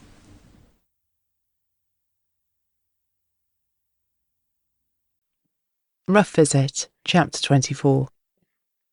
A lumbersome few days of hiding, while a crisis loan clears is finally through. Alfie marches out of hibernation and over to Colo and Trent's tents with a £30-sized apology. While not the agreed fee, it's still profit owing to Trent and Colo's success in jumping the train back to Cardiff. With any lingering ill will dispelled and the trio loaded with beers, Trent leads them to a classic outdoor Butte Park party. Most there are homeless, but some partake simply for the thrill, especially those who thrive off carnage stemming from lost souls with nothing to lose, systemically off their heads on concussive levels of drugs and alcohol. Hundreds of nos canisters litter the grass in between the dozen, mostly pale punk rock crowd. Alfie's scared to look at most, other than Lex and Flex, who sit on either side of their tight, white vest-wearing pimp clacks. Lex catches One Visit's glance. The finest she's been thrown all day. Gifted a rare night off, she's earned a rare pinch of availability. Time for a move of her own, as she takes off her hoodie, leaving just a black crop top underneath.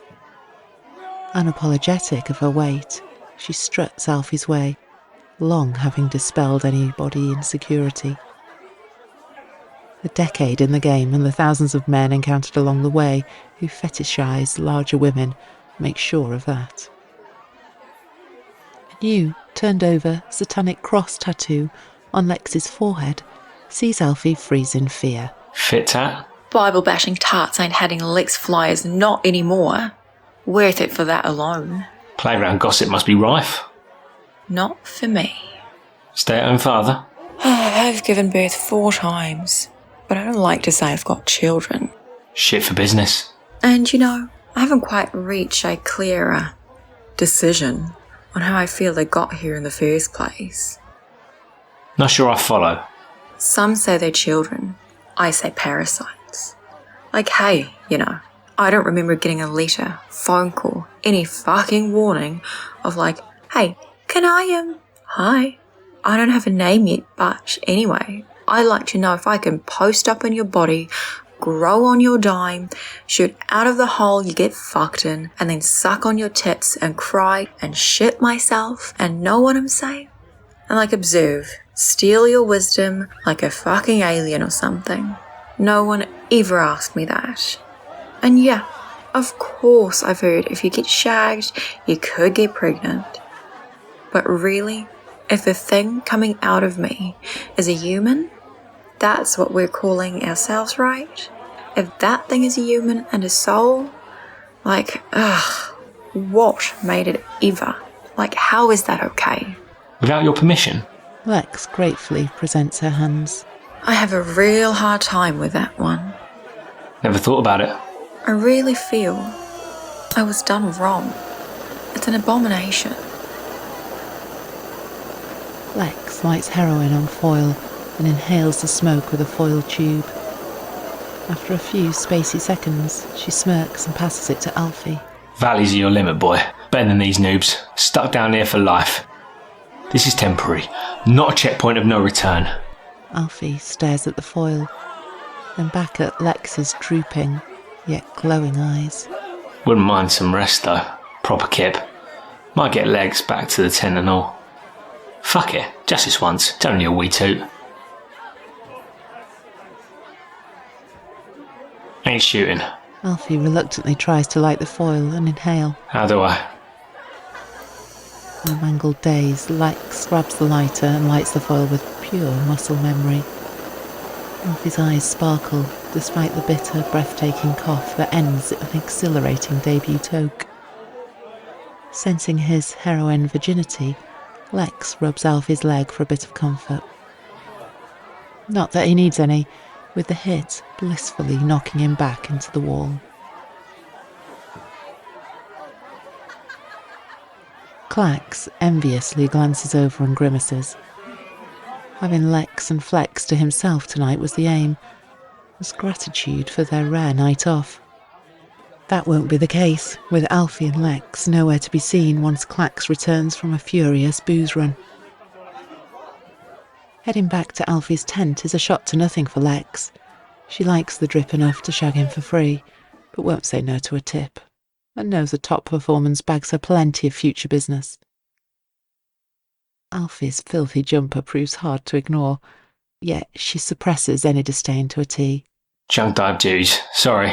Badge of honour, Lex whispers while grabbing Alfie's bulging cock. Whilst most prostitutes insist on a shower before sex and clean clothes or no date, Lex spends this for her favourites, provided they're good looking. Despite a promising start, Lex rides Alfie only until personally satisfied. A lack of effort and enjoyment on Alfie's part sees her opt against finishing him off, unless a score is coughed up, of course. When no offer comes close to arriving, she turns over and passes out. Alfie turns Lex's way and tightly spoons her back, ecstatic to share overnight company for the first time in years. The snooze is soon disturbed when Clax forcefully unzips Alfie's tent at the crack of dawn. Rolly's in here! Fuck right off. Clax slips on the damp tent's foyer and clatters onto the snoozing pair. Alfie shoves Clax out, jumps to his feet and puffs out his chest in front of the tent. After a hasty readjustment of his fringe, Clax leaps straight up and nestles his head into Alfie's, but soon admits defeat and backs away. Lex! Get up! Now! Day off, won't it? To rest? After all the graft you put that body through? Nothing happened. Bitch and moan that you're too tired to sort me, then go off with that breed of utter drip. Sorry, won't happen again. Piece of fucking work, you. Once Clax and Lex are out of sight, Alfie lies in front of the tent, lights a chipped-out fag, punches the floor, and bursts into tears. Partly due to his disgust in finally smoking heroin, but mostly owing to his abandonment trauma. Few more hours, bodily warmth. Nah, not even allowed that. But some grotty pimp is, after all the graft put into pull her. Not good enough, boy. Can't even keep a mess like that in bed. What are you playing at? Rough Visit, Chapter 25. With Ali freshly imprisoned and awaiting court for thieving £200 headphones from Asda while on Xanax, Justin Wee Wee and Lee have endured a rare Saturday night alone. A poor weekend of sales have seen Justin bored out of his mind, not ideal while trying to limit the crack use to just once on a Sunday evening. They make up for it in booze and powder cocaine, but with Justin's tolerance at an all-time high after years of dealing and non-consequential casual use, the quartergram lines wear off after 10 minutes. Seeking imminent release, Justin scrolls through Facebook, itching to inflict some public social embarrassment. Alfie's fresh Sesh Life photo album offers a prime candidate, a true gift from the social media gods. First 3 photos, all failed NWA gangster poses with Alfie, Trent and Colo by their tents, pale and sweaty to the point of soaked hair, get the juices flowing. Just the laugh Justin and Lee have been craving. 3 with Clacks follow, the first of Alfie awkwardly posing alone as Clacks looks away, titled Hour 1. The second with Alfie gurning and Clacks attempting a grin with hair-covered eyes, titled Hour 3, post-ket. The third with Alfie, Clacks and Lex in various degrees of gurn, while Clacks waggles his tongue, titled Hour 7, post-8, Calvin Klein slugs. Let's give him some hope. Cunt's gagging for it. Wee Wee says, once the hysterical laughter subsides. Yeah, right in the cue balls. Lee adds, Rinse what's left of that pride back in his place. I know. Pay a prosy to have him. 24-hour girlfriend experience. Hurricane Noodle Dick Fenner thinks it's real. Thinks he's got a fit bird. Snap that cocky cretin in half. Justin carefully considers Lee's proposition. Nah, couldn't get sex then, on my hard grass dime. Aye, fuck that. Had his fair share in Hollywood. Snooker. Eugenius. We invite him to a tournament. Little letter. All official and that. Get him proper wet. Then he blows his load. Spends what little dough's left on practice. For a lift up north, clothes, bit of coaching maybe. Are we going? Course we fucking are. Justin's literary progress is sluggish. A few lines of Calvin Klein inspire the creativity to get it done, albeit by hand, which leaves Amir a hell of an editing job. Alfie One Visit Fenner. We are ecstatic to announce your inclusion in the Welsh Open qualifiers. We've had our scouts on your talent for a while, tracing your every game. Smashing it. Fair play. So we'd like to bring Snowdonia's snooker session into the professional fold. Make sure you're about early on the 23rd morning, or you won't get to play. Yours faithfully, Barry Hearn, President of World Snooker. Rough Visit, Chapter 26. By the time Amir's through with Lee and Justin's letter, it's in top shape. A World Snooker logo in the corner, a copy of Barry Hearn's signature, and of course a comprehensive spelling and grammar check are among the additions. It fools Alfie anyhow, who wakes up with another hangover to the letter scanned and sent to his email. Knew they'd come back. Welsh fucking Open. Can't keep man like One Visit down for long. Performances will come, but the stage presence can't be taught. Straight on telly if you qualify. Walk back up north, the snooker hero you are. Dad's embarrassment, over. Wee Wee Lee, Ali, licking your ass. Wishing they had from the start. First of all, the old blazer needs dry cleaning.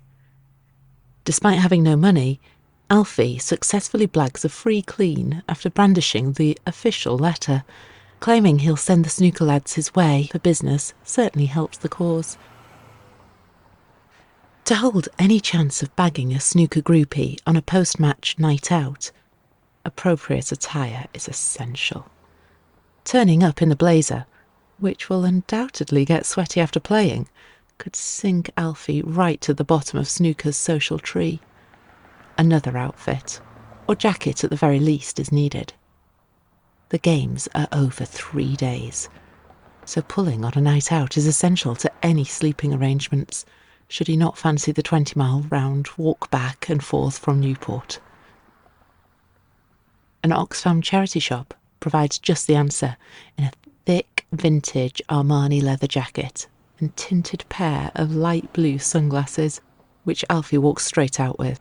First day nerves see the sole cashier petrified to intervene or approach store management in case of a reprimand for negligence. To ruin what is potentially a dapper look with the right top, Alfie throws on his tight, white, snooker loopy t-shirt in the car.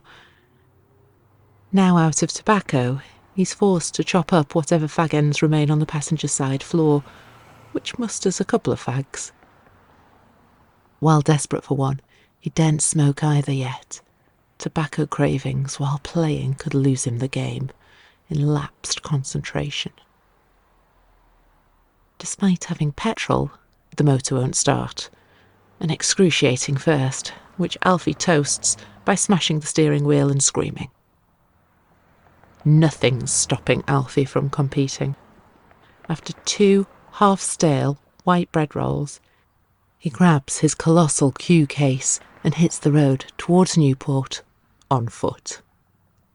Despite sharing the workload by alternating every minute, half a mile is all it takes before both arms have pins and needles. Few cars are on the road, limiting Alfie's chance of a hitch. A first slows down, but speeds off after thinking better of it. A second and third follow suit. But none other than Greg pulls over.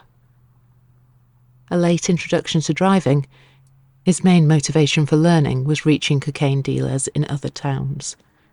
Tony Pandy's supply has dismally dried up of late, so a loan from Daddy later, and he arrives at Alfie's rescue in his brand new dark red Renault hatchback.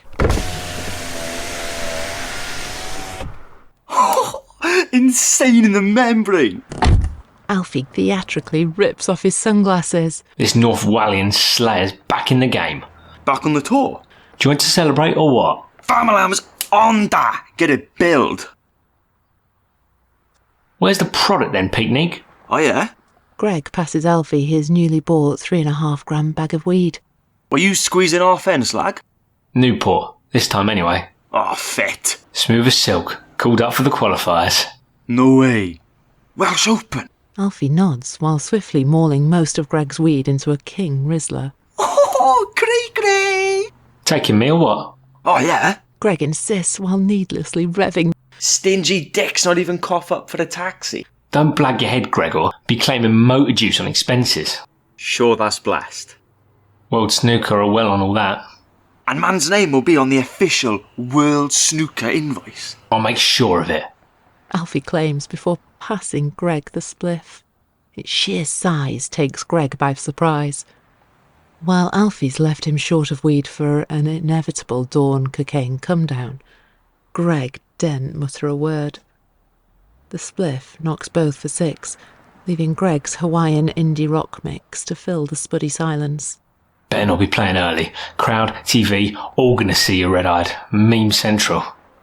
Swathes of extra-large cue case carrying snooker players queue by the International Convention Centre's entrance. Some smoking joints before their game as Greg drives past. Drop us here, Squire. Thought man was tagging for the snoop. Oh, you will. Few things to sort with Baize Hearn first. Sure. Couple of hours and I'll bail you. Little pre-match split. Alfie takes Greg's number, whacks on his blue shades, and struts towards the queue. The first few minutes go well as he absorbs the atmosphere and vibrant snooker chatter. Until he spots Dean and Olaf on a nearby wall, that is, chuckling while staring his way. As Olaf and Alfie clap eyes, the Scandi sledgehammer points his way before grinning and looking away. Scandi prick. Fuck off back there. Stealing our snooker scene, taking places off British players. Get your own national sport. Such stress adding to the anticipation calls for a car floor salvaged bodge job fag. One he thoroughly enjoys. Those nearby fail to share his enthusiasm as the rancid, damp tobacco smell turns waiting into a chore for most. Nonetheless, Alfie finishes the fag. Should he play any of those in front, the fire is stoked, and they've scuppered mental energy lamenting the smell. Win-win. Despite begging for a word with Baize Hearn, Alfie's soon turned away at the gate. While he lingers for a while, hurling sporadic slights at the doorstaff, Olaf's progressively hostile presence sees him phone Greg for a lift from around the corner, away from the arena. Alfie frantically sprints to the car and leaps in, igniting Greg's cocaine buzz, having snorted 4 keys in the short while since dropping Alfie off. Fuck's this? Big bang marathon. Mental. Alfie snorts the cocaine held out by Greg. Massive scrap. Never seen anything like it. Fans were gunning for Baize Hearn. The main man himself? One visit and on Fire Maguire saved the day. Cunt stains would have mullered the old shrimp. On your big day and all? Alfie shrugs. Forged a hero's reputation with the boss himself. He takes Greg's bag and snorts another key of cocaine. Easy with that, boyski. Oh man, you'll get it back. Couple more, I guess. Alfie ferociously empties half the cocaine onto his phone screen and snorts 2 lines without bashing it up. What's going on then? Any action on the Baize? Nah, mate. Cancelled, the whole lot. Top 16 only, no qualifiers. Man, bedtime bumps on the line. That was last orders, I'm afraid, Hurricane. Was it? Yeah. Fucking tell you what. Alfie quickly gets up a payday loan application, types £700 into the requested loan amount, and submits the request. Don't look like it to me, boy. So here's what we're going to do. Annihilate this, right fucking now, whiz round to the loan clears, get another gram. Whack a tenner on Fenner delivers once again. And then, after rinsing half of that, you're taking me to Adamstown. On that Foster's shandy top thing? Snooker boy, whack 500 on a money match, fuel our night well and proper. What? And I can watch? Be distraught if he didn't jailbait. Greg needlessly honks the horn while howling before devouring his last line of cocaine. While lacking the bravery to gamble himself, he adores watching others fly through the motions. Alfie's money comes through 35 minutes later, just in time for another gram and a half, before their artificial buzz and positive vibes fade away. Yet, to have their hunger thwarted, they head for a pre-match KFC. 2 boneless buckets this time, all on Alfie, of course. Cool out for mini fillets. Alfie bullishly asks the timid 16-year-old cashier. Wanna watch you shit on, boy? A cheeky few keys of cocaine in the toilet inevitably occurs, artificially satisfying their rumbling stomachs. After a mini fillet and handful of chips, they abandon their chicken mountain in favour of pastures new, namely that of a pub or club blaring dirty bass to soothe their fried, cocaine-frazzled heads. They settle on Weatherspoons, with a headphone each off Greg's phone for a dubstep mix and rum cocktail pitcher. Wanting to ensure there's a match tonight, Alfie phones Snooker O'Hid, his new club of choice. Snooker O'Hid, Heather speaking. Hiya, love. Yeah, after a bit of a match, if there's any going. Right, are you a member, sir? I soon will be. Any money matches in cities clubs of late? Oh yeah, Glendware. Alfie Fenner. Swung round there last few months. One visit? Snowdonia's snooker sensation at your humble service.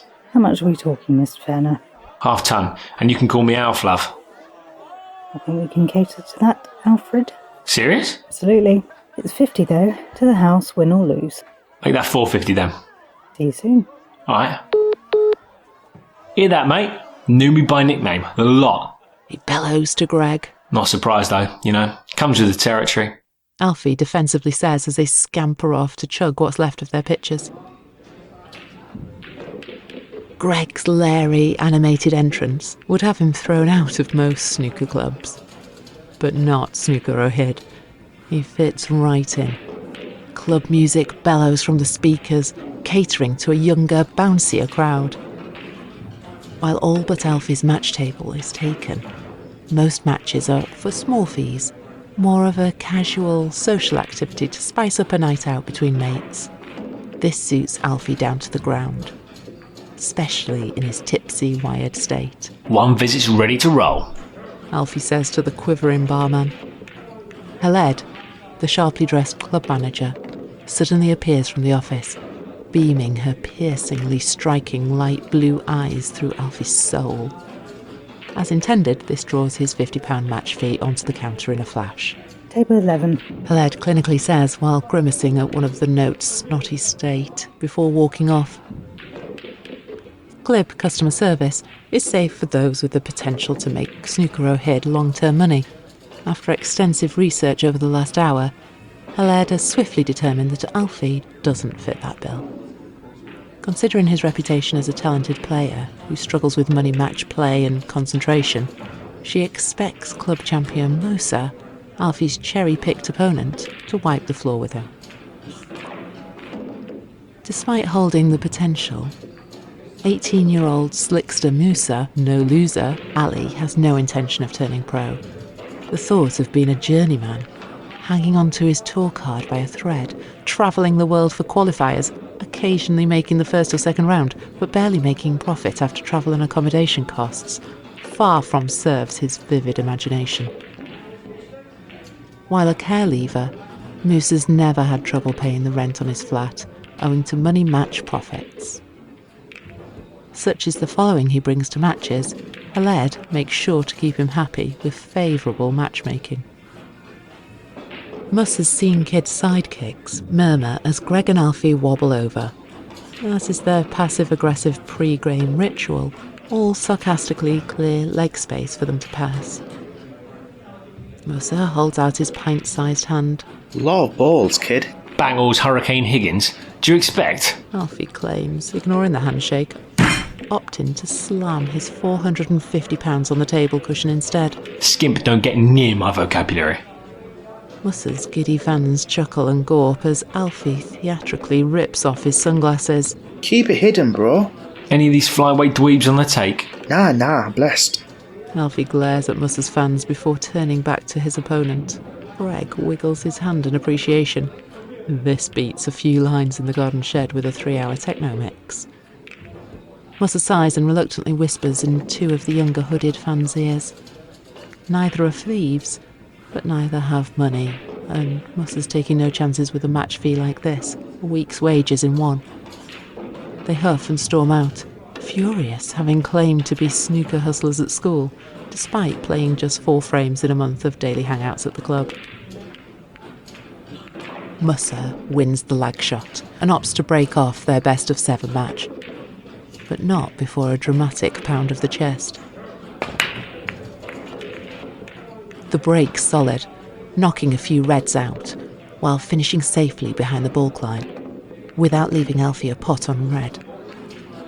However, Alfie's safety shot is a peach, which nestles on the top cushion. Musa grimaces. Free-flowing snooker's his forte. Safety exchanges often bog him down, not least before a frame of match play to warm up. As such, he fluffs the shot and leaves Alfie near the blue, with options. Yet Alfie breaks down on 20, just as a hush overcame the crowd, sensing a total clearance from the new boy's first frame of his club debut. 27 and 25 breaks hardly set the place alight, but have Musa no loser on full alert. 1-0 to Alfie. To regain full sharpness, Musa takes a 15-minute bathroom break, rare after only 1 frame. Alfie takes the mind games in his stride by occupying himself and Greg with a couple of small keys of cocaine outside, leaving 5 minutes to spare for a few practice shots. Musa's 4-man crew follow behind as he eventually squares back over from the bathroom, chanting the whole way, giving his 1-frame lead. Alfie shoots an aggressive break, hoping to test both Musa's bottle and skill amongst the balls whilst leaving an array of pots, should Musa miss. That begins to look foolish when Musa swiftly sinks 2 reds and 2 blacks. However, he leaves too much screw on the cue ball and finds himself inexcusably short of position. A yelp drains precious energy and concentration before he rattles the difficult cut on a red in the jaws. Composure. Go on, Musa. He ain't 147. Can everyone just shut the fuck up for a second? Get in there. Alfie channels every bit of restraint in wrapping his cue around the gimp's alien-shaped head by smashing in a frame, clinching 65 break.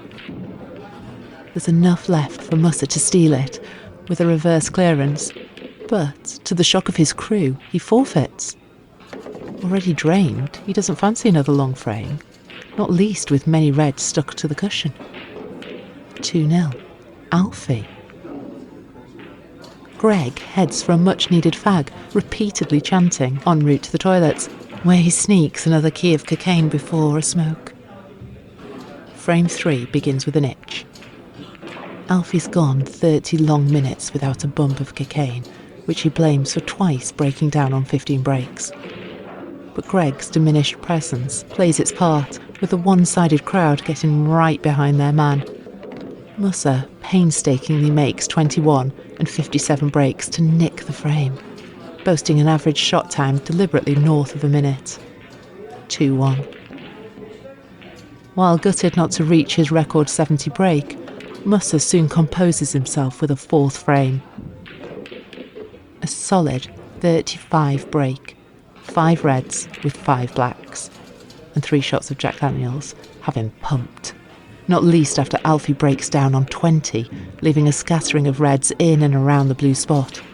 Musser picks these off, potting a mixture of blues and bulk colours to muster a frame-winning effort of 50. 2-2.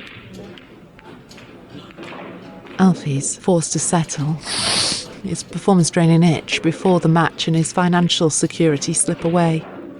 Much to their relief, Alfie drags Greg away from the group of students he's long been nattering for a toilet cubicle cocaine session. They do 4 each, leaving less than half of the bag for later. There's nothing Alfie can do in the 5th frame, not after Musser pots a ridiculous long cut from One Visit's well-played break and compiles a tidy 76, his highest ever break. Such a landmark has the club in pandemonium. Musser's mates jump on his back, pour beer on his head, and blow cherry vape smoke in his blissful face. 3-2 to Musser. A chugged pint later, and Alfie delivers quite the response. A 110 total clearance to force a decider. 3-3. Cheers for the Hollywood ticket, dick. Alfie says to Musser as they shake hands before he breaks off for the deciding frame. A bitty, scrappy 40-minute slugfest ensues after an ill-fated split of the reds by Alfie sees most stuck to the cushion or clustered. Neither gets anything over 17, until Musser strings together a tidy 30 break, including 2 long pots. Only needing the black to win, Musser's shaky hand finally gives way as he rattles it in the drawers. Only the colours remain, and Alfie needs every last one. A long opening yellow aside, and the balls are set for a bog-standard clear-up. Greg lingers in Alfie's eyeline, slurping a pint and jiggling his head to classic 80s club music. While this would usually distract him, the thought of them tearing up the clubs off their face with 900 quid to blow ensures he pounds in the straight pot with a touch of stun. The green needs cutting, which skews his position on the brown. A long-range, dead straight pot with deep screws needed to get back for the blue. Alfie rattles it in the jaw, yet it creeps in.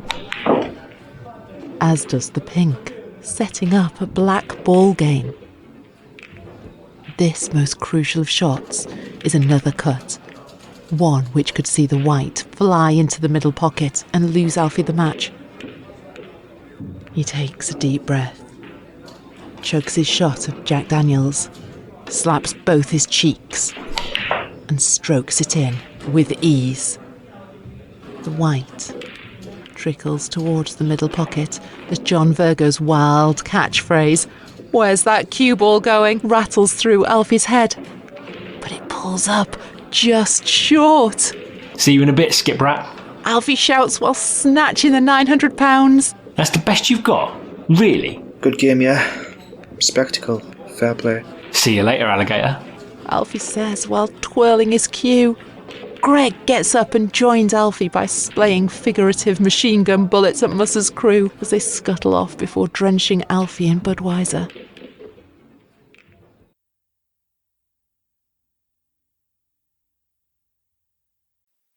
Rough Visit, Chapter 27. It's the first appointment Frankie's bothered turning up for in years, that of his cardiovascular scan at the hospital. His sole incentive for ending the absence. Well, Wee Wee's new house is a stone's throw away, otherwise he couldn't care less about any physical damage. Death wouldn't be the worst thing. While his internal organs periodically ache, an arm infection offers the most jip of his heroin abuse complications. At the moment, we're only looking at tuberculosis. Grey-haired Dr. Locke softly says. Result. Frankie breathes a heavy sigh of relief and nods with a wry smirk. I must warn you, Mr. Gibbs, this is only the start. With your lifestyle and living conditions, it could deteriorate in a flash. Pneumonia's a real danger. Cross that bridge when it leaves a voicemail. And your arm? Has the stinging persisted? The other one instead, yeah? Dr. Locke stares Frankie down before nodding and printing out a prescription for the antipsychotic drug quetiapine. One of them sinks right down Frankie's trap before leaving the hospital, with a little help from a direct chug of the ice-cold waiting room's water machine. As usual, Justin Wee Wee won't answer the door. Not for Frankie. Not when he needs something. Wee Wee's Frankie's primary dealer, but tends to show up on his terms, tactically leaving Frankie dry for a couple of hours when desperate, knowing the few other dealers in town despise dealing with the tick merchant junkie. However, with dope sickness looming, Frankie takes his chances by sneaking around the back, where Wee Wee's cooking ketamine over the kitchen stove. Don't start again. Mugging me off, though. Every bastard day. Frankie aggressively says. You did that to yourself, minute you got on Brown. Oh, do us a tick, yeah? You know I'm good. Are you, though? Few fucking days. What is this, man? Are you a dealer or what? Frankie enters Wee Wee's personal space as he stirs ketamine. How many cunts have I dragged up here, lying in your dirty pocket? You dare treat me like this? Frank. It's Frankie to you, Wee Wee lad. Ever come here with that phone in again? Wee Wee grabs a pan and whacks Frankie on the forehead, who stumbles back in a daze. Just something to think about, eh? Wee Wee smirks and throws a tenner's worth of heroin on the floor, which Frankie gratefully takes before leaving his old mate to it. This should get him through the day, which consists of a dreaded prison visit to see his father, Guy, in 5 hours, their first encounter in years, since the fight that tore their dysfunctional family well and truly apart. Guy's been busy in prison, mostly through the befriending of guards, who now let him sell tobacco and Valium. As the wing's main plug, profits have yielded the luxury of paying for Frankie's £200 return taxi to HMP Barrowin, the prison where he's staying. In his state, a train journey is totally off the cards.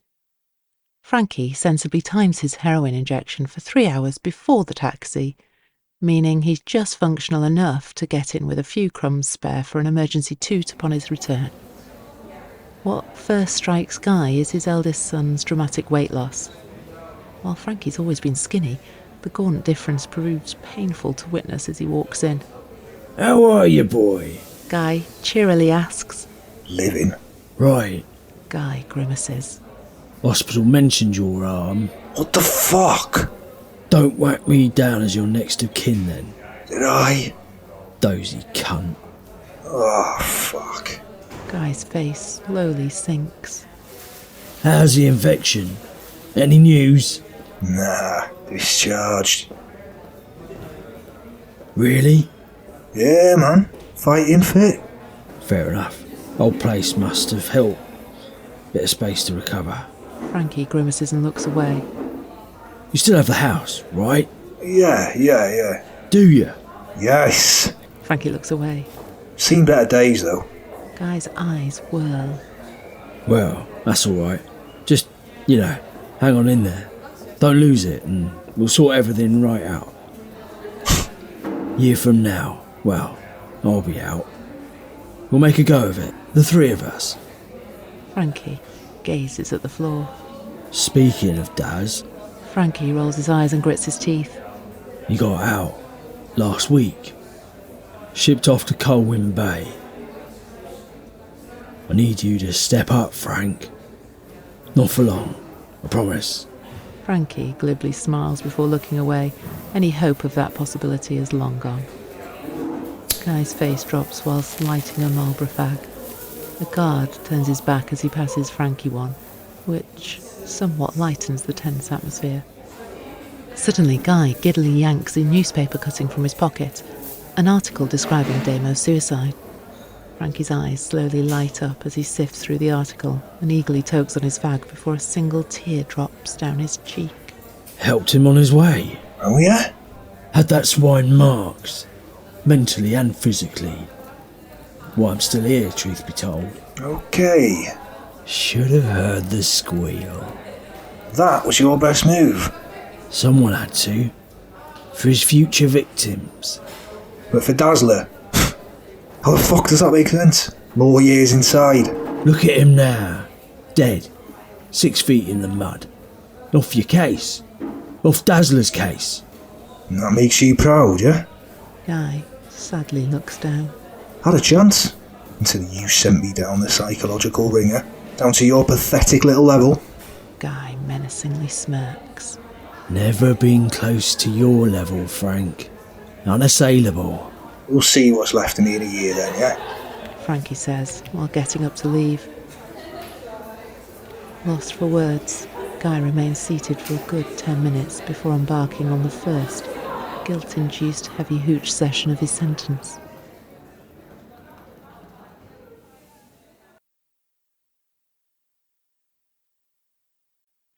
Rough Visit, Chapter 28.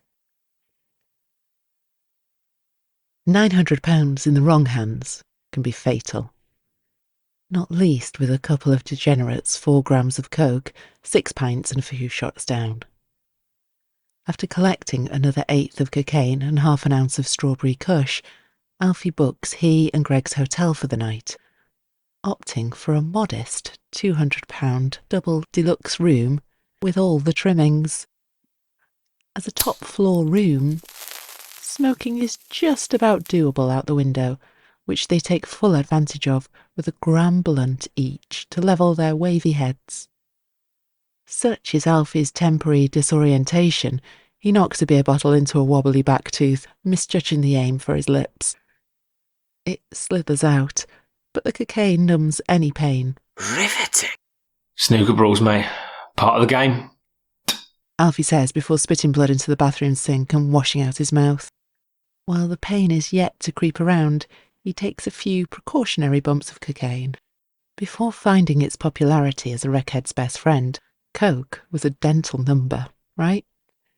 That's the excuse Alfie uses. Nothing can tarnish their grand night out. Alfie's first of relative financial freedom in months. Who's that? Alfie anxiously asks, taken out of his stride by Greg dialing a call. Greg silently shushes Alfie with his finger.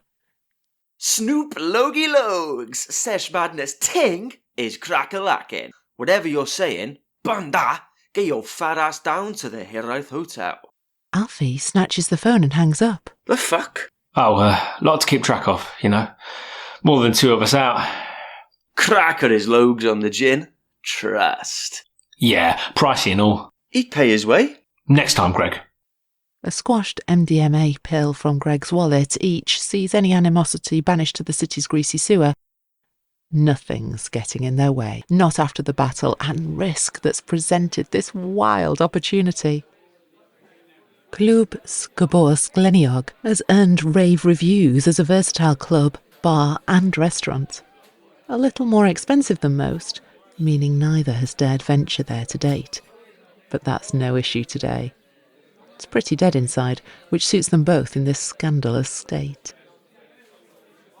With nobody playing pool and the jukebox free, they load up a disastrously unbalanced mix of Alfie's rock and Greg's techno chart music. It's not long in between a stomp around the pool table before they sink a tray of 12 Jaeger bombs between them. An hour without cocaine sees their hunger return with vengeance. Not a problem, as Alfie orders 4 servings of chips, chicken wings and a spare ribs apiece. They wolf that down in minutes, leaving a tsunami of crumbs on the table and floor before tucking into their first bottle of champagne. Undeterred by the place picking up, Alfie and Greg keep control of the pool table by leaving 20 50-pence pieces on the cushion. Greg, winning a frame after losing the first 10, has Alfie bored of pool. In search of the next money-consuming venture, he scours his surroundings. There's a few quiz machines, but he settles on his all-time favourite, the deal or no deal fruit machine. 50 fruitless pounds in, and Alfie is not deterred from feeding the machine more, certain the algorithm's soon to crack in his deluded favour. Load her up, Squire. Greg's failure to perform his role of money inserter is down to no other than Dominic Dale walking into the club with a few friends, swankily dressed as always. Dom Dale. Alfie mutters after a few drinkers cheerfully greet the legend of Welsh snooker. Greg nudges his elbow into Alfie's arm before cupping his mouth. One visit, spacebound snooker foe. Dominic Dale briefly glances over. Nah, don't. Get the fireballs in, Dale. Alfie Fenner's in the house. Greg. Alfie says while slowly clenching his fist. Stingy spaceman cunt. Oh, this 100s. Distraught at this latest unravelling of his lies, Alfie punches Greg on the back of the head. Before seeing the tear in Greg's eye as he slowly turns around, Alfie bolts off as Dominic Dale glares his way on the way out before tending to Greg. While Alfie may have left, leaving his mate with no money, it's fair to say Greg's wild night is taken care of out of sympathy, all on the spaceman's bill. Alfie's night certainly isn't. While sure to stock up on cocaine, Valium and weed with the last of his money, mentally he's shot, far too rattled to enjoy a second of the premium hotel room and heavy night's worth of gear. It's just not the same without Greg. Those late night, post-pub takeaways, films on the widescreen, 7 a.m. fry-ups in the canteen, late morning levellers in Wetherspoons. All gone. Finally, Alfie had a friend on his balmy level, but he's blown it. By 4 a.m, having caned through another gram of coke alone in complete darkness, barring a dim lamp with no music, Alfie's inner turmoil boils over in the shape of the curtain rail's extraction from its fitting. Unable to fathom the potential fine, he spends the last few hours before check-out time smoking and snorting in the tiny bathroom, huddled by the puke-covered toilet. Shame, as he aches for an 18-hour snooze once the cleaner's morning knock arrives. That won't be possible due to the unexpected absence of his tent. Only a peg remains with a snip of its plastic still attached, either nicked or confiscated by park rangers. The timing couldn't be worse. Luckily for him, nothing of note was left inside. Alfie vacantly trots to Colo and Trent's tent, just to mull over the next steps. Trent's been hitting the heroin hard of late, as evidenced by his floppy, drowsy state. Freshly pricked by Colo in the foot, he's out for the count. As is Colo in a different way. Such are the effects of his gram wake-up spliff that it takes a minute to notice Alfie's vacant presence. Kid, cheeky key? Oh, yeah. Back to reality. Trent tips over from his hunched position. Shit a brick.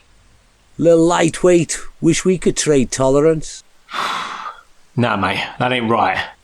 No! Colo says while slapping Trent on the cheek, who desperately gasps for breath.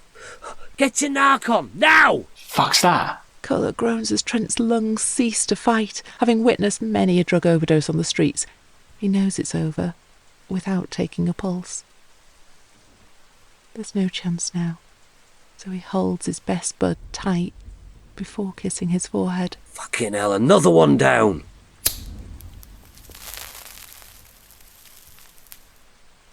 Calmly lights a cigarette before jumping to his feet and booting over his simmering disposable barbecue.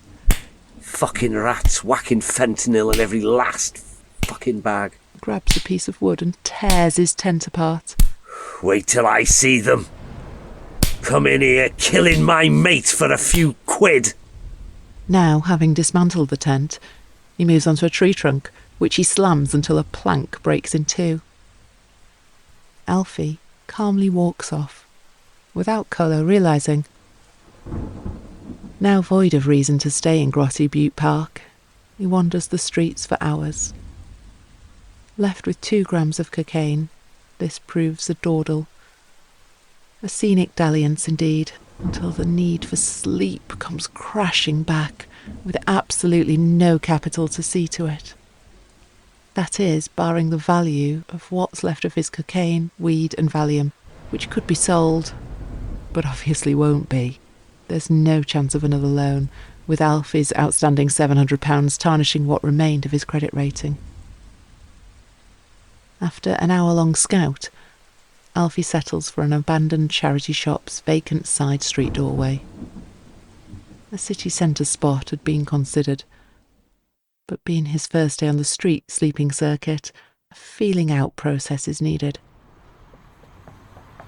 Falling and staying asleep proves no issue, with few people venturing up the redundant street on this Monday night. That is, other than a homeless outreach volunteer who leaves a packed sandwich by Alfie's side and 2 blankets over his back. Unfortunately for Alfie, the BLT sandwich is quietly pinched by a fellow rough sleeper by morning.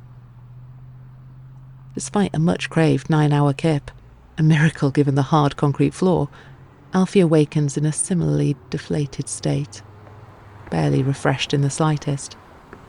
The sun beaming on his face all morning only adds to a dire, dry mouth. Without a bathroom nearby, there's nothing immediately available to clear his bloody blocked nose. Coupled with a pounding head, aching hip and dry, itchy throat, stung raw by the speed cut into his cocaine, he's left with scarce energy to move. This remains the case until a young Welsh literature student, new to the city, never having seen rough sleepers in her hometown, kindly gives Alfie a shot-packed egg triple sandwich and litre bottle of water. Alfie can't stand eggs on a hangover, but with little choice in the matter should he want to move, he wolfs down one of the 3 sandwiches. A cheeky joint doesn't help his plight to stand, as he falls straight back down in a muddle. This ain't happening. One fucking visit. Bangor's Hurricane Higgins, Gwynedd's top Qist of all time. How are we here? How's anyone let it get to this? Man of talent, with bags to contribute, bit of stage presence, TV appeal, just what the game of snooker needs. And look at you, out on the piss-stained pavement, sucking donated eggs, left to dwindle away. Not this man of action. No peasant bitch here. Do as you say, wait in line for your council house. Hang in there, boy. Nah, time for that tripe's long gone. Such urgency needs fuel, so he risks an immediate chunder by polishing off the egg sandwiches in a painstaking 20-minute effort. That and half of his last gram of speed-cut jet fuel has Alfie back on his feet. An open car door parked at a petrol station swipes his attention. Seemingly empty, Alfie takes his chance and heads that way. A frilly, smiling, middle-aged woman dons the driver's seat, humming to Capital FM. He briefly stops, barely having considered the possibility of a driver and their forceful ejection. But it's too late to turn back now. Sling it now. What? Please! Don't make me ask again. I'm getting the kids from school, please! Alfie drags her from the seat with minimal resistance before jumping in and hastily starting the car. The weeping woman's sight stalls him in his tracks. But with little time to work with, Alfie soon puts sympathy aside and pulls off. With nothing left for him down south, no snooker, Greg, uni, or even a tent. There's only one place he's heading, back up north. Near nod-offs over the 4-hour ride are rectified by small bumps of cocaine, but otherwise he's careful not to overdo it. The rest is certainly going to be needed. First stop is the Fenner household. Shot full of cocaine-shaped grandeur, no pondering is necessary before he hobbles over to the door. Leo's soon to shut the curtains, nowhere near ready for this epic standoff while on a torrential whiskey hangover. You're not welcome here anymore, he shouts through the letterbox. Leo whacks open the door and nestles his red raw forehead into Alfie's. You're a disgrace, a thief, a no-good drug-dossing liar, and I will not have you here, scuppering our peace. Offer a doob in my garage? Try and stop me. Leo shakes his head. dials 999 and storms inside whilst Alfie boots down the wooden garage door. To his horror, the place is a shadow of his former hideout. No dartboard, radio in the corner, and the row of Alfie's bust cues saved to show the grandkids. Gone. All gone. Every last ounce of character vanished. Left to rot as your standard middle-aged plodder's average collection of tatty plastic chairs, gardening equipment, tools and barbecues of various sizes, this just can't stand. So Alfie bashes and tears the lot down. One of Alfie's era's sole survivors is the now tattered black two-seater sofa, caked in at least 2 years' worth of thick dust and cobwebs. While Alfie tries to relax for one last spliff on the old thing, the urgency of his actions soon takes hold. With his car parked out front and the police potentially en route, his time is well and truly borrowed. A jog up Bangor Mountain it is. It'll do until morning, when he plans on burning it down via a chain of gorse bushes after downing every last grain of alcohol that can be summoned. For that to become a social endeavour, there's no better place than Justin Wee-Wee's. Unsurprisingly, there's no answer to his 5 police-level knocks. Just a crescendo of cackling in between each as Justin, Lee and Ali, who's been released on bail, celebrate their first £5,000 turnover day of the year in style. Just to be sure, Alfie peeks through the window, drawing the squeakiest chuckle yet from Ali. Cockney Charlie's off. Back for another scolding. Lives his rock these days. That's all right, aye. Plenty of them going here. Ali shouts. For the right price. Or the right move. Justin adds, staring directly into Alfie's uncomfortable eye. Oh yeah. What? Lee jumps to his feet. Fucking walk away. No. Fuck him. He'll only be here for weed. Plenty of that floating around the crucible. More bridges that way. Damo's looking for a buddy down there. So fucking send yourself off one. Nobody likes you. Nobody will. Alfie shakes his head and shuffles off. If to hide from the police heat more than anything, he trudges to Frankie's place. The back door's wide open, and the attic should provide a quiet 48-hour hiding spot. Alfie's boot shattering the floor's array of broken glass piques Frankie's interest in an instant, just while guzzling his first meal for 2 days, white toast with barely edible pâté. This flies straight out of Frankie's mouth, mostly over his battered black and blue striped jumper, as he leaps back in horror. You. It's all right. It's been a while. Frankie tenses his sticky hand. Stay right fucking there. Alfie steps back in astonishment at Frankie's newly acquired intimidation skills. Rocking up unannounced. Do you think this is? Frankie shouts before eerily staring Alfie down, sniggering and gesticulating his head towards the living room. Back on the hobble. Huh? Gnarly crash. Give you that. Nah, mate. Well over it. Scrapping? I wish. Alfie side-eyes a heroin needle on the living room table while taking a seat on the sofa. Can't stand of a housing gig. You know how it rolls. Frankie flickers his eyelashes and lights a half-smoked fag from the ashtray. Been a rough one on the streets. Streets? Yeah, mate. Cardiff. Frankie's eyes widen as he sinks into the sofa while channeling every last ounce of restraint into not laughing. The one person who should understand.